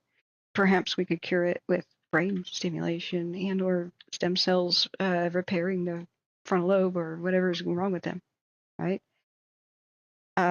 What does this past behavior predicts future? Yeah. So we need to monitor this more in the criminal justice system. That's a criminal justice issue. It absolutely is. We cannot expect any crimes to be solved by hamstringing our crime fighters. With all our technology and everything, some people are chameleons in society. The frightening ones.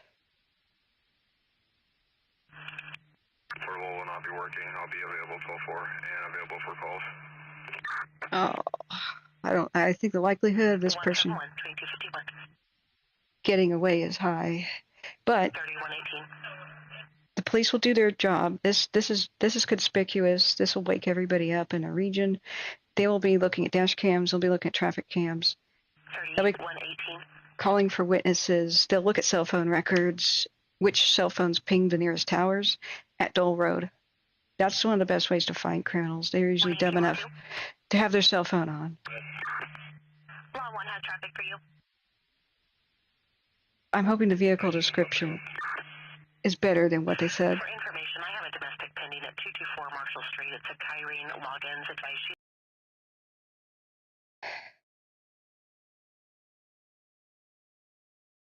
Oh, I should have unmuted that. That was hilarious. She's intoxicated, belligerent, arguing with her parole officer, threatening violence, and the argument seems to be over sunglasses.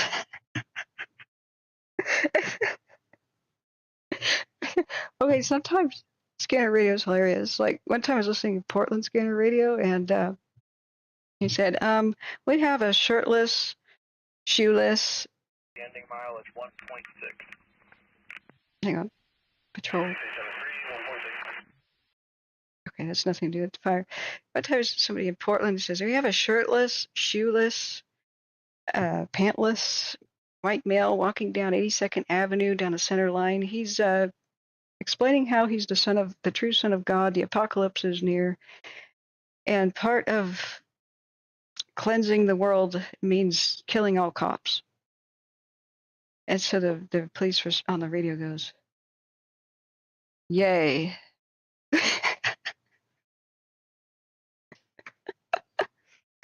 Like, great, I get to respond to that. Yay. That was a funny night. White Dove says we need more forensic psychologists in the U.S. We're seeing it in elementary school children. Yeah. I think that kids need to be, with abnormal behavior, need to get all the support they need, especially psychological help. Like, I could tell the bullies who are trying to mess with me, like, I never tried to mess with them, I mean, because I'm a compassionate person, but I was just looking at them like, what is going on in this person's home that is so bad that they look at me and they want to tear me to pieces, like tear me down, like emotionally, you know, threaten violence. This one bully knocked out the teeth of a girl at school. From 116 at 2254. Okay, I'm still listening to dispatch. I'll turn it on. In fact, I'll just keep it on in case there's more funny stuff. I'll mute it if there's more private stuff. We'll go back to looking at the Control 6875 is transporting. cams. Now this is the fire by Gasket, but the good news is that I couldn't talk over is I just looked at the heat signature and it's not red. So this is less heat than before. If we do like a 6-hour time lapse, I don't know if it goes too far in the past here. Fires are still that active in the day. You just can't see the red glow because there's too much light in the way. So nighttime is when they glow. You know. 212, your case number is going to be 576-0576. Turn down dispatch. 212 at 2255. So it's not moving particularly. There's some spots out here to the west. Like, excuse me. Over here. Wait. There we go. Now you can see my mouse. I have to click on the window. But they disappeared. So I'm thinking this is being babysit. I mean, we're seeing tree torching. What it is on a road, on a major road, which is one of their fire lines. And so they've got 50% humidity, but no more thunderstorm. So I don't think this is too upsetting. It's look back down here. Now this. The PR is pretty upset. It sounds like she advised the subjects in the motorhome swear at her when she tells them to quiet their dog down. Copy, you can clear that. We'll check on it when we can and send me 368. Somebody threatened violence over a barking dog. And sunglasses. An engine fell off in the middle of I-5. Somebody hit it. There's a shirtless man who picked a fight with 5 other men. I copy. I wanted to know the end. Was advised to give the subject to her belongings so she can leave. Sheila is her adult daughter and just came back randomly a few days ago after living out of state. She's not staying anywhere as far as the PR knows. Break. The PR advised she does have a history of mental health issues that she's supposed to take meds for, but none of she's an alcoholic, no weapons.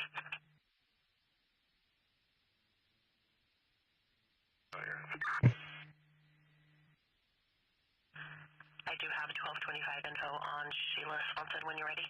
That's sad. Okay, I'm going to mute that. That's privacy stuff.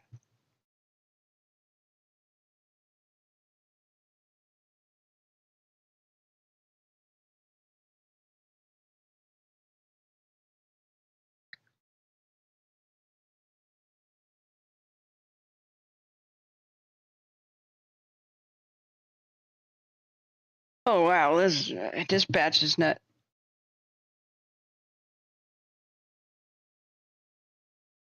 A history of resisting arrest, firearms possessions, prohibited from owning firearms, assault and battery, I believe that was, stalking.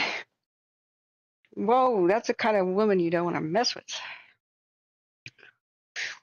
Okay, this is the 405 road. That's what that means. It's quite not paved, but like a nice one. And this is where the heat detection has been.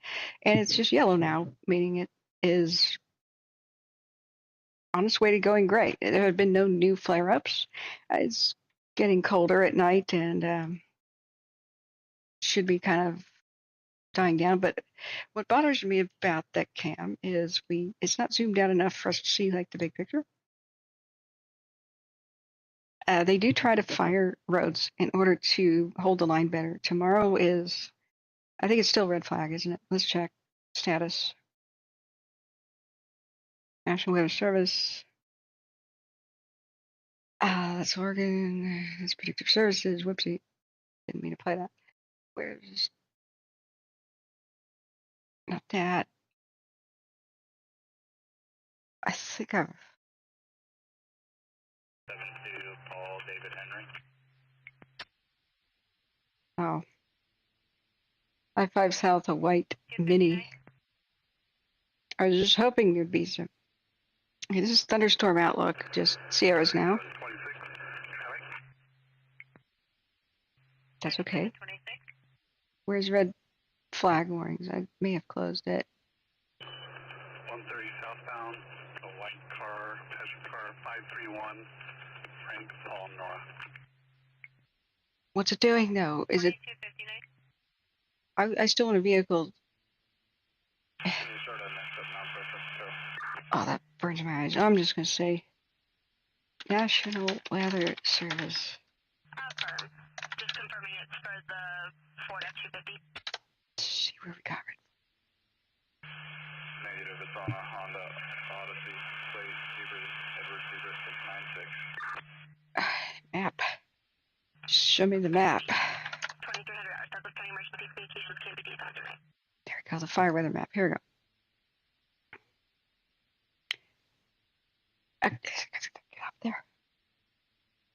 Okay, so we don't have it anymore for California. It expired. This is today, right? Fire hazard map. Make sure I have everything selected. Oh, this is burning my eyeballs. White is like a arc welder to my retinas. Okay, Montana's messed up. But I'm terrified for Eastern Washington tomorrow. They're going to have like 9% humidity and red flag stuff. So today's was over there. And so far, I'm not seeing new fire reports like on watch duty. I hope it didn't fill up. No 17 notifications. It fills up at 24 and then it stops. So I have to constantly clear this away. Vegetation lake, fire, Lower Lake, Bryant Road. Smoke reported in Northwest Portland. That was it yesterday. Ruby Fire, vegetation. We actually, okay, Wolf Creek Fire. I'm either feverish or something. This is what I'm worried about tomorrow. Look, they've expanded the red flag warning, I think. Spokane to, oh, it's in the Dalles. Hold on to your butts, the Dalles and white salmon. Now, this is where the Lowell Fire was earlier, guys. Klickitat County. The one that got out of hand only because their water truck broke down. That's it. And of course, I read an article where somebody blamed global warming. I'm like, guys, it's a hay fire. It's a hay harvest. You're supposed to cut off irrigation and make the hay dry to harvest. You can't bale it when it's wet because then there's spontaneous combustion. It wasn't global. It's always windy on the Columbia River Gorge. They need more funding, but when you just say global warming and you ignore what actually happened, they're not going to get that more funding. Every other firefighters came in the channel that day and said we would like to respond and help them, and it was like 15 firefighters. That was it, mostly volunteer. Sometimes it was just 8 alone out there fighting that hay fire as it raced through the fields and destroyed most of the crop of that county. It was like 8 hours later when the governor got around to saying there was some sort of emergency, or 6-ish. And there were firefighters that were on the Oregon border that couldn't just cross the little bridge and help. I swear to God, I counted the hours. If I had rented a water truck, filled it up, drove it over there, I don't have a CDL right now, a special driver's license. But if I had done that, or anybody else, they could have saved the day, and that fire could have been stopped like 8 or 9 different times. But just when they had it under control and they were holding a line, the pump would seize up again on that damn water truck. And so firefighters came in and said, we're on the other side of the Columbia. We're here ready to roll out, and we're not being told to. We don't understand why. Nobody from other counties came around for 6 or 7 hours. And they lost radio contact with somebody, and there was one guy who was operating by himself. They said, who's out there with him? And they're like, oh, what was his name, Zed or something like that? And they're like, he's a hero. It's just spread and spread and spread. The Columbia River winds are no joke. So. 9's off the fire. Fire's 100% trailed, 100% mopped up, and we'll be returning to Sutherland. Sweet. One of the fires is. I received. Let me know when you guys are out of service, Sutherland. 160. One of them is mopped up. Sweet. There's just one to go, I think, started by the suspected, I should say legal terms, suspected arsonist. I'm sorry, let me go back to channel. 73 is available. It's not even a full moon, I know. Yeah, Gasket has been through enough. Remember that camera burnover? I freeze framed that camera burnover.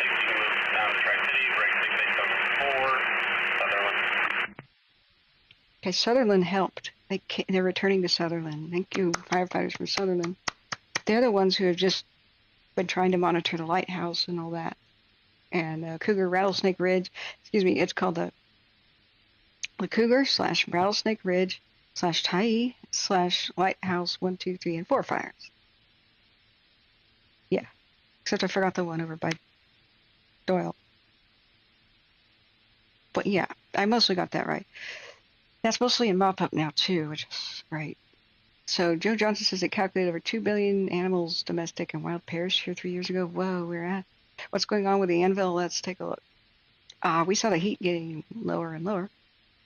I think, as an assessment, we could have had a lot worse today. See how one spot went gray? But I never understood the discrepancy between Modus and Veers. Why did Veers pick up at 3 in the afternoon a hotspot here, but Goes didn't?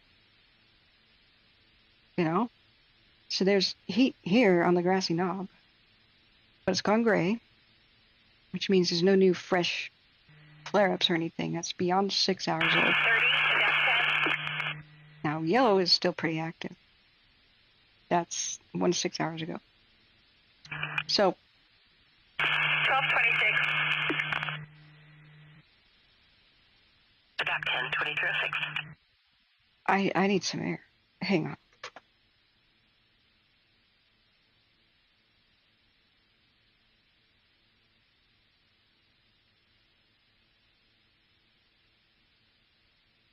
I forget what a crazy heat machine the computer is because I'm not only recording and streaming, I have like a 20-core processor. What is my processor? Again, Ryzen 9 5900. Is it the 5900X? I think so. Oh boy, you guys. 12 cores. 12. So I can now stream in 4K. This thing heats the living room though, without a heater. 149-2307. Oh, it's powerful though. So 24 threads, 12 cores. 3.7 gigahertz. It can boost to 4.8. And when it does that, I have a water cooler on it. It's like a car radiator. It's out of aluminum. It's not brass, but nobody makes quality. Nobody makes quality brass anymore. Anything. 30. But you can fry an egg. 118-2307. With the heat it makes. Okay. Let me. I can't stand fires. Let it play. Let it play. Did you want to see the burnover? That's some pretty exciting stuff. The burnover of what happened at Gasket. I was in the middle of a sentence, but I had to open the window. I'm going to pass out. It's the humidity that gets me about Oregon. I like dry heat. It's fine. I can walk around. It's 112 degrees. That's fine. But it's like 75% humidity in Oregon and 84, and I die. Yeah. 3116. How's the back doing? It's better. Yeah, I know, Joe. Bill Towing is advising that they have an ETA of approximately an hour.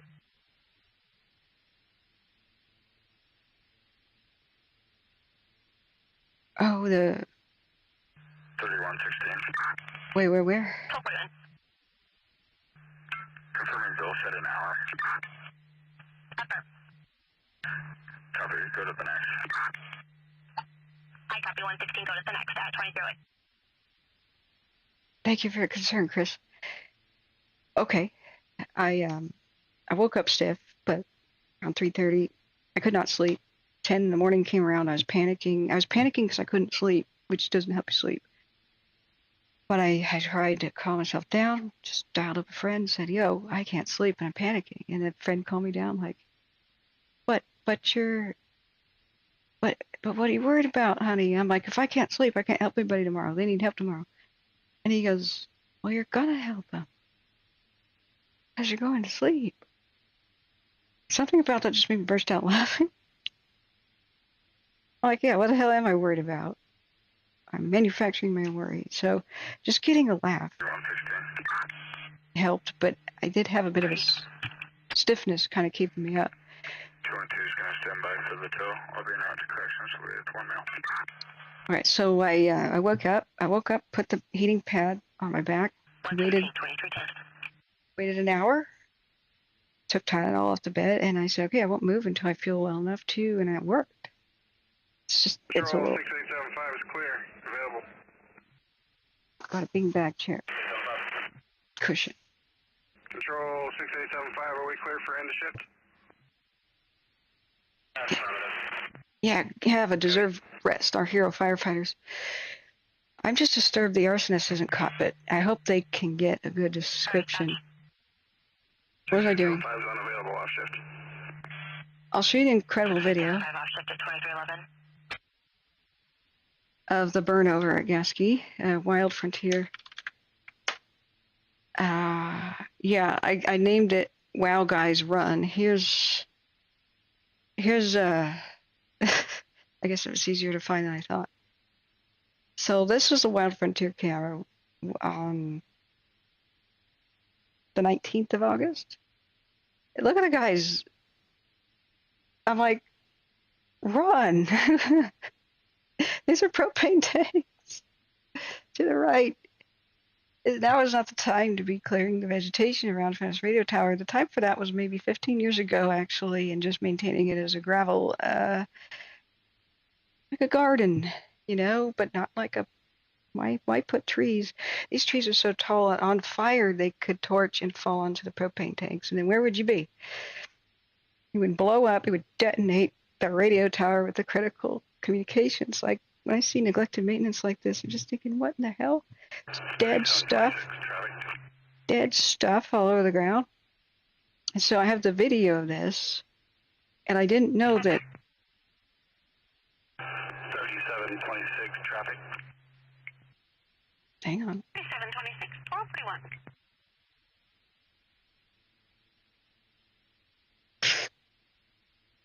Can we open the same folder? 120 southbound, the silver Dodge pickup. There it is. California plate, stand by for the numbers. Oh, I'm going to mute the plate stuff. So I freeze framed some of it. I wonder if I can just hit the right mouse button. I can't. So they just stood around. They seem to go over. Excuse me, I have to turn on dispatch. They seem to come around towards and prioritize this side by the propane tanks after a bit. And I'm like, guys, so let me make sure it's in order. I could sort by date and time. And then it just gets worse and worse and worse and worse. Okay, so this is the 19th. Having maybe other sort. Okay. So okay, this is the first one. They're over there. And I guess I have to close each one individually. That's annoying. You know what? I'm going to share my screen with the slideshow mode. Because this is what was happening. This is what was happening. The insane lightning everywhere. Oh, yeah, and a hurricane coming to California. Yeah, don't ask. But the hurricane pushed winds ahead of it that were dry, and the instability helped form all these thunderstorms, and it was nightmare and chaos. Half these fires that are going on now and stuff, like the Anvil started, I don't know if it was the 19th or 29th. We had 2 different streams of that. So let me put it into slideshow mode. And I will now share. I'm listening to dispatch the photo. Microsoft Photos. Whatever is this? Not Explorer. Yeah, Explorer. No. Sorry, let me make sure this. It's hard to get it to share.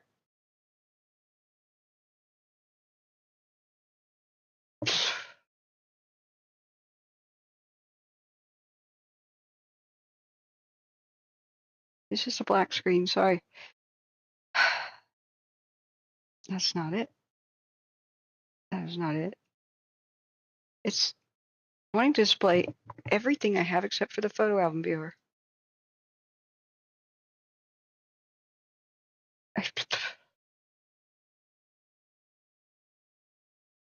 Okay, it's just dispatch. We're still waiting to see. This is not the right one. Opera's not the right window.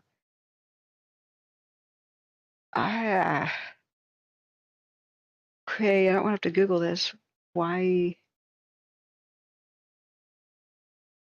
won't OBS, Open Broadcaster Software, share the photo viewer? It's a black screen. Oh my gosh, I'm sorry, friends. Here I am, excited to show you this. This is the most craziest thing ever. They stand right in front of the fire, like it creeps up on the sky from behind, and I didn't see that until I went through the still photos.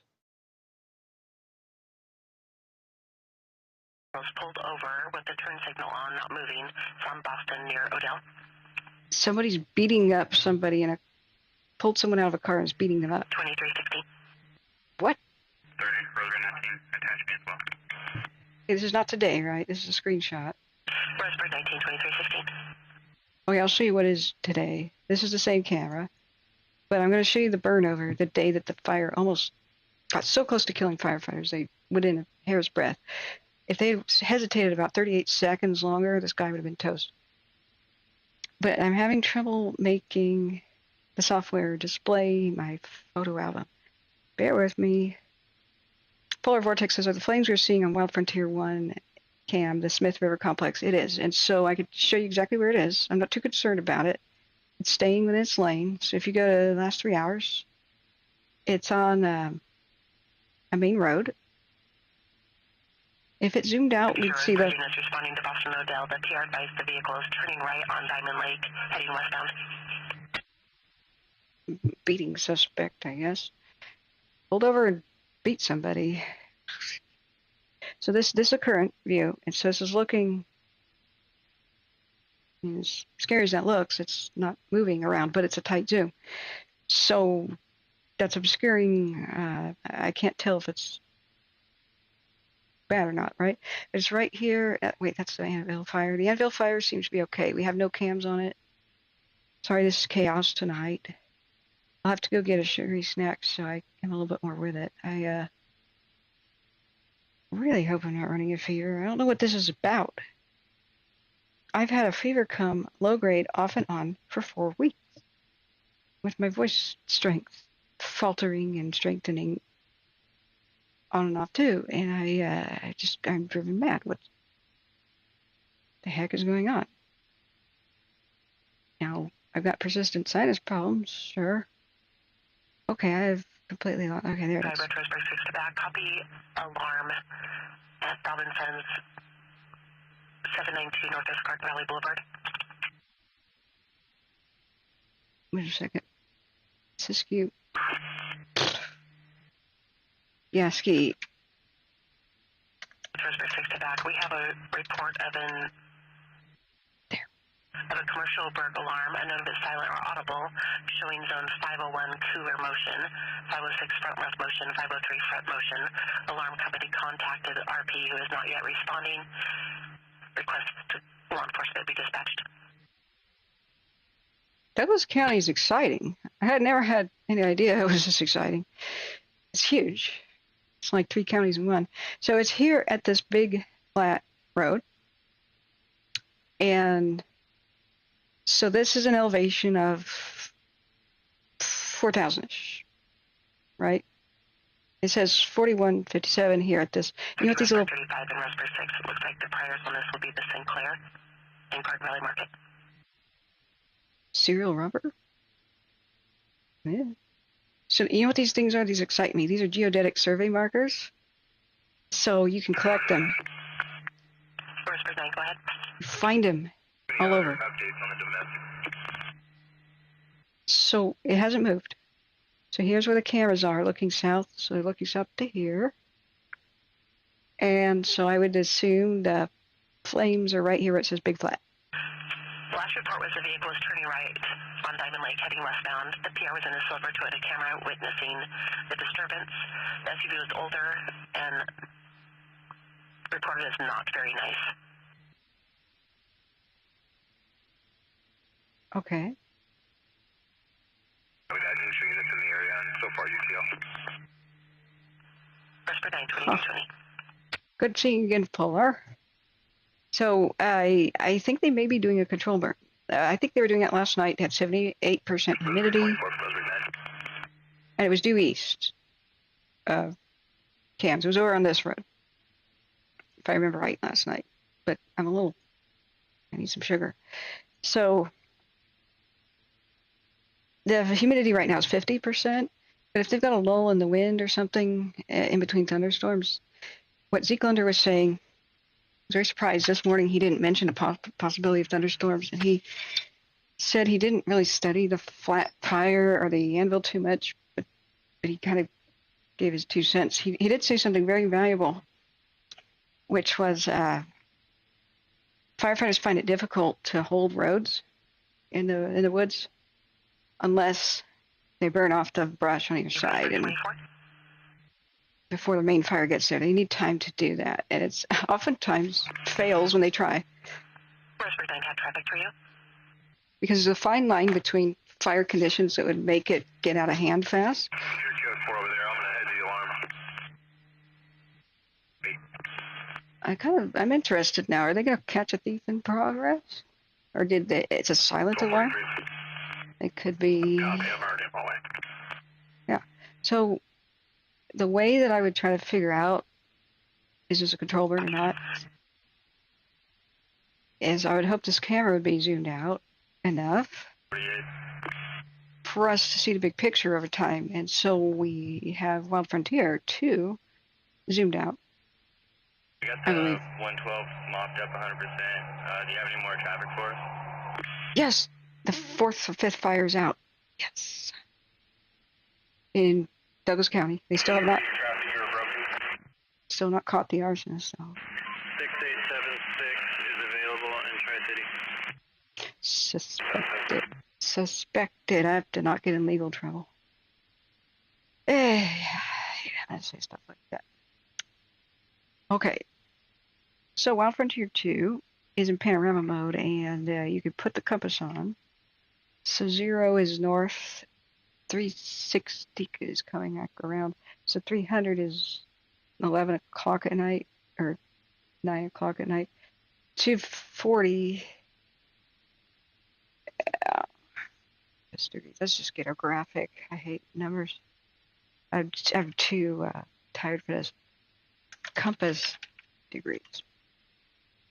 Okay, there we go. Just need the main stuff. A non-blurry photograph, please. Thank you. Bueller. That'll do. Then I'm going to show you the exciting burnover video. You're going to want to see this in the slideshow. See, when the time lapse happens on the cams. There we go. 240 is what I was saying is west by southwest. Okay. So due south is 180. Due south. Due south is 180. Okay, so this would be it. In the zoomed out position. Same thing I'm looking at. 6870 is clear and available. It actually be south. East by southeast. Okay, that's 180. Ah, sorry. 240. South by southwest, but this would be south by southeast. Roseburg 35, 2324. No, it is slightly tilted west. No, it's not due south. It's due south. Okay, sorry. Not good with this. Numbers. 869 Nora, Lincoln X-ray unoccupied. 180. So that's it. Roseburg 9, 2324.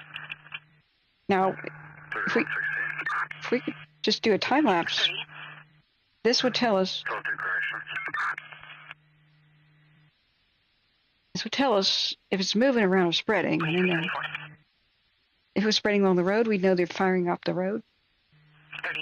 Especially if it's slow and baby's hat. But if it like ran somewhere, we would be alarmed. But the heat signature. Light covered, possible Ford escape. We can't time lapse this. Copy, suspect vehicle is a light colored, possibly Ford Escape. You're at Grizzly Flats. Roseburg 24, 2325. Polar, you're at Grizzly. Roseburg 90 with a read. Roseburg 35, go ahead. Is open and the alarm was sounding. Me and 9 are going to be clearing it. What was open? Oh, the robbery? Did they? 33. What was open? I was unable to copy. I copied you negative on 1233. Oh, darn. I was hoping to catch a thief. 2325. Polar Vortex, do you live in Grizzly Flats or are you just there right now? Because I was there last summer. Ugh. Country's on a whole other level. Yeah, that county. Yeah. You're in Grizzly Flat, but I have family up near there. Oh, up by the Gasket. Okay, yeah, what would you like to know about it? I think they did last night. All one, I'm only copying the click. I could, yeah. Copy, if there's an additional arm, it's just you. So the cops are triggering their arms now. Okay, I'm going to mute that, or I'm going to go insane and really tone it down. As soon as we hear more, there may be one more active fire going on that the arsonist said. I think total of 5, 4 are confirmed out now. And in mop up, clean up, what do you call that? I believe the investigators have arrived and they're doing their thing. We have a vague description, a person with a green flashlight. I think it was a man. Don't quote me on anything anymore now that I'm low blood sugar. I'll show you the camera burn over the chaos that happened. And you'll see fire creep up on a firefighter from behind him. Now, you can time lapse these, but it skips frames. So the shorter the time lapse, say 15 minutes, 5 minutes, the more frames you get. But it takes a picture like every minute, sometimes every 30 seconds, depending on how they set it up. And so let's go back to Wild Frontier 1. This is the live. This is like what's been happening the last 3 hours. This is too tight zoomed, maybe, to tell if it's moving. It hasn't done much, so they could be just doing a firing up. Hang on. You live there. Oh, how did we not hook up before last year? Case number is 4560, 4560. On the west portion, the portion that survived. I hope. Yeah, criminal charges. J Cat says, "Officer, I confess I didn't do it. I confess I didn't do it." Ah, stop resisting. Oh my god. Oh god. Okay. You know what? When I get my soundboard working, I kind of have one, and I can use it for sound effects. I'm gonna do whoop whoop. I'll be like, "Chat, you in chat. You're in violation. Pull over." 30. Harassment at best, no charges required. Can you give me a case number? No charges. No charges. Criminal trespass. Wait, did he say criminal trespassing? 924-0924. Okay, I'm just gonna mute that so I can finish my sentence. Okay, so I'm telling you the story of the crazy burn over because you're about to see some crazy images. I got the video too. So when I freeze frame the video, you click, click, click like this. You know, you go back, click, click, click, click. It's skipping frames. So even if there's like a cool bird, like a cardinal or something in front of the cam, and it flies away real quick, you might see it and then do a time lapse and the frame is skipped and it's not there. It's like, dang it. And I would have to rewind my own stream to see it.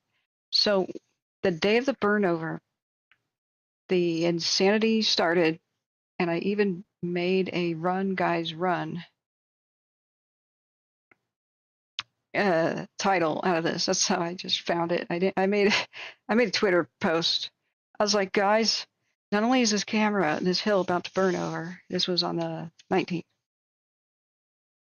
but there's firefighters in front of it and it's coming up the hill towards them. And so I was like, oh my god, and there's propane tanks, apparently 3 of them. I think that's propane. The little symbol here, a hazardous and or maybe a flame. I don't know what that is. The hazmat plaque is not big enough to read, but they just sat there just taking down trees as if it mattered anymore. There's no possible way they could not take down enough trees now for this to matter. It's time to run. And so it gets closer and closer and closer. And so what I did is I took a screenshot.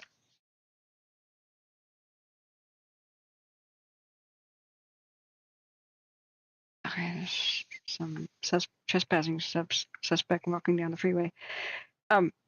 I took individual screenshots because it'll change every 30 seconds or every 1 minute. So I just went screenshot boom with the upper right hand corner. There's this button, screenshot button in Microsoft Edge, and it has a pop up here that you can't see, and it says, "Do you want to capture the full page, whatever?"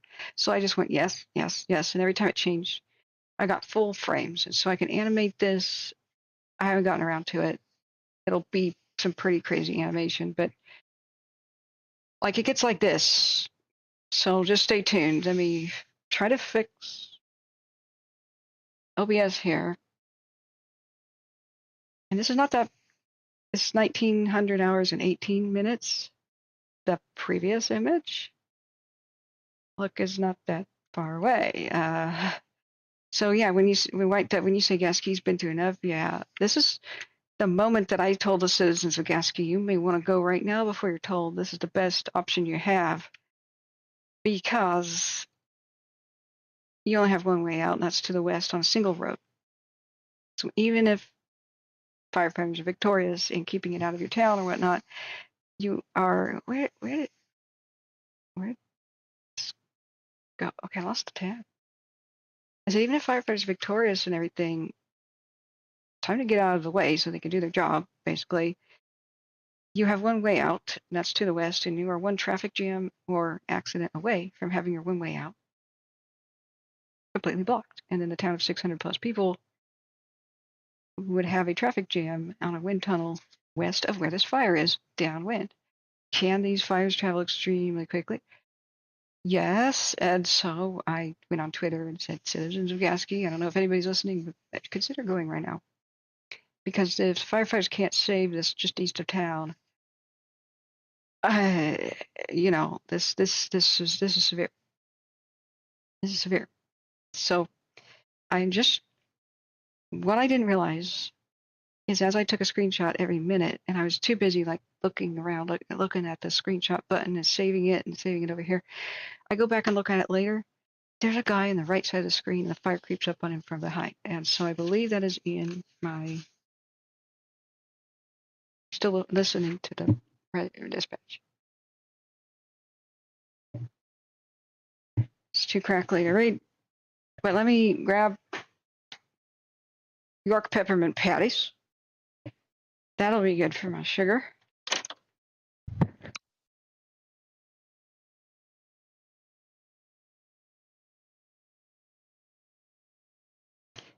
And I'm sure I'm just a button push away from getting the slideshow working.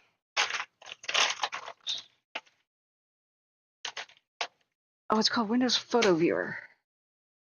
If I have to, I'll download a new one.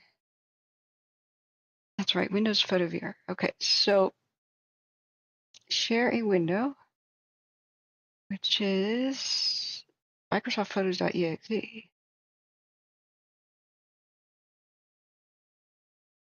It's not Windows Photo Viewer. Capture the cursor, client here. Force SDR. Nothing works.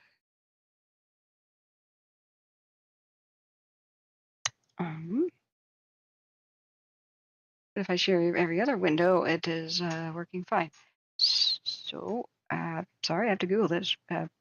Streamlabs help Windows Photo Viewer is black. So how to fix that? Oh, yes. Black screen game capture. Yeah, game capture is always like that, but not photo viewer. Is there a one-stop solution here? Follow these simple steps. Delete the capture source. Restart the whole thing. No, that would take me offline. Restart Streamlabs desktop as administrator and re-add the source. Right-click the shortcut. Oh, no. That ain't happening. Okay, that's it. I'm going to load up a different photo viewer.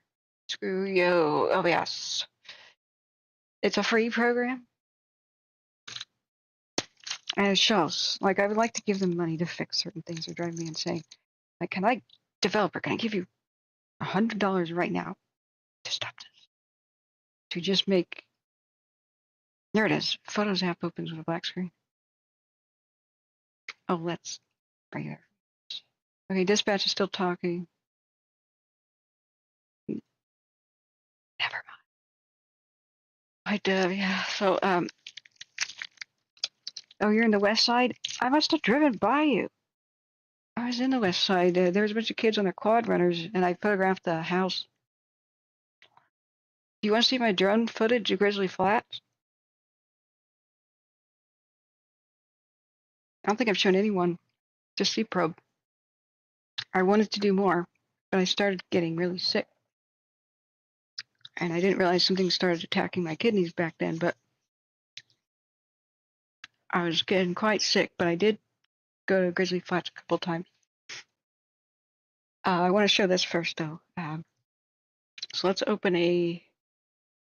How can I open a photo? Let's see what programs are good for this. Right-click, open with. Open with.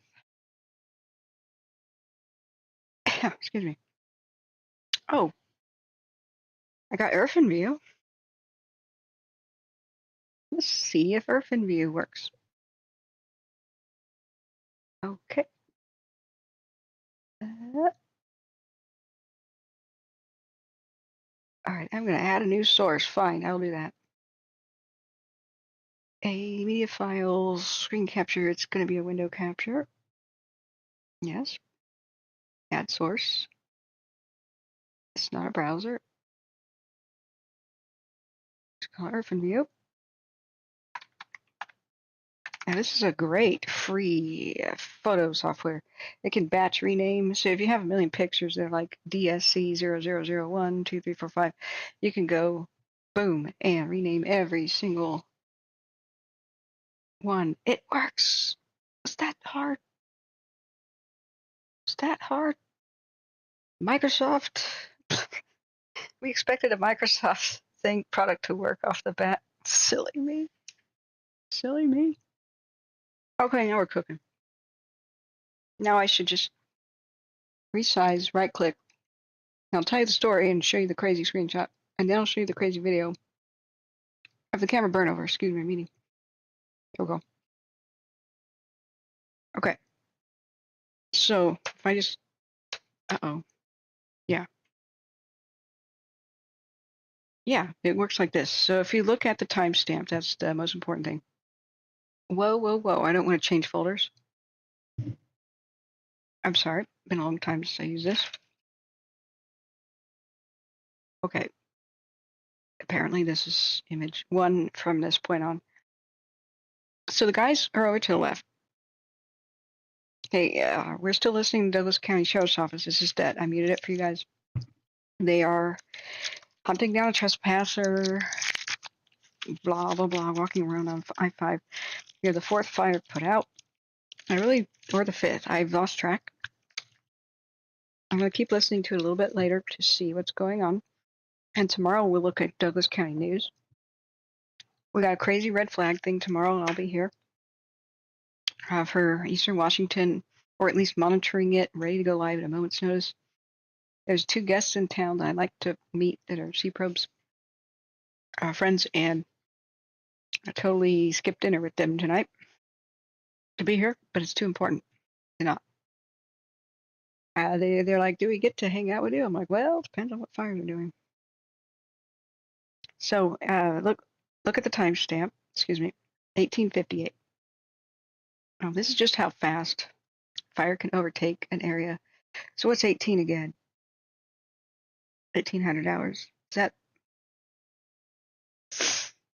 okay? The 1300 is 1 o'clock. 14, 6 o'clock. This is 7 o'clock basically. This is 6:58, right? Yes, I know math.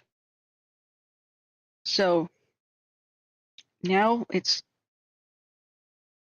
truly 7 o'clock, and they caught up with the trespasser, advised him to move along. This is like the Wild West. Douglas County is the Wild West, guys. I'm very sad we never got to hear about the shirtless man picking a fight with 5 other men.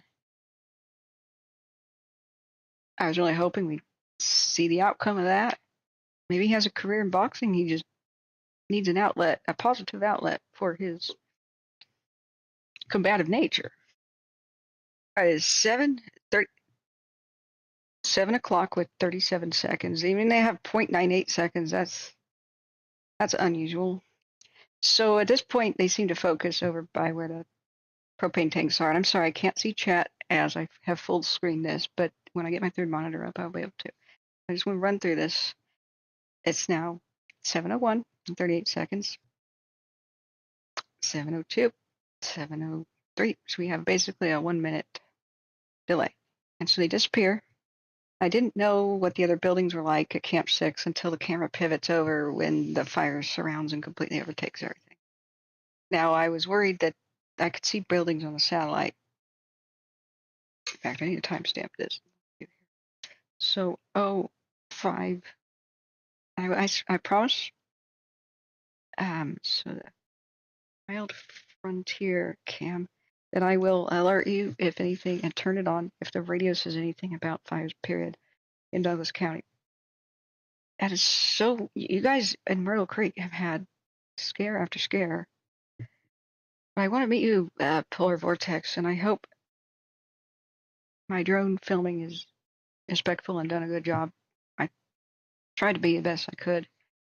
And I'll show you Grizzly Flats, guys, if you want to sneak peek at the documentary I'm trying to make. I have to go back and film. But I went all over the Caldor Scar and flew over it with C Pro. It was incredible. So, story burn over. Okay, I have timestamped this. So here's the next minute, 1909, 709 at 7:10. So there's a person. See, there's a person. So I think I can zoom. Yeah, I can. It's the kind that's annoying where I have to do that. So what I was doing is concentrating on taking a screenshot every minute because I knew that time lapses are going to skip some frames and you will lose part of the story. I was on pins and needles. I was not streaming because I mostly lost my voice. And I was thinking, should I go live? But setting it up would mean I would miss capturing this. So I was tweeting up a storm, and I'm in between this trying to tell the people of Gasket, I think you should go. They were not under a level 3 evacuation yet, even though this is a little bit to the east and south. And it was burning right over in fierce winds. So, okay, now I have to go this. This is the next frame. Guy is still down there, crouching. He has turned his back to the fire. And look at that red glow here to the right. Here he's crouching. Let me get that even larger. See how I failed to notice him? Or her. It's a figure, right? I look back at this later and went, oh my God, this person's lucky to be alive. What firefighters do is they always have a lookout because they have earplugs in because they're using chainsaws. They're using chainsaws. I have to keep the here I am gesturing, but I have to keep the webcam off so you can see all the timestamps. They have to use chainsaws. They have there's a lot of hearing protection they have to wear. They have masks on. They have helmets. So they literally tap each other on the shoulder, and I wasn't quite aware of that. They always have a person who is always looking around like the meerkats and shouting the alarm and tapping people on the shoulder if they need to. But this person seems to be alone, and I think he or she is alone because if anybody was watching them, they should have been grabbing his elbow and saying, "Get the beep out of there, Billy." And you can't deploy a fire shelter right there. There's too much litter on the ground. There are too many branches, a lot of branches, and dead trees and stuff. This is criminal to leave it like that, leave this infrastructure vulnerable. I would have liked to have seen firefighters try to save Gasket or something, and not even worry about this place. Like, I would have liked to have seen them safely sheltered and not having to worry about this place because it's been already groomed for fire survival and like gravel. But what do I know? I asked this question and other people told me that sometimes the responsibility for trimming all these trees down around radio towers, firefighters would love to do that, and the crews would love to do that, but it's privately owned by some company, like who knows what kind of company, communications, telecom, whatever. So they have buildings behind it. I thought we were going to burn. I could only tell what they were on the satellite. Then later this camera will swing around, and they're pretty safe. But I was on pins and needles. I didn't think there's any safe shelter anywhere nearby. Unless they had a lot of water and a lot of trucks and were wetting down their buildings behind them because this firestorm was coming. So this is what alarmed me so much. Here comes the fire, and I failed to notice this person is still down there. And I've got to zoom that way. It's right there. It's a helmet, a little backpack. I was just too busy taking the screenshots.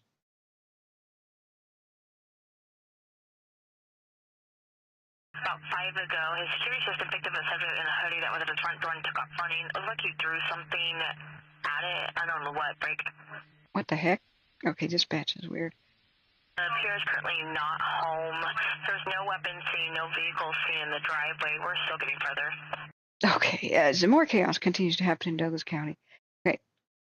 Okay, it doesn't preserve level of zoom, but you see, person is still there. I failed to notice that. Right there. It's back to the fire, and look how 1 minute later it's going up. Like, we have 7:14, 7:15. Asking for an ambulance. She said she's not currently taking insulin. She's out of her test strips. She doesn't know what her current sugar is. Oh. Her last meal was around 2 or 3 p.m. today. Said it's the only meal she's had, and she has been drinking alcohol. Oh no, somebody doesn't. 2011. She's crying. However, she's just upset about a child custody issue. She's going to be waiting outside. Oh no, that's so sad. There's somebody with insulin. They lost their insulin and diabetes, knocked on a neighbor's door, confused, and was crying. That's so sad. I unmuted that because I thought it was. They said a lady knocking on somebody's door for help, and I was like, oh no. But hope she's in good hands now. We're still trying to get the arson suspected arson that happened in Douglas County. We're still listening. There may be one fire still going, but I'm hoping that somebody says we got a suspect in custody, although that's fading right now. But we're gonna keep listening a little bit. I'll unmute it if anything seems interesting. So this is what alarmed me so much. 1 minute later, fires on the ground in multiple places because the embers have been blowing around like red snowflakes in a blizzard, catching these places on fire, these giant brush piles. You can see all the dead limbs on the trees. It's knee-deep dead stuff on the ground here. I would have put this on Twitter. Like, I was busy saying, people, Gasket, you may want to evacuate right now. Orderly to the west. Take your neighbors. Drive nice and slow. Because when this smoke hits, you can't really drive more than 5 more miles an hour. Drive like it's foggy, but start now. So the firefighters, if they need to save your town, can. It's the rationale, the rationale. But just simply having one way out and escape by vehicle is a window of opportunity that closes. I figure when they can't stop the camera burn over just to the east of a town, this is a prudent thing to go. I have no idea if anybody even saw the post, but that was 1 minute later. 9:15. Person has their back to the fire right there. 1 single minute later. Look at the ember storm. You can see them going by. It's hard to see it unless I zoom in. You see the embers like rain just swirling around.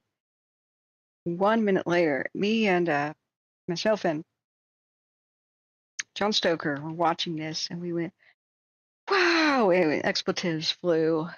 Holy, fill in the blanks.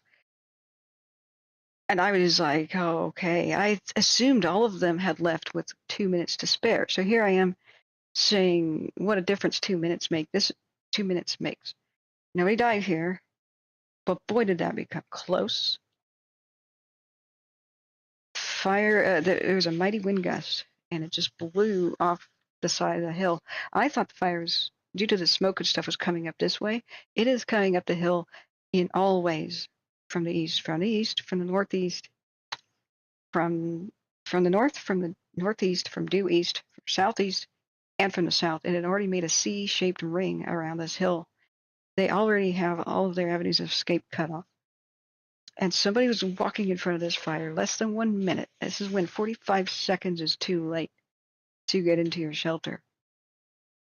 I showed this to Broke Fishing and others and JB, and they said, yeah, that's why you don't pass my survival class if you can't get in your fire shelter, which is they have them on their back. You know, it's like a foil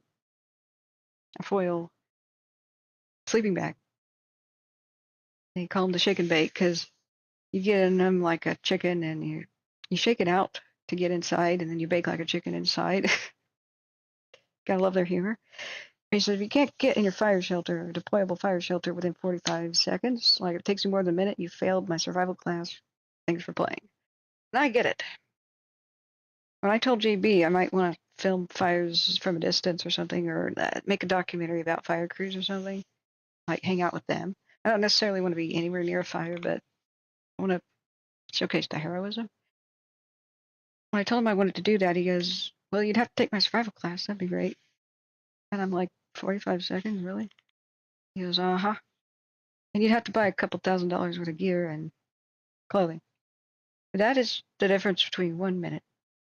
In fact, 3. So here it is, 7:13 p.m., 7:14 p.m. A wind gust picks up, 7:15 p.m., 7:16 p.m., 7:17 p.m., 7:18 p.m., 7:19 p.m., 7:20 p.m., 7:21. Now there's ash that's peppered the camera.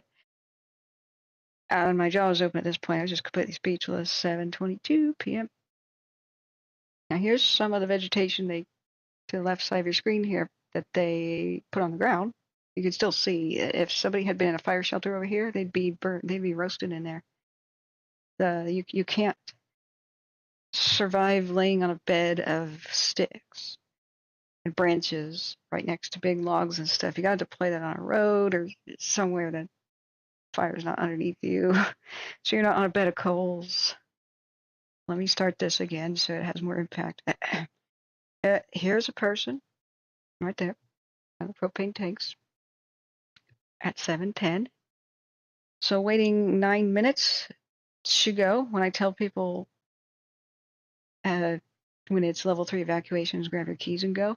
It's not grab your photos. It's not grab your purse and everything upstairs. It's grab your keys and go. If there's still a window of opportunity to escape by vehicle, like do not run around the house for 9 minutes grabbing your medication and your papers. That was level 2 stuff. Boyfriend has left the scene. Oh, sorry, domestic violence. I don't want to hear about that. Okay, so because leaving 2 minutes too late is what doomed some of my brother's neighbors in Paradise, and leaving, in fact, here, this guy's life, this person's life is saved. 1 minute delay would mean that they're killed. The fire's tremendous heat will cause a loss of consciousness. Like that, what do you do after that, right? A massive temperature change causes a loss of consciousness, and plus this is overwhelming choking smoke, and the fire from down the hill is so tremendously hot that a wind gust will just blast you. So anyway, this is 9:10. Sorry, 19. 7:10. 7:11. Person is still down there. 7:11. 7:13. Person is still down there. 7:14. Person is still down there. 7:15. Person is right here with their back to the fire. 7:16. Thank God they got out of the way. Maybe 30, less than 1 minute to spare. 7:17. 7:18. 7:19. 7:20. 7:21. 22. 23. 24. 25. 26. 28. Guess I forgot one. 29. 30. Just 20 minutes later, it's all done. There's some fire on the west side now to the left. 734, 735, 736. The wind keeps fanning up the flames every once in a while. It's in gusts. So you see it start to burn more stuff on the ground again and then kind of die down. 740, 741, 42, 43. Now there's a lot of ash on the lens. 745, the wind gust blows some off. It's back on. 746, 748, 749, 50, 51, 52, 53, 54, 55. Wow.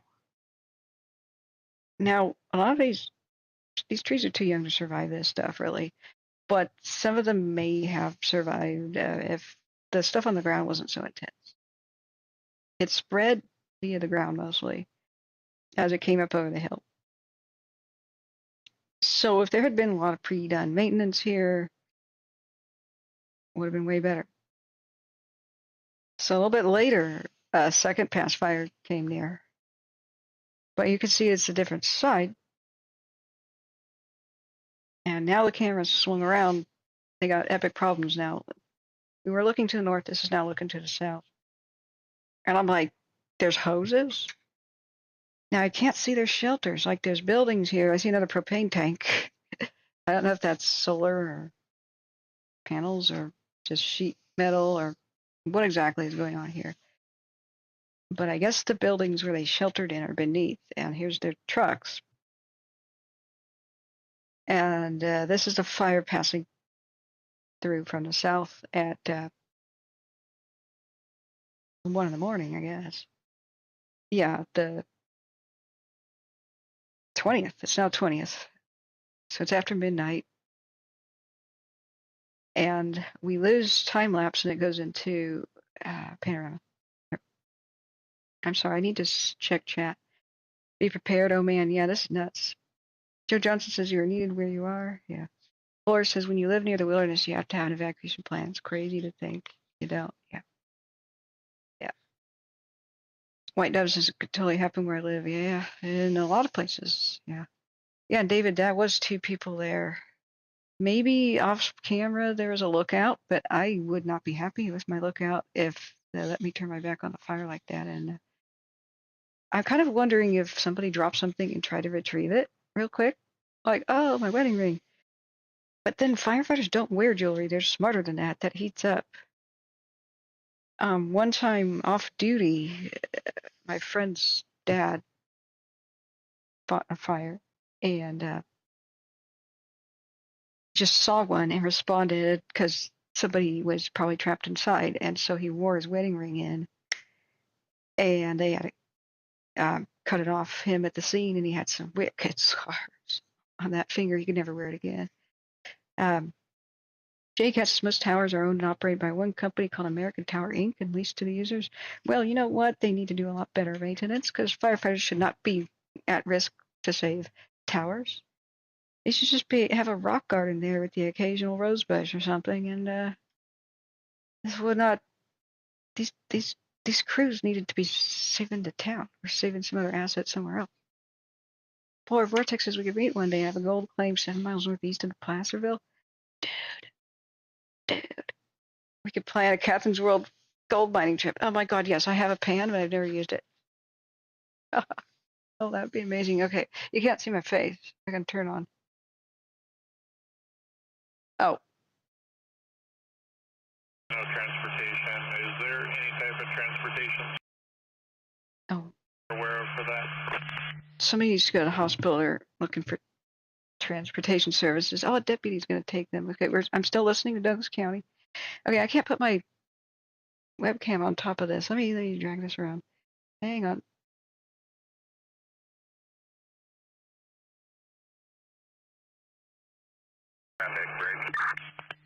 That's a firefighter. Hang on. Go ahead. I'm not going to be able to do that. I'm the only one down here. If staff can do that, that'll work. The deputies with the firefighters, I think, trying to figure out the arson. I bet. 41. You know what, Joe? Maybe we could film a little. You respond to 341 East First Avenue, space number 13 in Riddle. Then ambulance is out with a female who's requesting a ride to the Samaritan and wanting to advise that he's not going to be able to respond. Oh, okay. They're just trying to get hospitalized, transport somebody. But oh my God, that would be amazing for her. Holy crap! Why didn't we hook up? I don't know. I started getting quite confused, and whatever virus attacked my kidneys, I was having constant fevers, and I thought I would come back to Oregon just for a break and be back in 2 weeks, and that's when I went and almost kidney failure. And I woke up about 6 months later going, what happened? That'd be amazing. You're amazing, Polar, and thank you for your kind support over the... It's been years now, isn't it? When did you find the stream, Polar? We got more slideshow, guys, and then I'm going to show you the actual video, the time lapse. To my amazement, what happened next was they emerged from their hidey holes and they saved their fire trucks. They pulled out hoses, and we can zoom in on individual things. I was like, dude, John Stoker. They're winning. So the buildings were somewhat fireproof, somebody told me later. And as the camera spins around, wow, I just don't understand having maybe that's why they let trees get so close. They figured the buildings are fireproof. I don't know. I don't know the reasoning. But this might be the end of that slideshow. Let me see. No. There's much more. I don't know why your fin view is. Okay, it may have renamed something. We just have to keep hitting the right mouse button. Yeah, so it renamed some files and dropped them in. So this is at the 19th still. They may be out of order. I'm sorry, friends, but the second burnover happened after midnight. So yeah, here's 19 minutes in, and there's the camera pivots around to follow the marching fire surrounding them, balls of steel to be there. I don't know why there's a random Mount Shasta right there. Sorry. It flips into night mode because there's not as much color, light hitting the camera, and it goes into color, and then that's one of their trucks, and their little green light comes on and off. They may have lost auxiliary power. They're still doing they're just doing license plate checks. I'm afraid we may have the suspected arson may have slipped past authorities in Douglas County, but I'm hoping that witnesses might have dash cams come forward. I bet since they left the vehicle, they're getting their tracks right now, tire tracks, footprints. They'll be contacting the cell phone companies. And yeah, J.E. Cat, what do you not know? You're a walking encyclopedia for like everything: radio, radiological, sanitation, transport. J.E. Cat's a Renaissance man. I just realized. What do you not know? So they turn on their headlights. They move around their trucks. Something is on fire right down here. This tree torches, and I kind of wanted this tree to make it. It survived, but they let it go. I was like, oh. When you get that symbol of hope, and then poor little tree. So they had other problems, obviously, because we're now facing the wrong way. We're facing like northeast. Whoa. But I guess that's why the camera was. So here's 3 in the morning, and these are out of order, I'm sorry, but they pulled out their hoses and they just started putting out the ground fires near and closest. Now this is color distortion due to wrong automatic settings. If you've ever taken a picture of somebody in a white room and the colors are yellow behind the person, like the wall is yellow, it's just because your camera is not is not on the right setting for the type of light source. Different light bulbs and sources have different color temperatures. So this is it's a mix of these white headlights and these red fires, and it doesn't know what to do. So you get these weird distorted things. So Mike Dev says we've had arsonists here. If they really knew where to go, we'd all be toast in this town. Thankfully, most of them are stupid. The smart ones are just the insurance fraud ones who just get paid to do a building usually. J-Cat says those pillboxes, Radio Shacks are fireproof, and they may have been a radio tech. Yeah. Well, yeah, I'd love to meet you, Polar. So let's look back. But you know what? What I want to do with Catherine's World is show people different people's different occupations and hobbies, kind of like Mr. Rogers did, and show the world so you can come with me on my adventures. Wear the GoPro on my head, walk in the woods, and that kind of stuff. I will show you Grizzly Flats next, Polar. So just let me know if you have to go to bed or something. It is now past midnight, but I'm still happy to be here with you guys. We're hour 6 of the stream. If you haven't liked, please like. It's been more exciting than I thought. I was thinking of getting offline because I was like, the thunderstorms didn't really do anything that we could tell. Olympic National Park is on fire, but that's remote. I was like, oh, not as exciting a day as I thought. And then arson, and thank you, Nick, for monitoring that. Nick was going to go out and film that fire if it got bigger, but thank goodness the firefighters pounced. So I would like to know the motivation too. Other than somebody being a firebug, the number one motivation of arsonists is revenge. I've heard a new psychological profile reason is, and tell me, White Dove, if you heard this, is the sense of feeling powerful. So college professor, like everybody's baffled when he was suspected of lighting fires behind the firefighters fighting the Dixie Fire in 2021 the law enforcement said it was in order to entrap and kill them, to encircle them. He was pretty much caught red-handed and moved about with his personal vehicle to do the crime, and he just showed up at remote campsites, and campers witnessed him, and he'd leave the scene and there'd be a fire at the scene, and he'd go down the road and he would leave a scene and other people would see fire and report fire at that scene. And it was kind of an open shut case the way they portrayed it in the media, which I'm skeptical of now. I don't know what happened with the Caldor, except that investigation was botched. I've got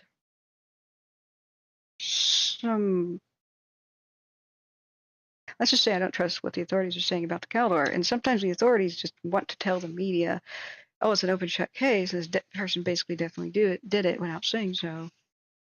I kind of question their motivations. Do they just want to be famous for catching the criminal, and do they not care if they've got the right one? Ever since I watched the Netflix documentary, The Confessions Killer, I now realize that law enforcement can have psychopaths in it too. Arsonists are oftentimes firefighters as an occupation. It doesn't mean that firefighters are oftentimes arsonists. No, it means that arsonists, though, oftentimes want the job in firefighting and pyrotechnics and that kind of thing to be around what they like. So that's terrifying. But the Confessions Killer was a man with an IQ of 70 or something, and the Texas Rangers got him to confess to more than 500 murders or something insane, which makes you wonder how a person with an IQ of 70 could ever do that, hundreds of murders. And it turns out he would confess to anything, because every time he did, he got a milkshake and a whatever meal he wanted. He got attention, and the Texas Rangers treated him like a prince because they were winning awards for solving the most murders of any people ever. And you just gotta watch that documentary. So I don't know what happened with the Caldor. I'll have to make a documentary and investigate that more on my own.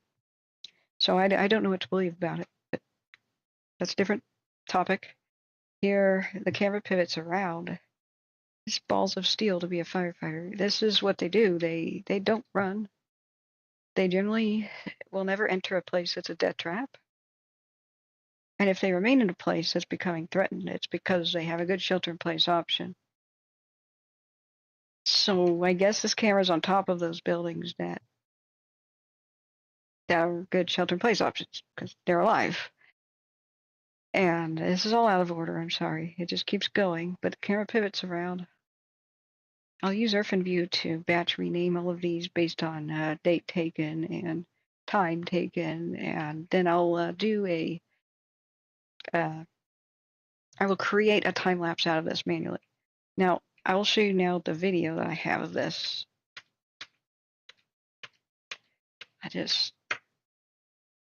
You've got to remain calm in this. You have got to remain calm. And so when it pivots back like this, that's because the camera is rotating again. So this is Wild Frontier 2. This little guy here is Wild Frontier 1. They're in a little bubble.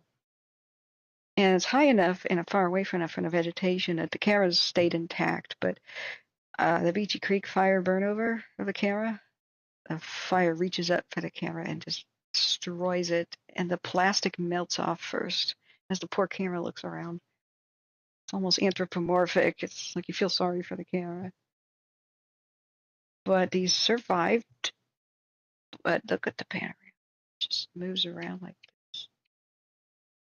And I think we're back to the start. But oh my god. Oh my god. Mike Dubs says yes, agreed. So where do we go from here? I think the best outcome would be to cure people of the more I think about it, there aren't that many criminals who are totally sane. You know what I mean? Like there's nothing mentally wrong with them. I found out the legal definition of sanity is very, very specific. Let me turn off that and I'll show you the camera burn over video real quick. Okay. Whoops. When it animates, it's pretty fast. Okay, I think it's the same thing. And if you guys want, I'll show you my Grizzly Flats, some of the footage there. I think it's in the same.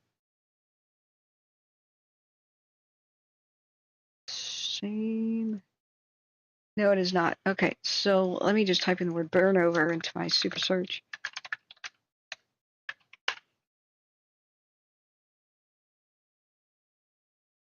I'm still listening to Douglas County Sheriff. Sorry if when I pause like that, I'm looking. Oh, and by the way, this was Gasket's heat signature. This is why I told them they might want to leave.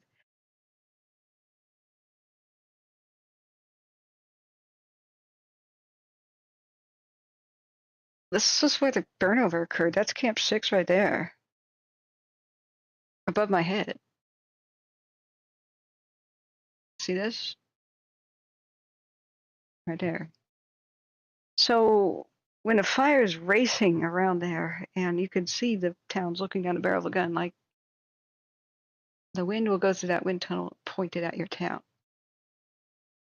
I don't care what kind of preparations have been done. Your town will be lost if they focus on evacuating people instead of saving the town. So people have to get out of the way for firefighters to do their job. And at this point, I thought it was prudent to say, guys, I have no idea why you're not in evacuation level 3, but please. Please. All right. Where's my dang video? Let me find it. Of the burnover. Radar insane. So. Oh, okay. That would be in my OBS. Okay. That may be harder to find. Let me just do a quick search. It's on. I tried to upload it to Twitter and it didn't work. So let me see. It was the Wild Frontier Cam. Oh, am I just looking for photos? No, I'm looking for everything. Shoot. Okay, let me just search by date then. 08 19 2023. Yeah, Firestream. That's right. I love that. I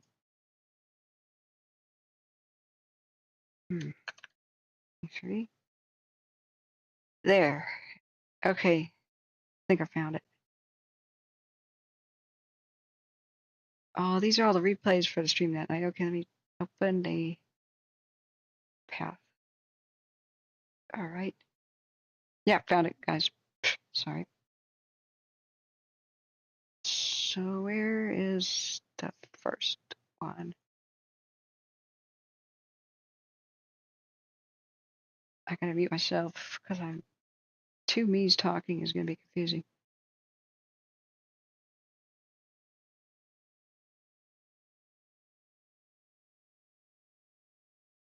Okay, that's not it.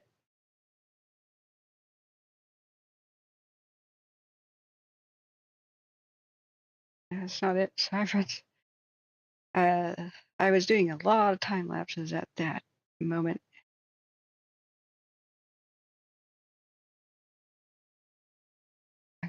I'm getting closer. Okay, I think that's it. I got it. Okay, it is. Here is time lapse.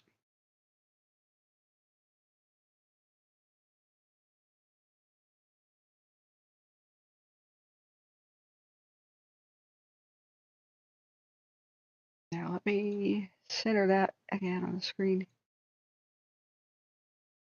Why is that not centered? Hang on. There. Okay. So play the video. What is this, 2-hour video? That can't be. Okay, Internet Explorer might struggle with that one. I think I rewound it a couple of times. That's a 30-minute time lapse. And boy, did it blitz through it. I'm glad that I took the individual screenshots because you wouldn't know the person was there. In fact, I didn't notice the first time. Hey, Katie, welcome. White Dutch's love to the firefighters and military knows that keep us safe. I know. First responders. First responders, yeah. I hope you get some rest. This is a lot to process. Yeah, I slept until 3:30 in the afternoon, so I'm not quite tired or anything. But I redid some time lapses. Play. Since this is a 2-hour video, my maybe playing this in the browser wasn't a great idea. It's kind of stuck. Okay, there's got to be a short replay. That's not a 2-hour video. Okay.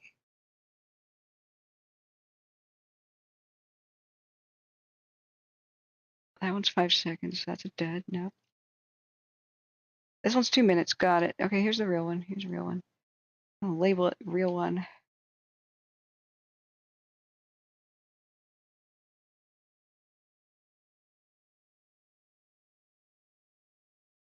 Yeah, see, I thought everybody's gone out of that corner by then.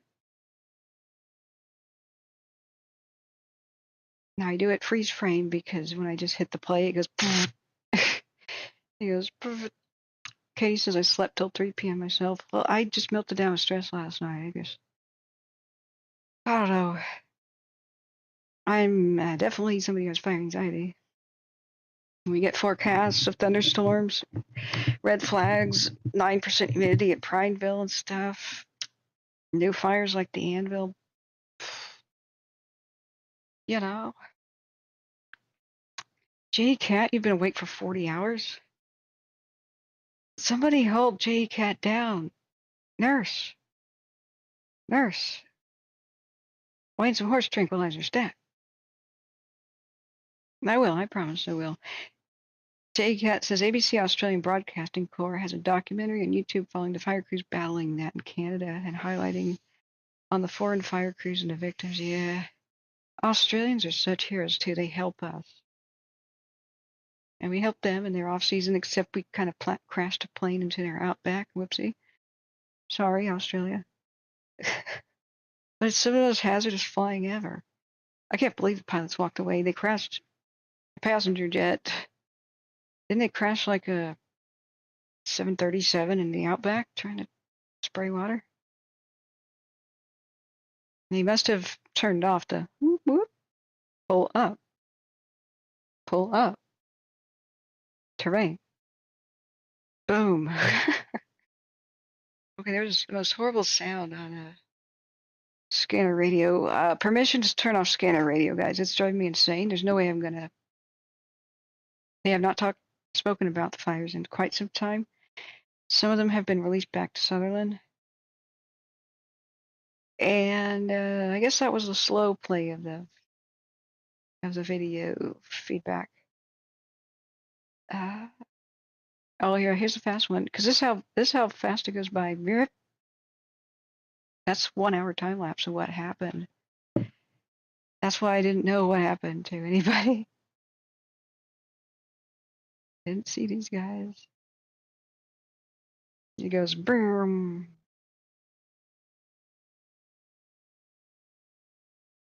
That was not at all a lot of frames, like the 60 I tried to capture manually.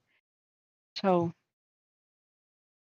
White Dove says, yeah, we all have a lot to deal with, depression and anxiety. You know, that's what I'm going to do, is try to get another grief counselor. It's time for me to turn off Douglas County. I'm sorry, guys.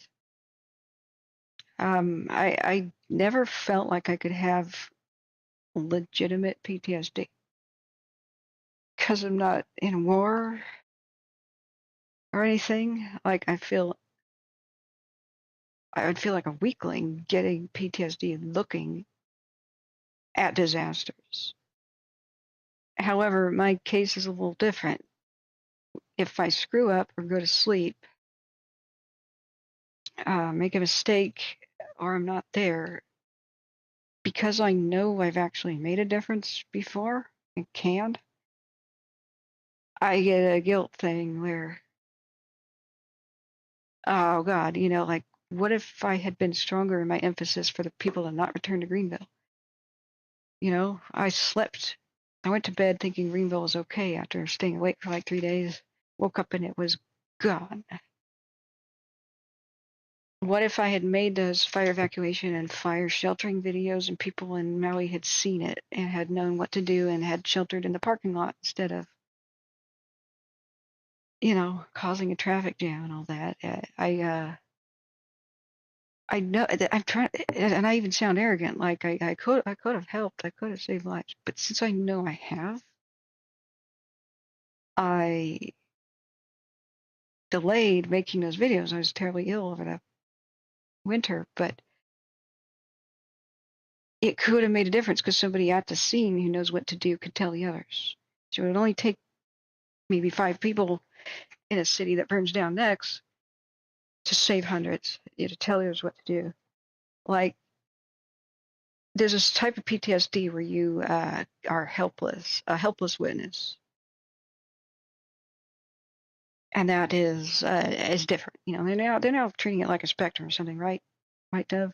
When did you study psych? They changed it. Hey, Debash, hey, how are you doing? And yeah, mom loved that pizza and the breadsticks. I think I might have some breadsticks. Yeah. You know, therapists get a lot of it too, and they oftentimes are the ones that don't seek help because they think they can help themselves, but you can't. We all need each other. They say that there's a high rate. Isn't there like a funny made-up slang word? Oh, you can't see me. I was like smiling at the camera. Sorry. Let me put my hand back on. That's why I realized this has got to be a sanctuary. The stream does. All the others are fear-mongering, or at least fear-inspiring, and not soothing. I feel bad when I'm not soothing, like when I'm moody, and I always regret thinking, man, did I make people feel bad today or good? Good night, Smitty. And many things can lead to it. Yeah, it doesn't mean you're weak. It means you care. It means you're strong enough to care. It's like, I had this one theory that is probably BS. Let's look at the cams. That back in the day, like when I was a kid and saw the FBI profilers explaining what serial killers and arsonists and stuff do, I had a theory that being a psycho was a choice. Not caring about others was a choice. Or it was an inability, a personal weakness, an inability to care about others because it would break them. I know that's not true. Personality disorders are like an island away. Like a narcissist, narcissism means extreme selfishness, not the normal kind. Selfishness is selfishness. We all know about it. It's our favorite candy when we were kids. And we eat ours. And we're supposed to bring another one back to somebody else, but we would eat it too and be like, oh, I'm sorry, I only had one. But the people who are normal feel guilty about it. So I used to think, I was just trying to make myself feel better that being a psycho was a choice and they were just too weak to care. You have to care about yourself plus others, and that means that's strength, actually. So I now know that the personality disorders are an island. If there's a scale though of selfishness where a selfish person can be like 1 on a narcissist scale from 1 to 9, right?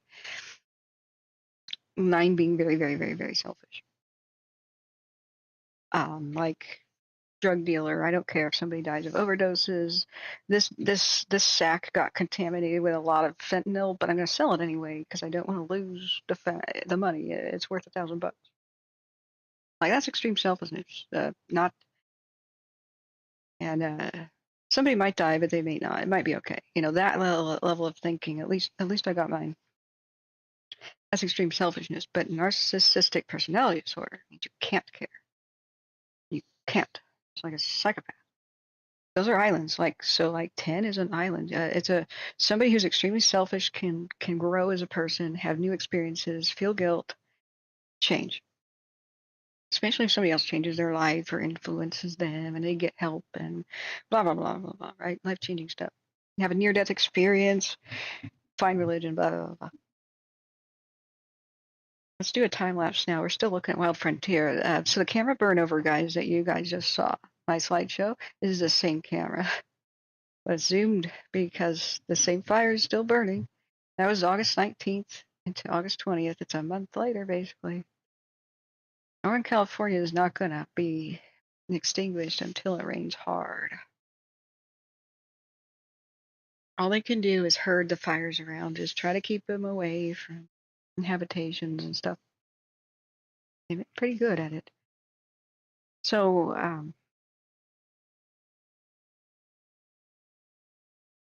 yeah, Katie, I don't know if I would believe your diagnosis because opinions can vary.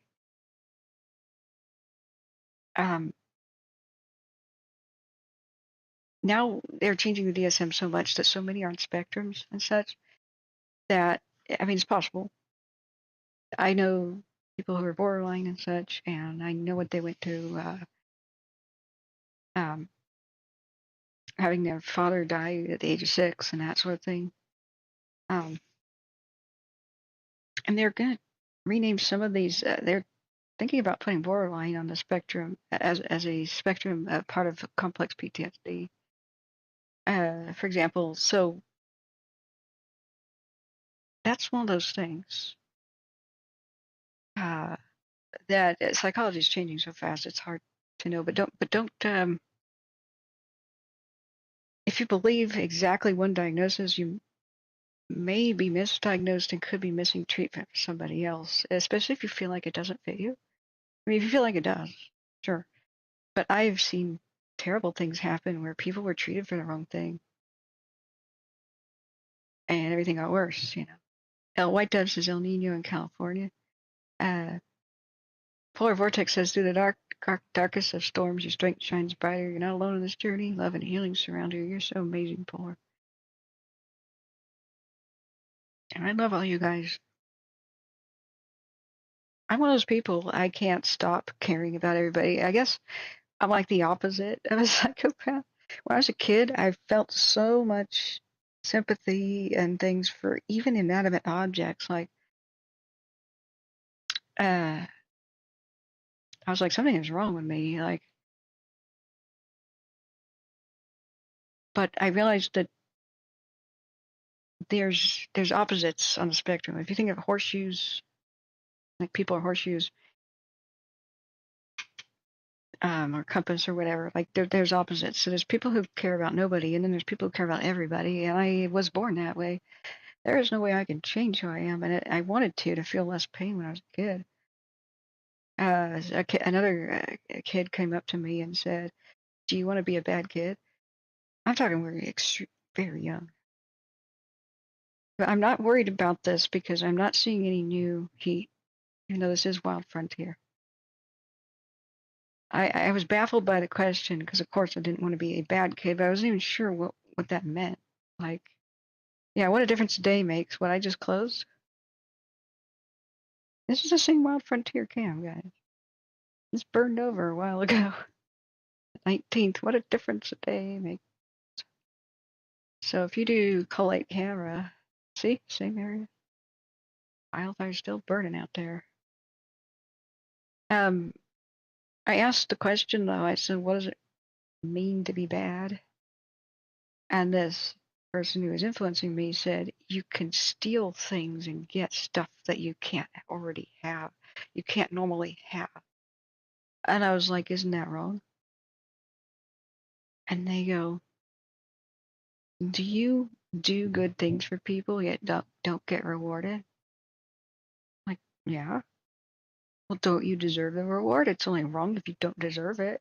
It's this kind of mentality. I thought, well, it might be kind of cool to have things, especially things that would earn me admiration and respect of my other kid peers. Or I just wanted things, I wanted this toy and that thing and that book. And then I said, what else does this mean? I said, my biggest roundabout, like, I wasn't talking like I was an adult, but I said, I would feel bad for doing these things. And she took me by the shoulder and said, that's the cool part. You never have to feel bad again.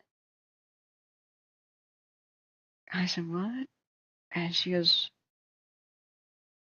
when you cry and bad things happen to other people and they do things to you, well, it means you can defend yourself from anybody trying to do bad things to you because all the other bad kids will help you. You say who maltreated you and we'll go beat them up. And I'm just like aghast. See how the dang thing is rotating. I'm like, I have protection? I said, yeah, we protect each other.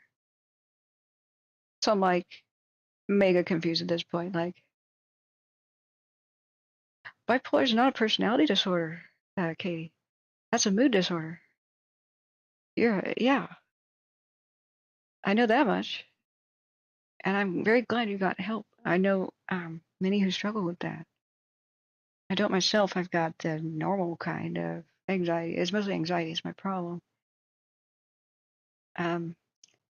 So yeah, I've seen people who struggle their entire lives, but then change therapists and change medication and try this or that hobby, and they can experience so much joy. Not the extreme kind, but the true kind. So yeah, if you ever want to talk, I know a lot about this as being, a longtime advocate and friend of many who suffer that. I like the old word manic depression. It's more apt. I've never liked the renaming of bipolar because in reality it is a underlying depression no matter how you feel.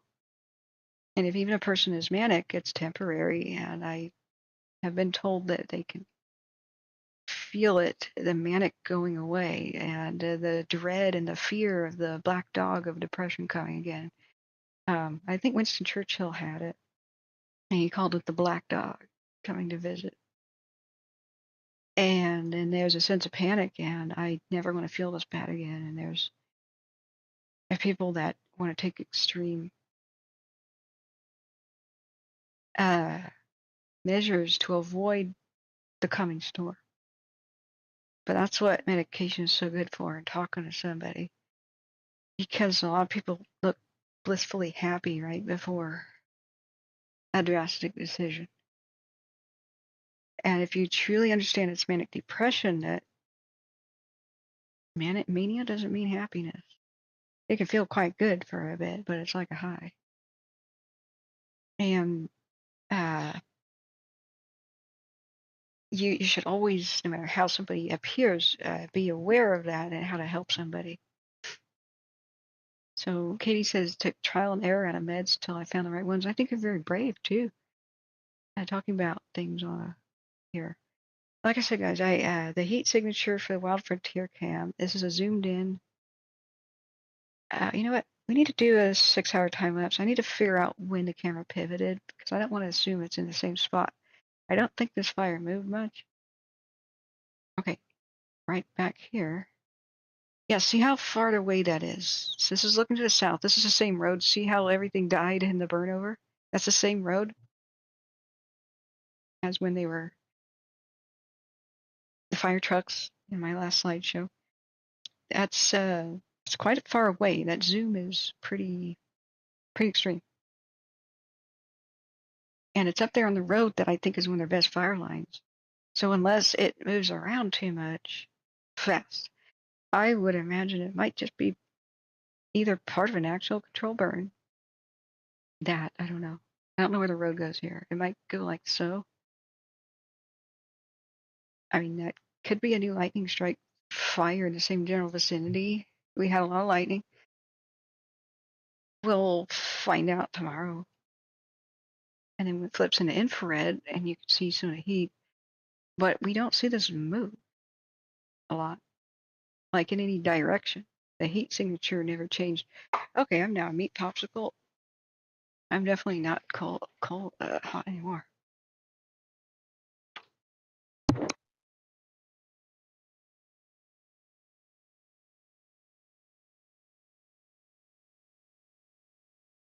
Okay.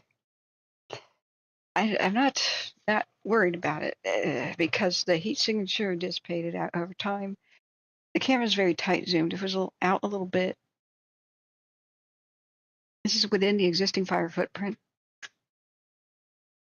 And boy, it's still got a lot to burn out there. There's still pockets of unburned fuels. Fire is a slave to the wind, so you know it might want to eat a grove one day if the wind pushes it away. That little grove may survive for weeks until wind pushes back and it finally meets its maker. You know,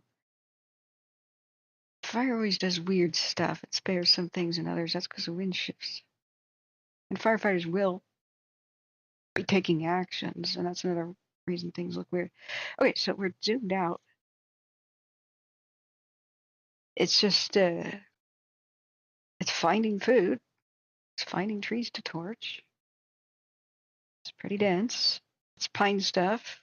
The monoculture here, it must be a replant from some logging long ago where it's pretty much all pine trees, all fire promotion trees, which is sad. Zeke Lunder had a couple of comments about how this is not really a natural landscape anymore. You know, like before the white man came, there's just been too much standard monoculture logging kind of activities. They only replant what makes good wood fast. And what promotes fire is pines and firs. So it is kind of moving off to the right, maybe. You see the wind. All right, we're looking due south. If we're looking south, the wind's coming sort of from the east, or at least on that ridge top. Assuming we're still looking due south. So this is our current look. So it's over here to the right, but it hasn't moved far enough for us to get a new heat signature adjacent. Like I said, I see nothing red. Satellite passed over 2 minutes ago. So our camera location is here, Camp 6. And that's why you could tell the camera's facing south if you can see the road, that dirt road. You know, the time lapse is when the fire completely surrounded.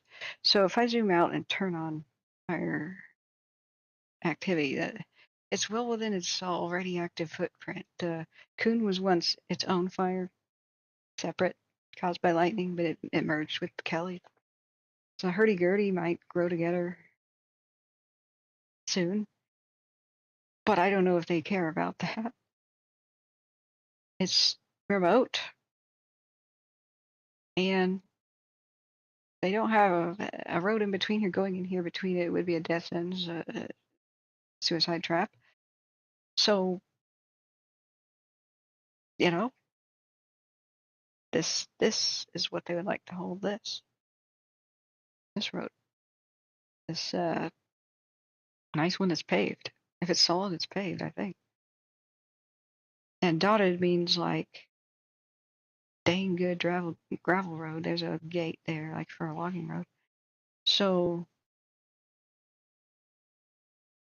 wait for rain. Tomorrow we got a bit of a dry day, so. Yeah, you are a warrior. This is one of the hardest things to live with, one of the hardest conditions to live with. So, keeping busy with distraction therapy, whether it's a game or writing, to fight the lows, yeah, that's good. What kind of games do you like, Katie? I love games. In fact, I think my confession would be gaming addiction to deal with chronic pain. And I know a lot of people just rolled their eyes, but hear me out. The ways to deal with pain is basically what addiction, the long-lasting addictions are. I mean, some are physical addictions, like somebody might get used to doing a lot of coke and then have cravings and crash without it. But like, say, opiate users that I've ever talked to, the one guy who was at my workplace that said he was in recovery and he fell off the wagon and started using again, but he had his mom die of breast cancer in his late teens and couldn't deal with the pain, and they found out that opiates, emotional pain and physical, activate adjacent parts of the brain are almost the same ones. It's very similar. So when he was high, or at least using, like, I don't know what that state is where somebody's not completely intoxicated, but they're not really sober either, that the pain was suppressed of his mother's death. And then the moment he grabbed her pain pills when she died of breast cancer. And then when he stopped taking them, the pain returned and he couldn't stand it. So for me, I don't do drugs. I just don't. Like, I tried cigarettes when I was a teen and went, just made me feel awful. And I mean, people describe stuff like drinking and feeling better drinking. And I'm like, okay, I don't relate to that. But anything that makes me forget that I'm in pain is a distraction. I first became a book addict when I was a kid. I was so much pain of childhood issues and bullying and stuff at school. I would just try to reach for a book in class because if I felt behind in class, I found it hard to keep up, especially things like math. So let me timestamp stuff. Okay, so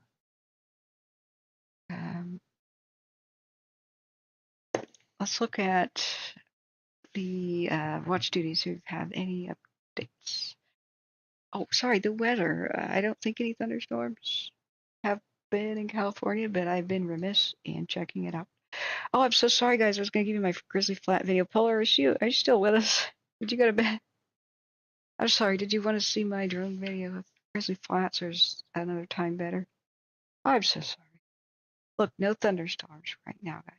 We've got cloud cover, so theoretically some could form.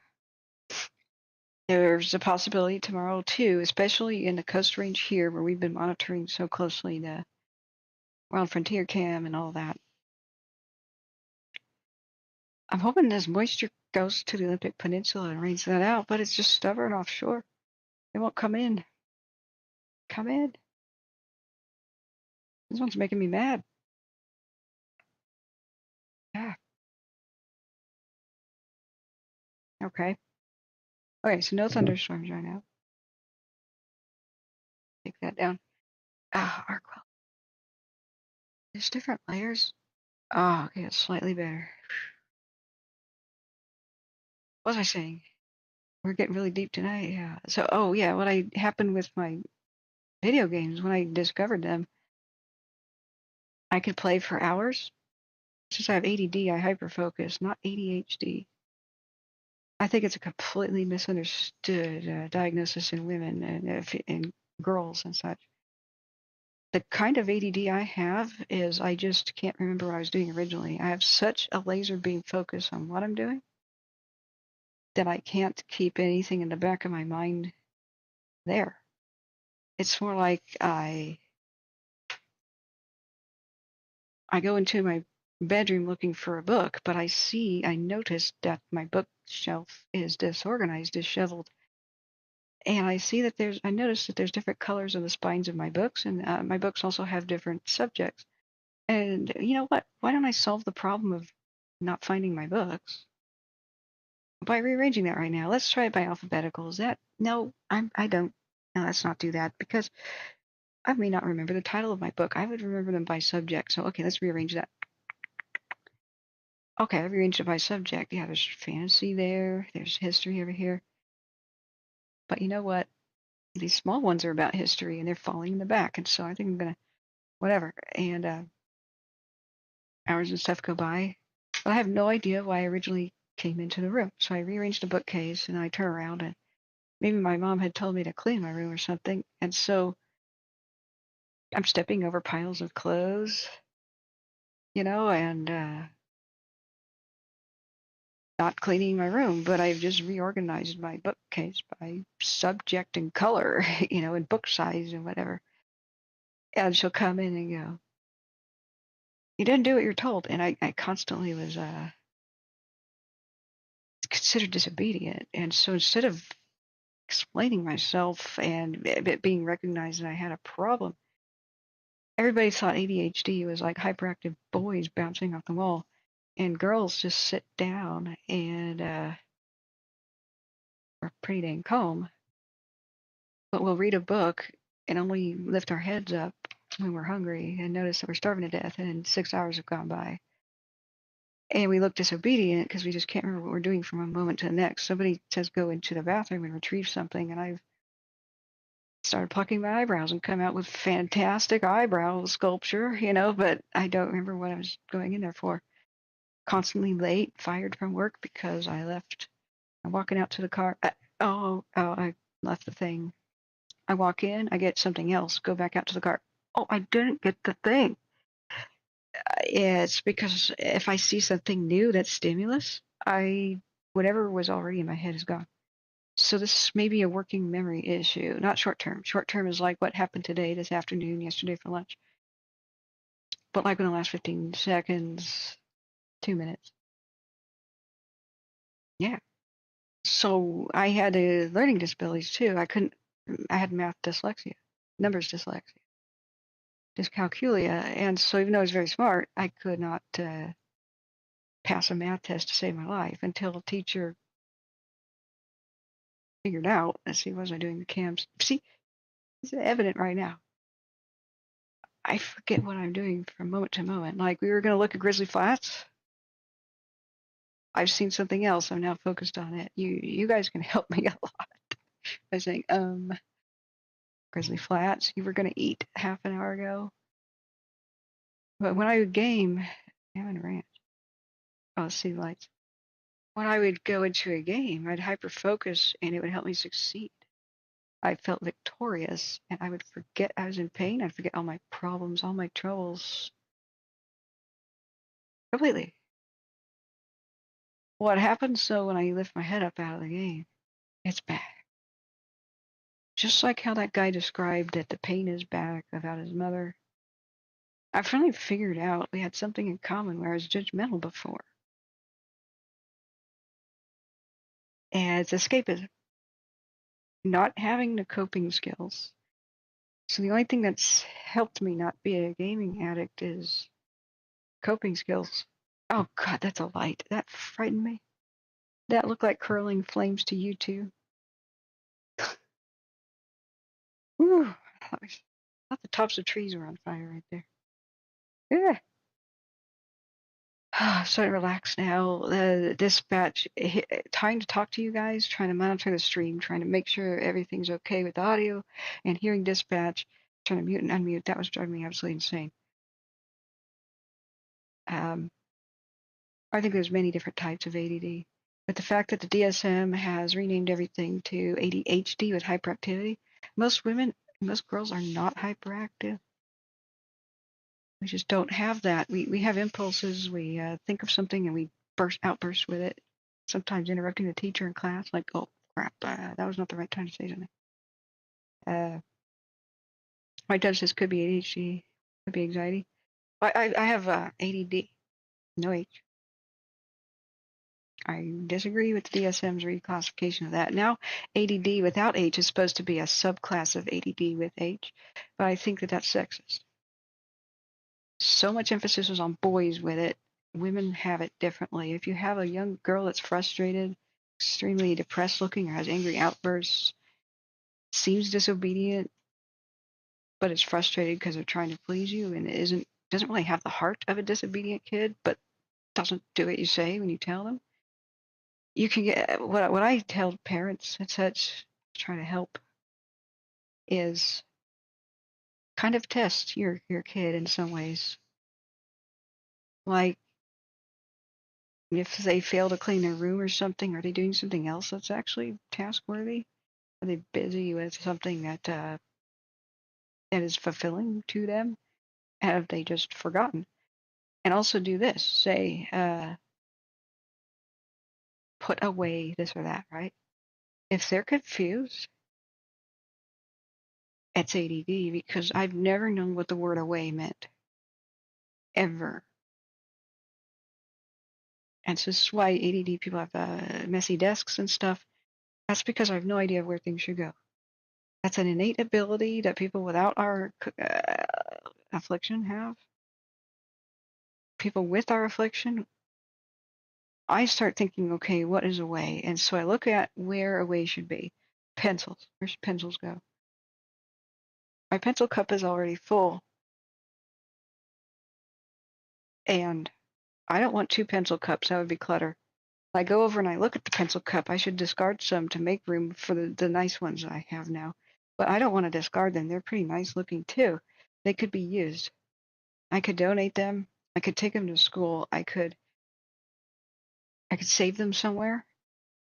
But I don't know where to save them. I don't know where they should go. I don't know where I'm going to find them later. Okay, so where else should pencils go? Not the pencil cup. They could go in a drawer. I open up a drawer and it's messy as heck. It's chaos. I don't think anything fits in there. Okay, let's open up some more. Yeah, that's messy and chaos too. And so I'll start organizing that drawer. I forgot all about pencils. But then I get frustrated because I've taken all the stuff out of the drawer and put back in where I want things. Like here's this, that, and the other. And now I look at all the stuff on the floor and it doesn't go in that drawer, but I don't know where it goes either. I hear some old photographs. I could put them in an album, but I don't have an album. Or it's out of reach. Or I open the album and there's no room. And it's an endless loop of, I could do this, I could do that, I could do this, and I could do that, and I have no idea which is the best option. If I put this over there, and where's the stuff already there going to go? Oh, hell, screw it. I'm going to sit down and play a game. This is frustrating. I'm going to read a book. This is frustrating. Or I do the thing where I start a project, and I'm enthusiastic, and I hit that wall where I just cannot figure out where something goes. And so you can help your kid. You ask questions like this. They're really simple, like, where do you think people usually put that item? Do you care about that item? Do you want to keep it? You have to be able to find it again, and you have to be able to protect it. Is it protected where it's at? No. So where do you think other people store such a thing, and just get some thinking about it? Like a photo album. Photos go to photo album. Oh, yes. So we can make a list to get a photo album, and right now we can gather all of them together into a Ziploc bag. Carefully put them here in the bookcase where they're not going to get things, but since they're not going to get smushed. in between books, and we're going to write down where it is right now on a list of things to do. And then you work with them to the product like that, and they can finally feel elation, like, wow, somehow the mess will eventually be cleaned up. Because after a while, when you've been living a messy lifestyle, it just doesn't feel like it's even possible to solve it. Polar says when humans were hunter-gatherers, survival depended on quickly processing relevant information while ignoring and filtering out irrelevant details. Exactly, Polar. Hey, you're still there. Hey, I'm sorry. I totally forgot about the Grizzly Flats. You guys want to see it? But you're totally right, White Dove. And I appreciate how helpful everybody is in chat, how supportive. I'm so sorry, JCap. I didn't see your comment. After my wife passed away, I went back to school and got my CDL. Heavy equipment, septic, and well drilling licenses. Between myself and 4 others, we bought a 7-man septic company, and now we're in 7 countries. Could you be a workaholic, JCat? You've been awake for 40 hours. That's a type of avoidance, pain avoidance, right? I mean, I read that. Probably in psychology today. I'm no expert at this stuff. But I now understand it because I become a Firestream workaholic. I never wanted what happened on the night of losing Greenville to ever happen again. I started staying awake for days, being at my computer every single waking hour, just waking up, brush my teeth, sit down, computer, go live. 2.5 days later, I sleep for 20 hours, but wake up, sit down at the computer, go live. Take a bath, go to bed, wake up, back at the computer, restart, go live. Did that 96 days in a row with only, I think I had 8 days off total. And weird things happened. I'm sorry, I'm going back. I'm talking about myself all the time.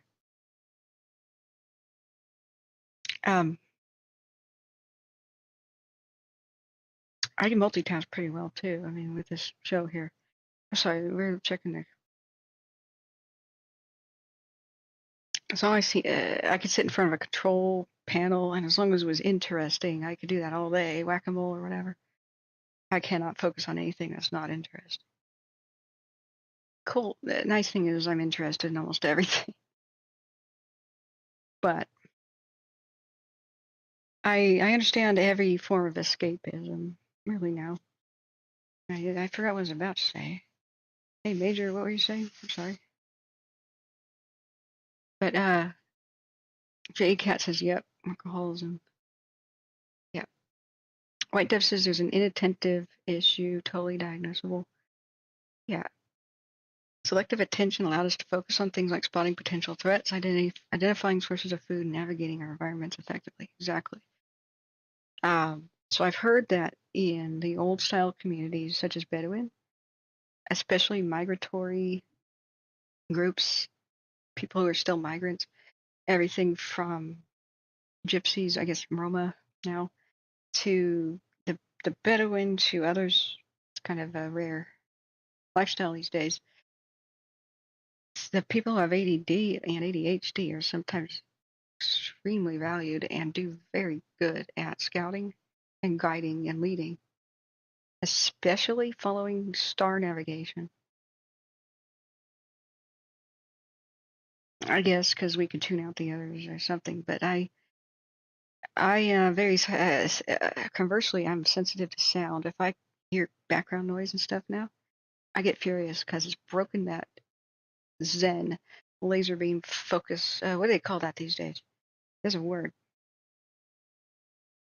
The word is the zone, right? No, when you're in the zone, auto zone. No. The new word for it, the flow. Is it flow? Katie says, thank you for the stream. I was going to take my meds and try to get to bed soon so I don't sleep all day. Okay. Yeah, don't make me bad. I feel a little guilty, and I think some people are staying awake because I am. But what games do you like to play? Did you answer that question? And I didn't.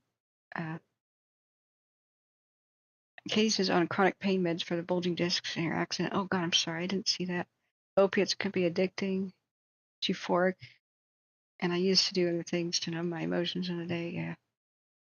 You know, I found out that a lot of the 1950s housewives, the 1950s housewives were almost all on Valium. That's why the propaganda posters are not, they're not mythical like 1950s, like cards, housewife. It was one of those miracle drugs, and they always look like they're woohoo. They're high. They're super happy to be a housewife and dress up and stuff because they're high. This isn't all that exaggerated. I thought it was an art style or like idealism. I mean, yes, it's an idealism sort of thing, and it's supposed to show perfect domestic situations.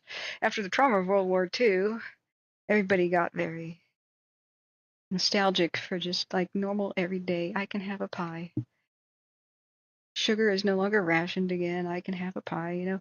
But I realized that Valium and diet pill prescriptions, they're all thin because they're on the diet pills, which are closely resemble. I mean, they're an amphetamine class, right? This is after midnight. That's what I'm talking about, drugs. And so losing weight was easy. They had the uppers and the downers that made them feel great. Oh my God, look at that. Woo! Tell me that's not drugs.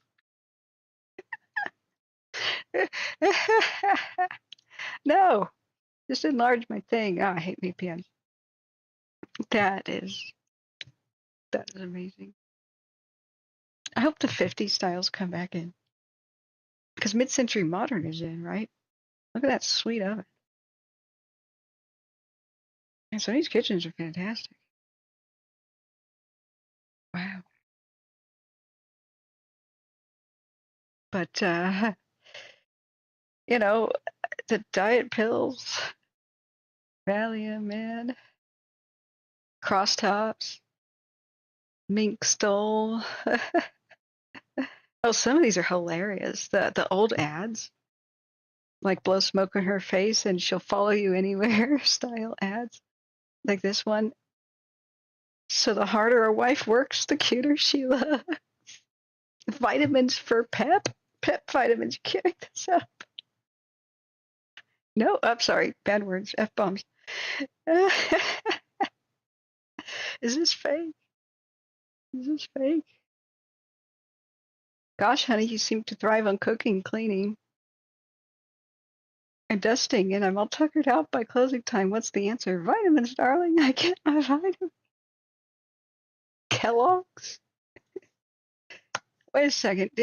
Isn't the legend that Kellogg's cornflakes were invented because the guy who invented it thought that bland foods lowered the libido and thus kept people pure and virginal until marriage because spicy foods were the enemy of purity?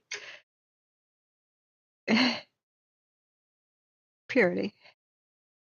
Hope my smile is warm enough for him. Oh my God, I would love the 50s to be real. In fact, that's the 30s actually. Look at their hairstyles. I love the 30s. I mean, other than it was a depression and everything, but like Three Stooges and the pre-code movies. I'm sorry, did you, David says I'm up because I don't have to sleep. No alarm clocks anymore. Yeah. Mike does says, wow, Kraus and love where you're going tonight. Yes, we have fun. The last hour of the stream is fun time. The fires are dormant, guys. We could look at, I want to look at the lookout. Oh yeah, I haven't even looked at it today much. Death Ball. We have to check Death Ball. So this is a movie camera. And it's smoked up good today and smoked out Ben. I don't like it when it's facing due north if the fire's more northeast. Yeah, the secret to making the horse lip sound is a quick burst of air, like. Sorry if that hurts anybody's ears. I just realized I'm next to a microphone. But this is what I saw most of the day on Deathball. Oh my god. Yeah, I had no idea that the Beatles, when they played 24/7 when they were in Hamburg before they got big, they went across it's a short boat ride to Hamburg, Germany, and they were basically worked to death as slaves, and their only income was tips, and they had to live behind the stage in like bunk beds and take turns sleeping because there weren't enough beds and stuff like that. And they were underage and they had to lie about their age. George was too young to work. They stayed up taking diet pills all the time. The waitresses saw how they were flagging and not making money because they weren't that energetic. So she turned them onto the diet pills, man. Says I can work for 2 days straight. The amphetamines, man. Oh dear.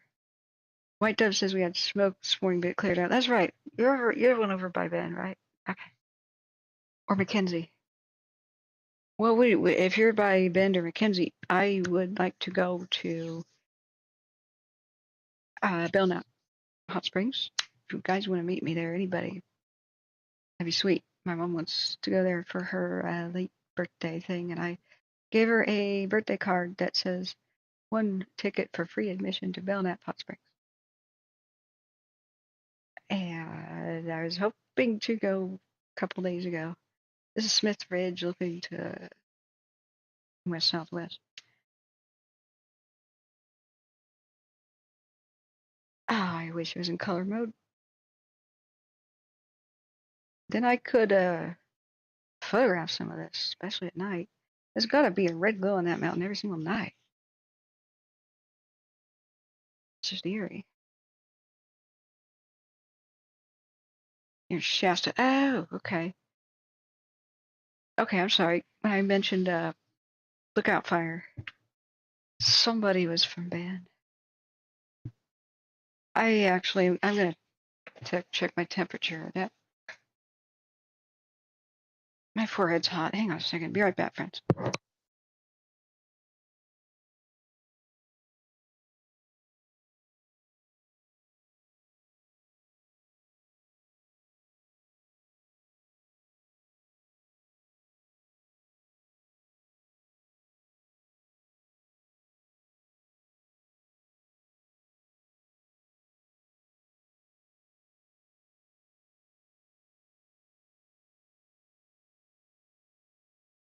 .7. Boo. All right, be right back. Bio break.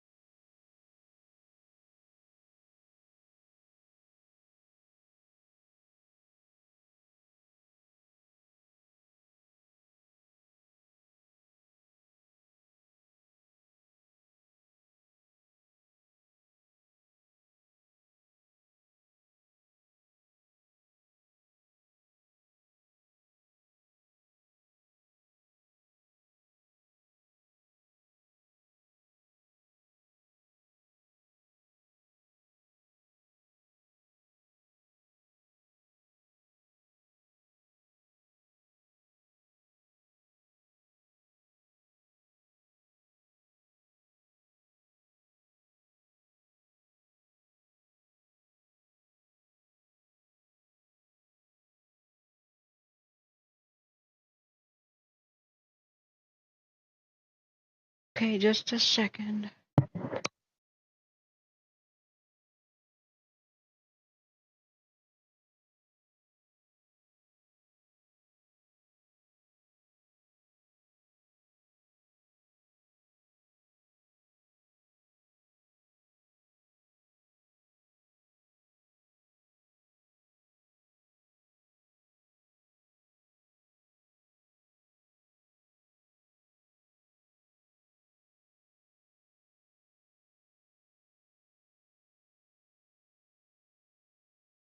You know, Jay Cat, your radiation experience.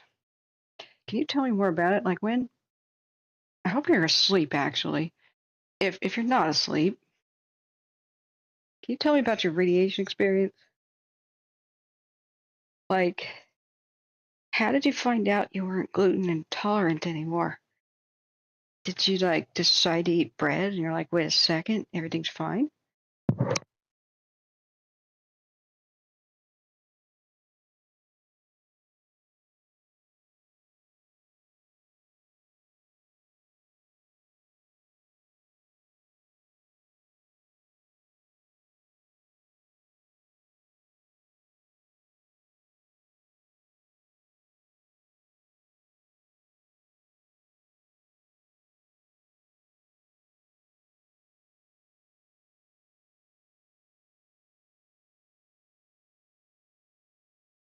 I'm sorry, I'm digging around in my medicine cabinet. I need oil of oregano.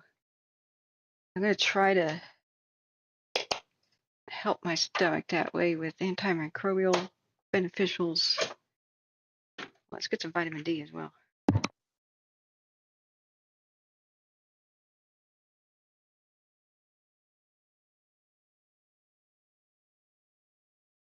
Just realized I did not go outside today. So, and that's a good thing. I would have just gotten heat exhaustion. It was like 90 or something today. I don't understand why I have fever. I do not understand the origin. I have body aches and pains, but not like the flu. Could a tooth infection be present without you knowing? I mean, I'm seeing the dentist next week. I have a temporary filling. Could it be painlessly infected? I just racking my brain. But I've had an off and on mild fever, like 99.7, for 4 weeks almost. I just do not want it to be COVID. I just don't. But I have felt weird. Sort of similar to the apathetic way I had it when it first came out. I would do stuff like, yeah, I've gotta do the bills. I gotta do the bills. Am I competent right now with numbers? Not really. I'll be right back. And then, yeah, I should do the bills no matter how I feel. Then I lean back in my chair and close my eyes, and somehow hours have ticked by. I'm like, wait a second, what? How? Yeah, I should do the bills. Yeah, the right there. There's a letter opener, but why can't I just do them? Am I too tired? Nah.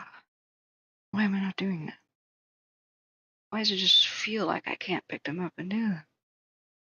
And I had a little bit of the exhaustion crossing the room again, but I chalked that up to getting up too fast.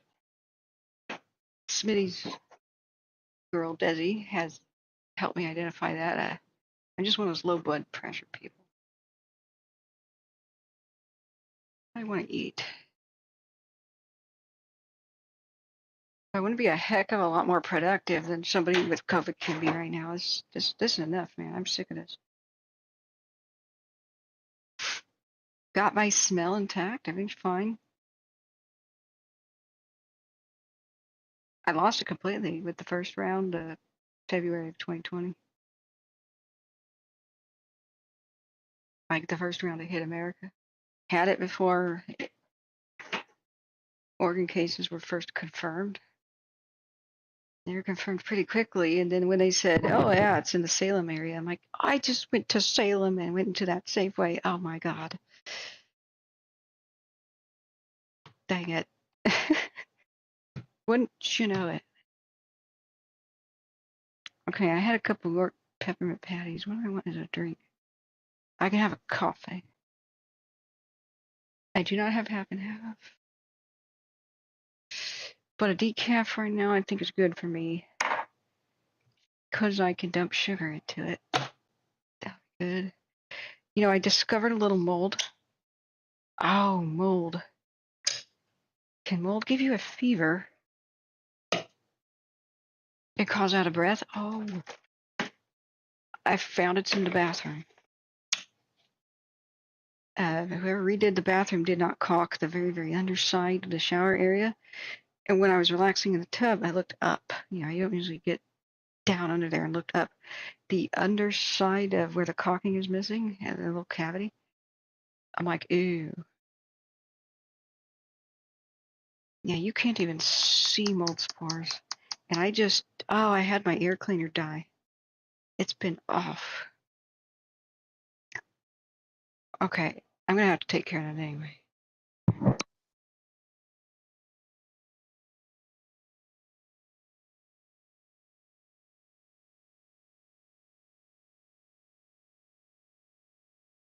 Yeah, okay, let me mute so I don't blast you out with the sink noise.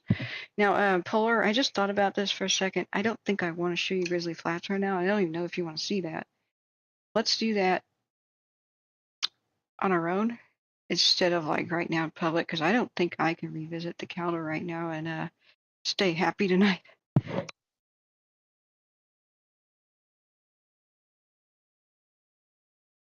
The Caldor was not a place I knew. The Dixie, I knew everything that was burning. When I saw the fires moving across the landscape, I just started crying because I knew it was there to be lost.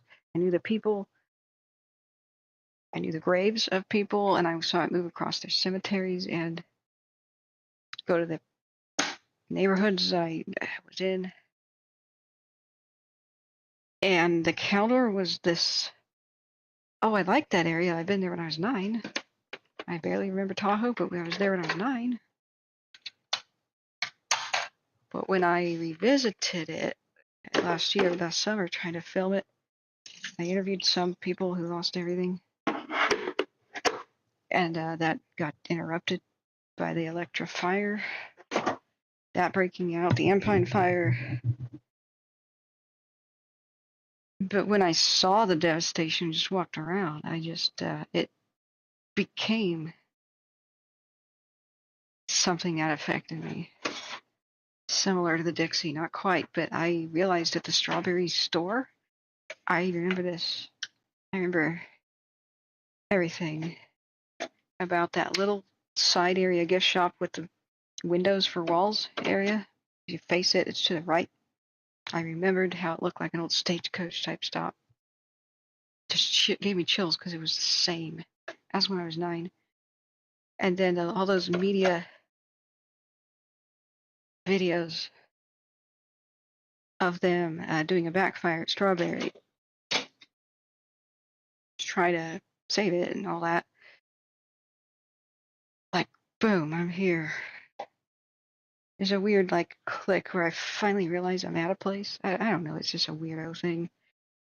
But if I step off a plane and I'm, like, in Paris or something, I still can't quite believe I'm there. There's so many overwhelming sights and sounds and, okay. That milk is bad. I'm so glad I don't have lost of sense of smell. Otherwise, I've been drinking spoiled milk again. That's what I did with the first round of COVID. Yeah, never mind. Gonna get new milk. Could get rich.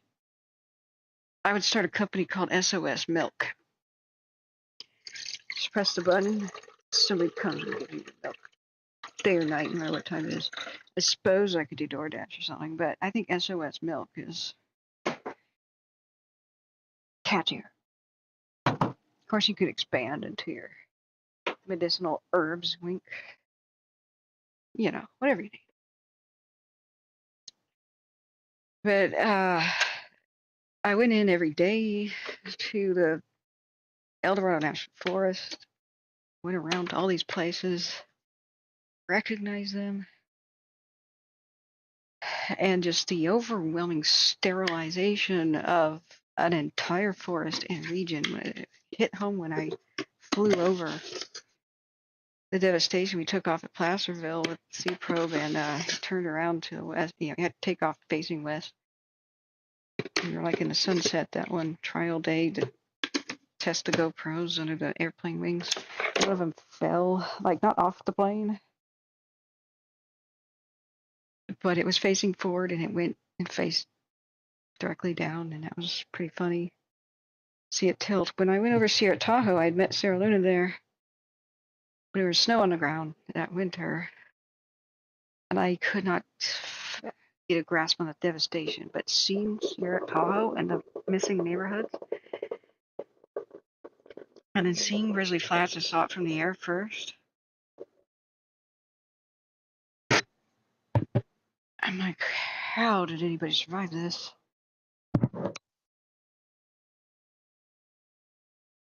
Driving for 3 hours into the El Dorado National Forest and not seeing a living tree until 3 hour drive to the other end. Like I drove from Omo Ranch down to where the Caldor ghost town was. I didn't find it. I really wanted to find it. Like the cars that are still there at the ghost town. It's called California Door Company, the lumber mill town. It's Caldor. I really wish I could have explored that more. But it was so depressing. Like I was there at night and I get out of the car and I could not hear anything at night.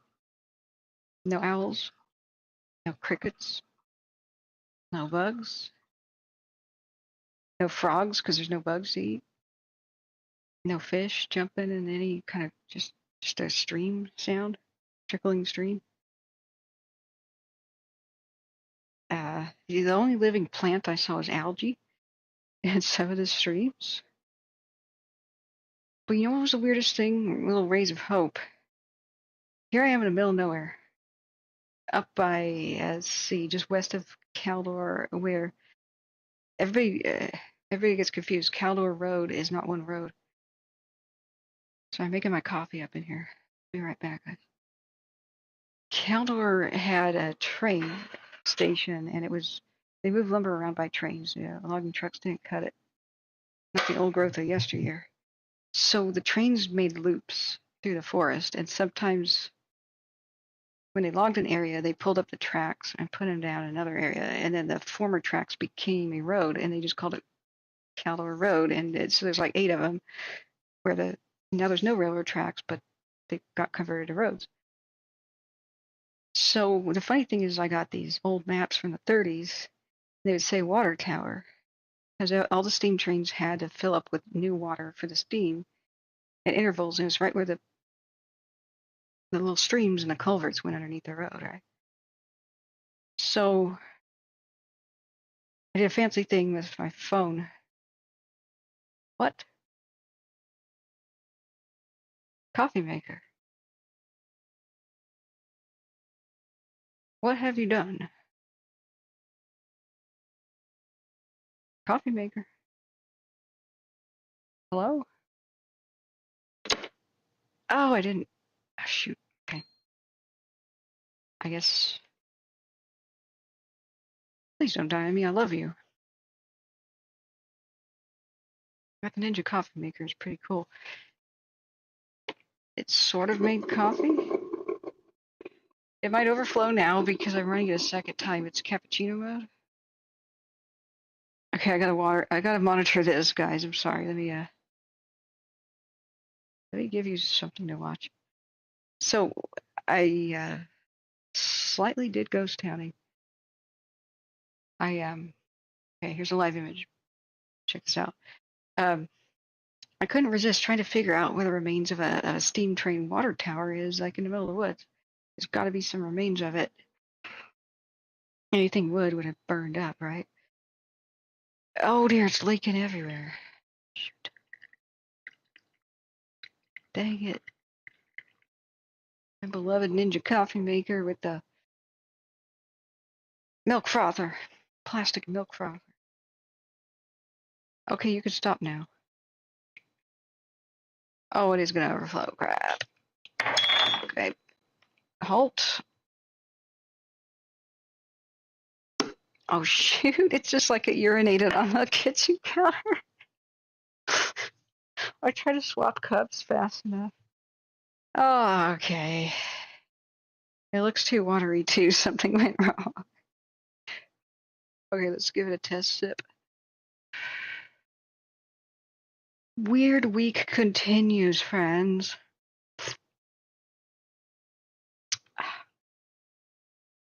Yeah, I'm going to redo that. It's separated out, like real coffee's on the bottom and water's on the top. What the hell just happened? Gotta clean up this mess. Mama told me there'd be days like these. Okay. Alright, let's clean it up. Where was I? Okay, so the bright spot here is I get out of the car and I'm depressed because there's no living plants really. Except there's algae because algae survived in the culvert underneath the road. I look around. Sure enough, there's of course no big water tank. Sarah Luna and I had tried to find it before, but every big water tank for steam trains, if you Google it right now or whatever, it's like a giant barrel, and it would have a metal spout, which would be like hollow tin tube. There'd be a pull handle to bring down the water, so they could just reach out the window of the train, refill, be on their way again. And these towers are usually up at the elevation, so the steam train, it's now got cold water in it. But that's okay, it's going downhill because it needs steam to be hot to have any power.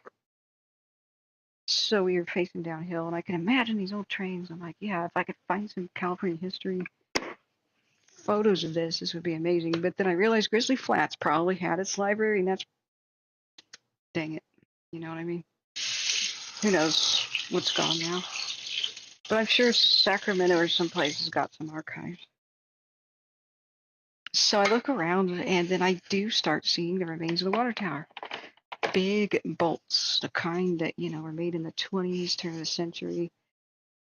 And then I found the hollow tube got crushed. And it's because there's no vegetation. So I'm just looking, and what looked like sticks and things turned out to be metal. And the stream was flowing, and I was poking and touching this rusty metal. And I went, I'll be damned. And then sure enough, I found the hoops in the ground where it's like a big barrel, So the metal hoops were still there. I said, see, Probe, look, this is where a train used to stop. And I even gave him the challenge, the Ghost Town challenge. Do you think that there's any historical artifact around here to be found? And he didn't see it. And I said, okay, do you see it now? Point at it. He goes, yeah. And then he developed the eye too. And he's like, yeah, there's more and more metal bits scattered around here. And so I wanted to wash the ash off and dust off my hands. So I go into the creek. I figure, you know what? There's gold here. This is the El Dorado. They call it the El Dorado, which means the city of gold or whatever. Does that mean city of gold? The road to El Dorado, Conquistador, or city of gold. Children of the sun, yea, your time has just begun. Searching for your way through adventures every day and night, with the condor in flight, with your friends in tow, we search for the city of gold. Someday we will find the cities of gold. This is a very obscure cartoon, and if you know what I'm singing right now, the intro has that defines El Dorado. So I'm like, El Dorado National Forest. That's right, there's gold here. So I see this boulder, of a culvert, and that's where gold collects, where any gold, and you know this, Polar, and anybody, ripples, and ripples of culverts. You can just pull over in California and get a coffee's on. Stick your fingers in the ripples and see if there's any gold dust on your fingernails, Okay. Yeah, good night, guys. You have to go to bed. Yeah. So, Polar, good night, too. Let's come back and we'll talk. Have you emailed me, Polar? Please do, so I can correspond with you about the footage I have of the Caldor. And we'll talk. So, here, you want to see what you want to hear what I found, Polar. I saw a big crack in the boulder, so I stuck my hands through the crack. I think I have a picture of this. I pulled out a giant railroad bolt or a spike that was a foot long, basically, in the crack. It got stuck in there. So, let's see. I have the water tower. Nope. I may be able to pull up this. Yeah, California, August, July trip.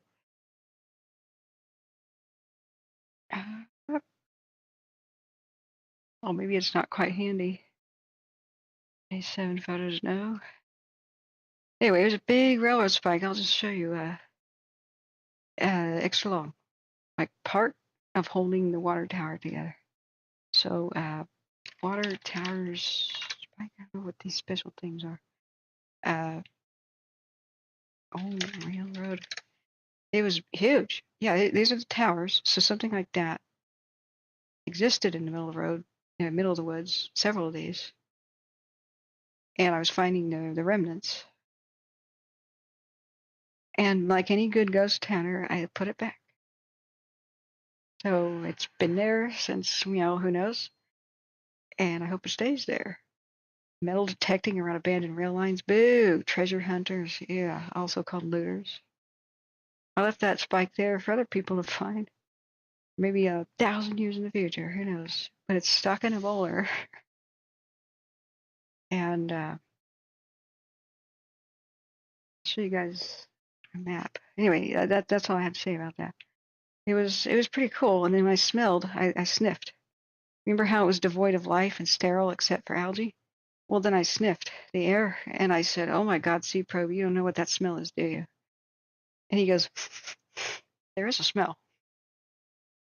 I said, "Yeah, there's a smell." Topo here. We'll look back at the fire in a second. And I said, "Have you ever smelled that before? Like while fishing, maybe?" And this is that symbol of hope thing. Remember, there's no life anywhere. No squirrels, no owls, no birds, no insects, no frogs, no fish, no nothing. Just ash everywhere you can see. And this is the really big area where the fire was. And well, that's Carson Pass. Keller right there to the west. Around here. Let's see, 1889 map. Called it Dogtown. Yeah, this is how you do it. This is how you ghost town. Grizzly Flat. You want to see the 1889 Grizzly Flat map? There it is. Grizzly Creek, Grizzly Flat. So you can go to later. 1947 still had the rails. I believe Grizzly Flats, Mount Pleasant, Caldor is the old rails turned into. Yeah, they turned into roads by then, I think. I had different maps. Yeah, that's a good one. 1893. 1890. 96. Why is it labeled Dogtown? That's interesting. Dogtown was Magalia in Butte County before it right next to Paradise. So, but these were, you know what, let's do this. Caldor, California, they have a historical layer here. There we go. So here's where some of the mines were, and I went to the left this way. Water tank. See these dots? They're where the steam water tanks were, and they're always next to a running stream. So I do not believe I was right here. I think it was, maybe it was this one. So you see this stream? It kind of starts up here on this ledge, right? So goes to Leone Meadows, blah, blah, blah. They saved a lot of buildings down there, some burned, but they saved a lot. And this is one rough road I do not recommend. Whoa, did I tear out the undercarriage and need new shocks and stuff after that. I mean, Manzanita tore up the car. Maybe it was here. So, yeah, don't get any ideas. It was pretty messed up. So I get out and I said, smell that. And C-Pro goes, I think I've smelled something like that before. I said, like fishing, right? Major says, yeah, good night. Still listening. Love you all too. Yeah. Much love, guys. And I said, you will never guess what that animal is. He goes, we're smelling an animal. I said, yeah. I said, how would you describe it? Chocolatey, nutty, maybe a bit musky, coffee-esque, but an overwhelming undertone of like a musk. And he goes, yeah. I said, do you enjoy the smell? Yeah. I said, yeah, men do and women don't usually. Whenever I open up a jar and show people what this is. He goes, what the hell is it? I said, okay, well, just think about it. What kind of musky animal might be alive up here in the middle of a dead forest? 100% dead. Like, there's no living trees in sight. This is old imagery. Rest in peace imagery. That's Forest Service map. I can't believe old water tanks that don't exist anymore are still on the Forest Service map. I was going to put up a historical layer. Yeah. History. So that's 1885 to 1915, 1915, 1945. I wonder what that little thing was. You can slide it back. That is Leone Meadows. I can't believe that's that old. So he goes, I give up. And I'm like, okay, what kind of musky animal is up here that could have traveled up here swiftly and left without starving to death? He goes, I don't know, a bear? I'm like, no, there's nothing here for bears to eat. He goes, I don't want to be here after dark because there could be bears. I'm like, don't worry. And there's definitely not any bears because there's nothing to eat here. Like, they're gone. He goes, what if they're looking for food over here? Like, bears have a good nose. They're not looking for food in the middle of nowhere in a dead forest. He's like, okay. I said, okay, we're near a water source. He goes, I still, mink. I'm like, close. What you're smelling is beaver castor. There is a beaver up here. And he's like, okay, so what is that? It's their scent gland. It's not a gland. Biologists will be like, that's not a gland. But everybody says that. So they've got several things in their groin area, right? And no, beavers do not have an anus. I'm so sick of that argument. Beaver castor is like a miracle medicine. Everything the beaver eats, all the plants, all the, like say if they eat a lot of willow bark, the aspirin gets concentrated into their castor. It's nutrition and health and age and sex and all that information that beavers need to know about each other rolled up into one in those glands. And so they mark their territory. And if you think beavers are nice creatures, they are not. They're the gangsters of the forest. I'm going to make a documentary called that, I swear to God. Not a joke. They fight to the death. It's like lion prides fighting over territories. And they bite each other to death. And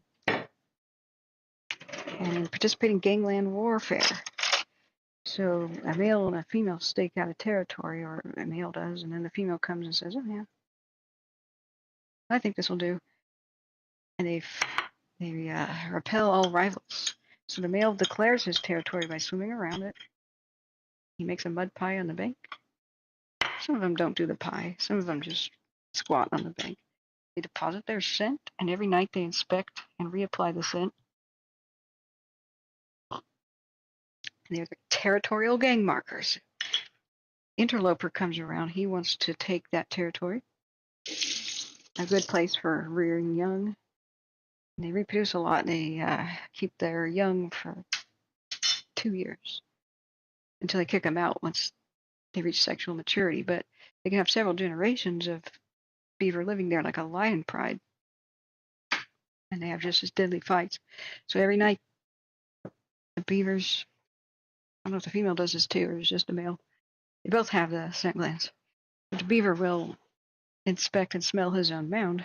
And if an interloper comes and smells it and thinks, I might be able to beat this guy up, he smells weak, then the rival beaver will put his own mark on the top. And that is a challenge, a declaration of war. So the resident beaver, usually the male, has a choice: cut and run for his life and abandon the family, or defend and fight to the death. And if he accepts challenge, puts his own scent back on top of the interlopers, and they meet for battle. Can't make this up. And then they use those chiseled teeth that they could chew an entire old growth tree down with on each other. It's not pretty. And so I smelled beaver castor. I'm like, that's unreal. Beavers are long distance travelers up streams and rivers. I don't know how long he swam up this creek, this clear creek.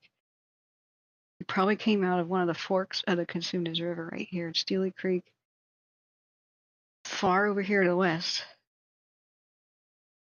Boy, they are explorers and adventurers. They walk over land too. Nothing really threatens them. Maybe an entire pack of wolves. But a lone wolf won't dare. They'll kick the ass of a dog or anything that gets in their way.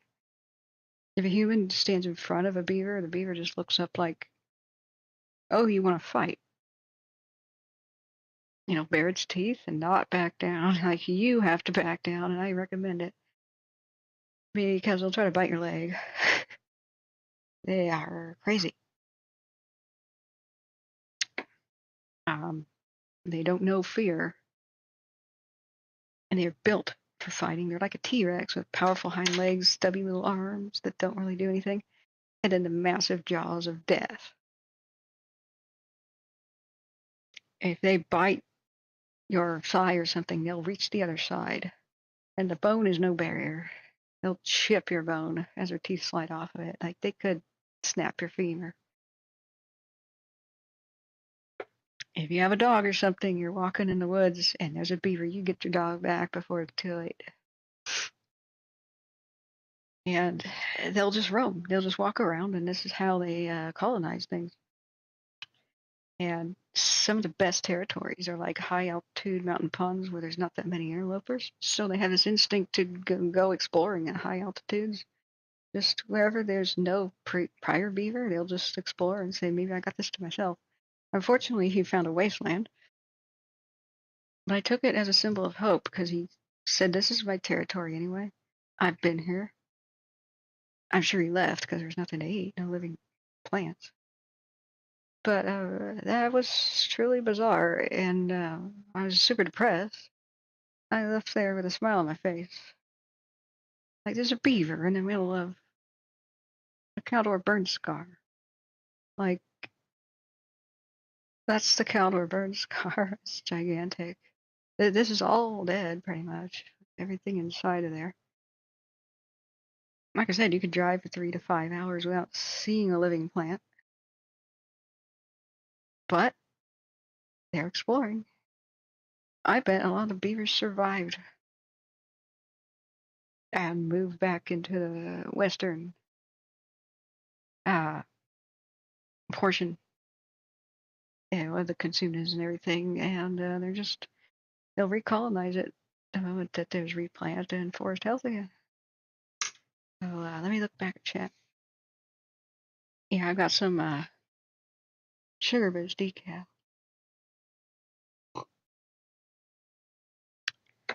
Yeah, I don't mean to keep you guys up, but I wish I had found his tracks. I looked. I couldn't. I put my nose to the ground almost. I could not determine where the mound was. So he must not have actually created much of a mound. Maybe he accidentally dropped some of his scent while peeing or something. And the Beaver castor is highly prized as a base of many perfumes. And men are super attracted to it, but it has to be diluted, just like skunk is a base of a lot of perfumes, like Chanel No. 5. It smells good if you dilute it. The same kind of pheromones are supposed to work on people. It just gives you this weird euphoria that kind of smell it, at least for men. Most women go, yeah. It smells slightly like fishing bait lures, sort of, in my experience. But men go, what is that? That's nice. Even the full concentrated stuff. So it's long been a folk medicine, and trappers and explorers, mountain men, don't have a lot of medicine options in the middle of the wilderness. Native Americans know the medicinal properties. They will harvest a beaver somewhere, look around at the local plants, and know what the castor does, because it'll hyperconcentrate whatever properties of the herbs that it's been eating, like everything from willow bark to whatever. And it can administer pain relief, like bee aspirin, to a variety of things. As tip of the iceberg, I just know about it. Can't tell you more than that. But I'd love to talk to an herbalist or somebody who knows the ways of the forest, that knows this stuff. I just like the fact that the beavers are back and they're ready as soon as the forest is ready for them. It'll take some time, but they're there. If I woke up with my head sewn to the carpet, I couldn't have been more surprised. So, did you see signs of life in a Caldor burn scar? Yeah. Never believe it. Almost anybody who's been fishing knows that smell, but you may not know until somebody puts a jar in your face. Like, oh. Yeah, Joe Johnson says we're not that different to other animals. Yeah, what intrigues us can be similar. Yeah. Except, well, I don't like rotting fish, but dogs roll in it. The thing about skunks that people don't realize is it smells great to every canine in the world, every fox, every dog, every whatever. It's not a repellent odor, only to people. And like I said, people still collect it for the perfume trade. It's actually sometimes worth anywhere from $7 to $25 an ounce. Average skunk has 1.5 ounces to maybe 1/4 ounce. But I've seen crazy, Alaska shows where the trappers are there, and they not really Alaska, but things about primitive life, bush craft, yeah.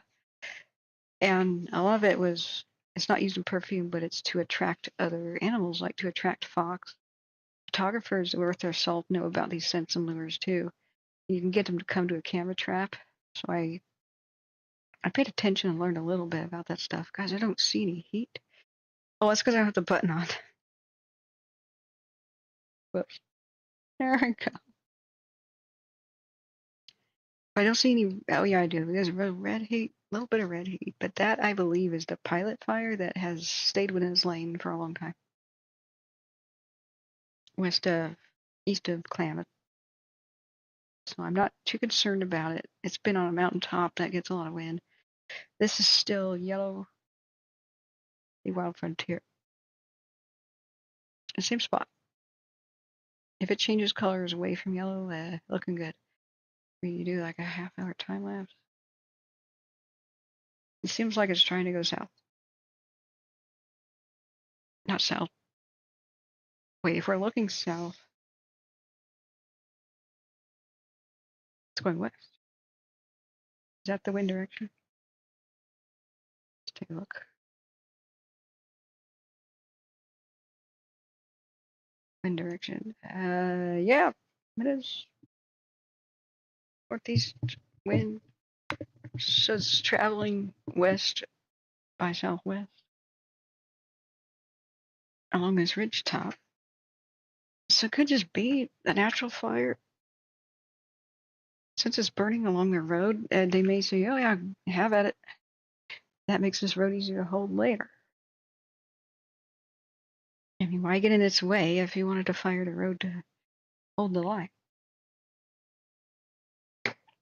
Okay, let's take my vitamin E and my oregano.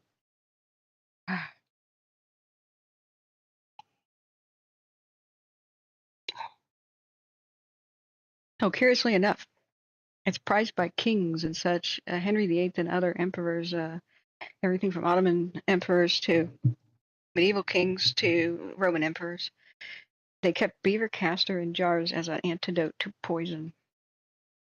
It's kind of a Hail Mary pass, but if they got poisoned and a food taster didn't do his job or whatever, they'd gulp down a bunch of that.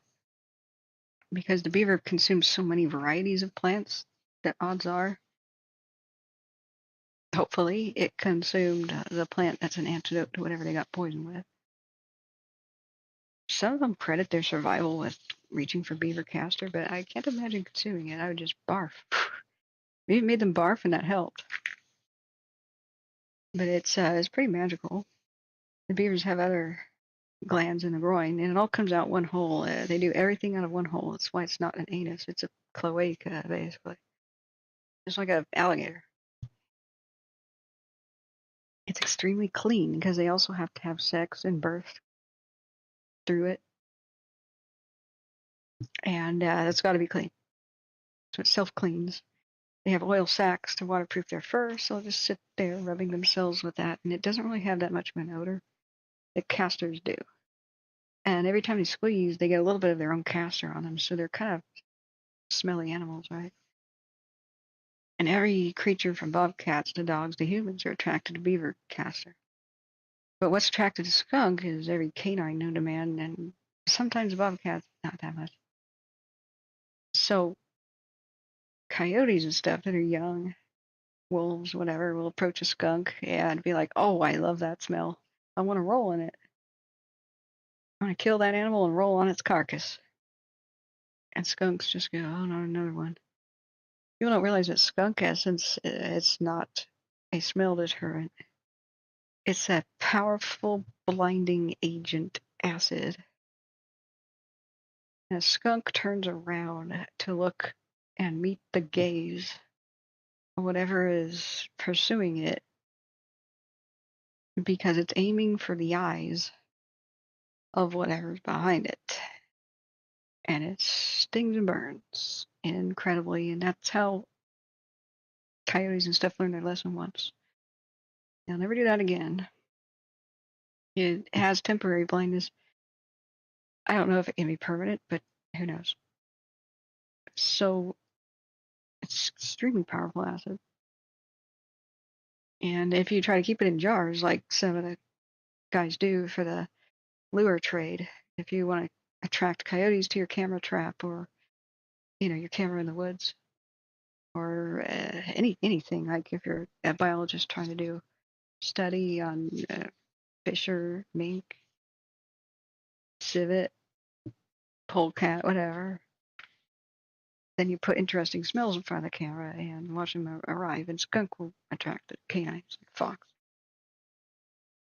I thought this was fascinating, and I had this idea that I'd do trail cam photography and have my secrets, this sort of thing.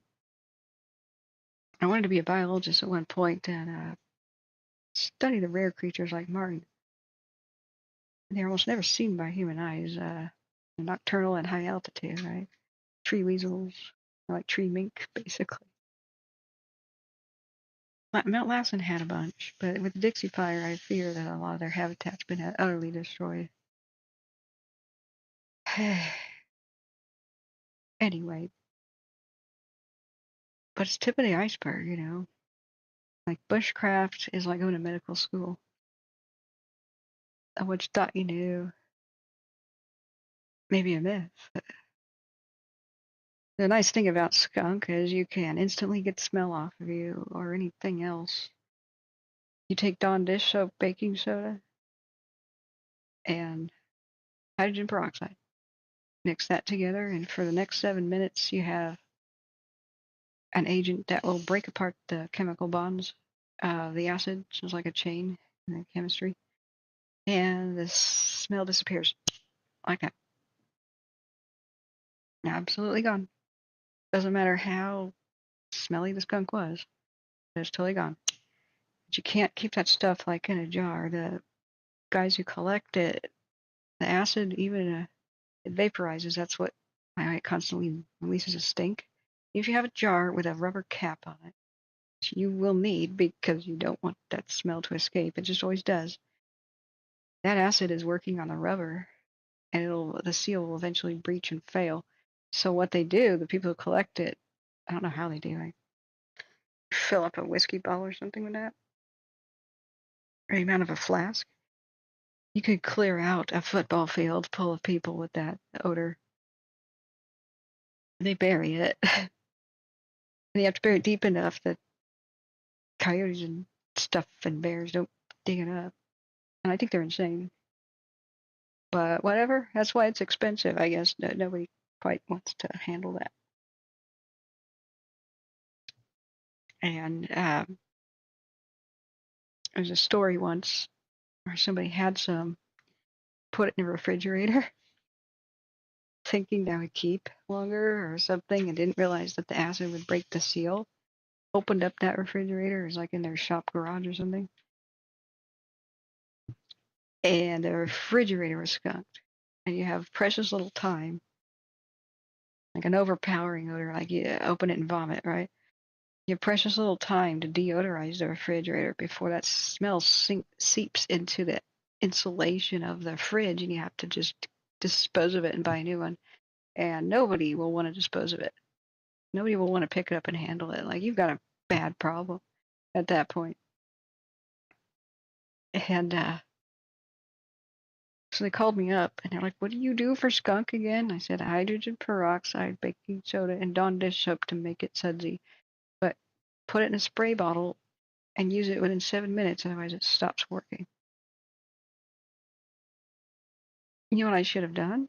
I should have said, "Send me $100 via PayPal and I will tell you."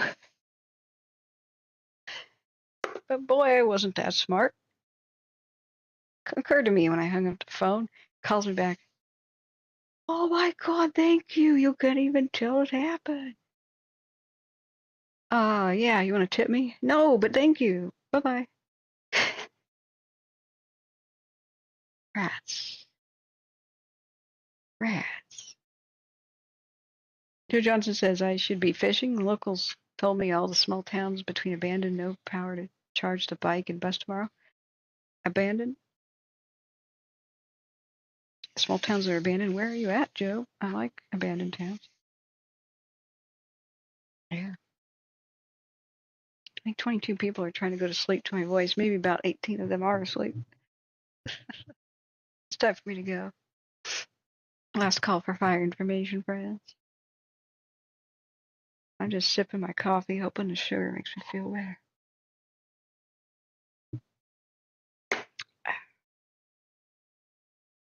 Let's see. Any new watch duty? Oh, let's see any. The Wolf Creek Campground, South Markleyville. Yeah. And Mop Up. Good, that's where the Tamarack burn scar was. Pete's Lake Fire. Don't see anything new, and I think we got pretty lucky today, but tomorrow we don't know. There's a fire on a landfill at North Columbia Boulevard. Oh, units are cleared. I was going to say, not another tire pile again. That's not much duty. That's Pulse Point. The road fire. Yeah, it was updated a day ago. 100% contained. That's one of the weird ones. Weirdly named ones. Okay, I have no idea why I have constant fevers. I'm just hoping that when I get my filling in, maybe it's my tooth or something. But I'm sure the dentist will be able to tell me nothing hurts really. So guys, everybody is asleep. So I'm gonna say good night. Good night and good luck.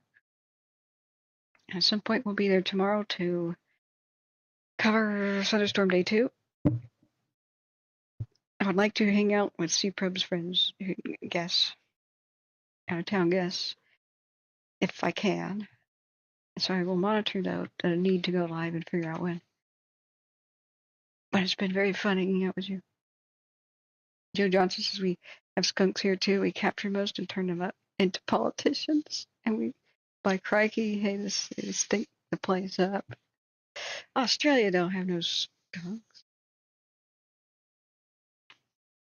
Got civets though, no. No. You have only marsupials, right? Does Australia have any placental mammals at all? The land that time forgot. Anyway, you're in Australia, right? I keep forgetting. I'm just tired. But it's been fun. It's been fun, and we'll see you at some point tomorrow, friends. Love you all, and I hope you have a good sleep. Good night. Oh, thank you, mods, for being here. Thank you, friends, for being here. Thank you for the donations. What am I thinking? I have to do my thank yous. Just tired, friends. And thanks to my lurkers for being here. And if you'll do me the courtesy of hitting the like button. If you haven't subscribed, remember to know whenever we go live if you hit the ring bell. Thank you for being here, friends.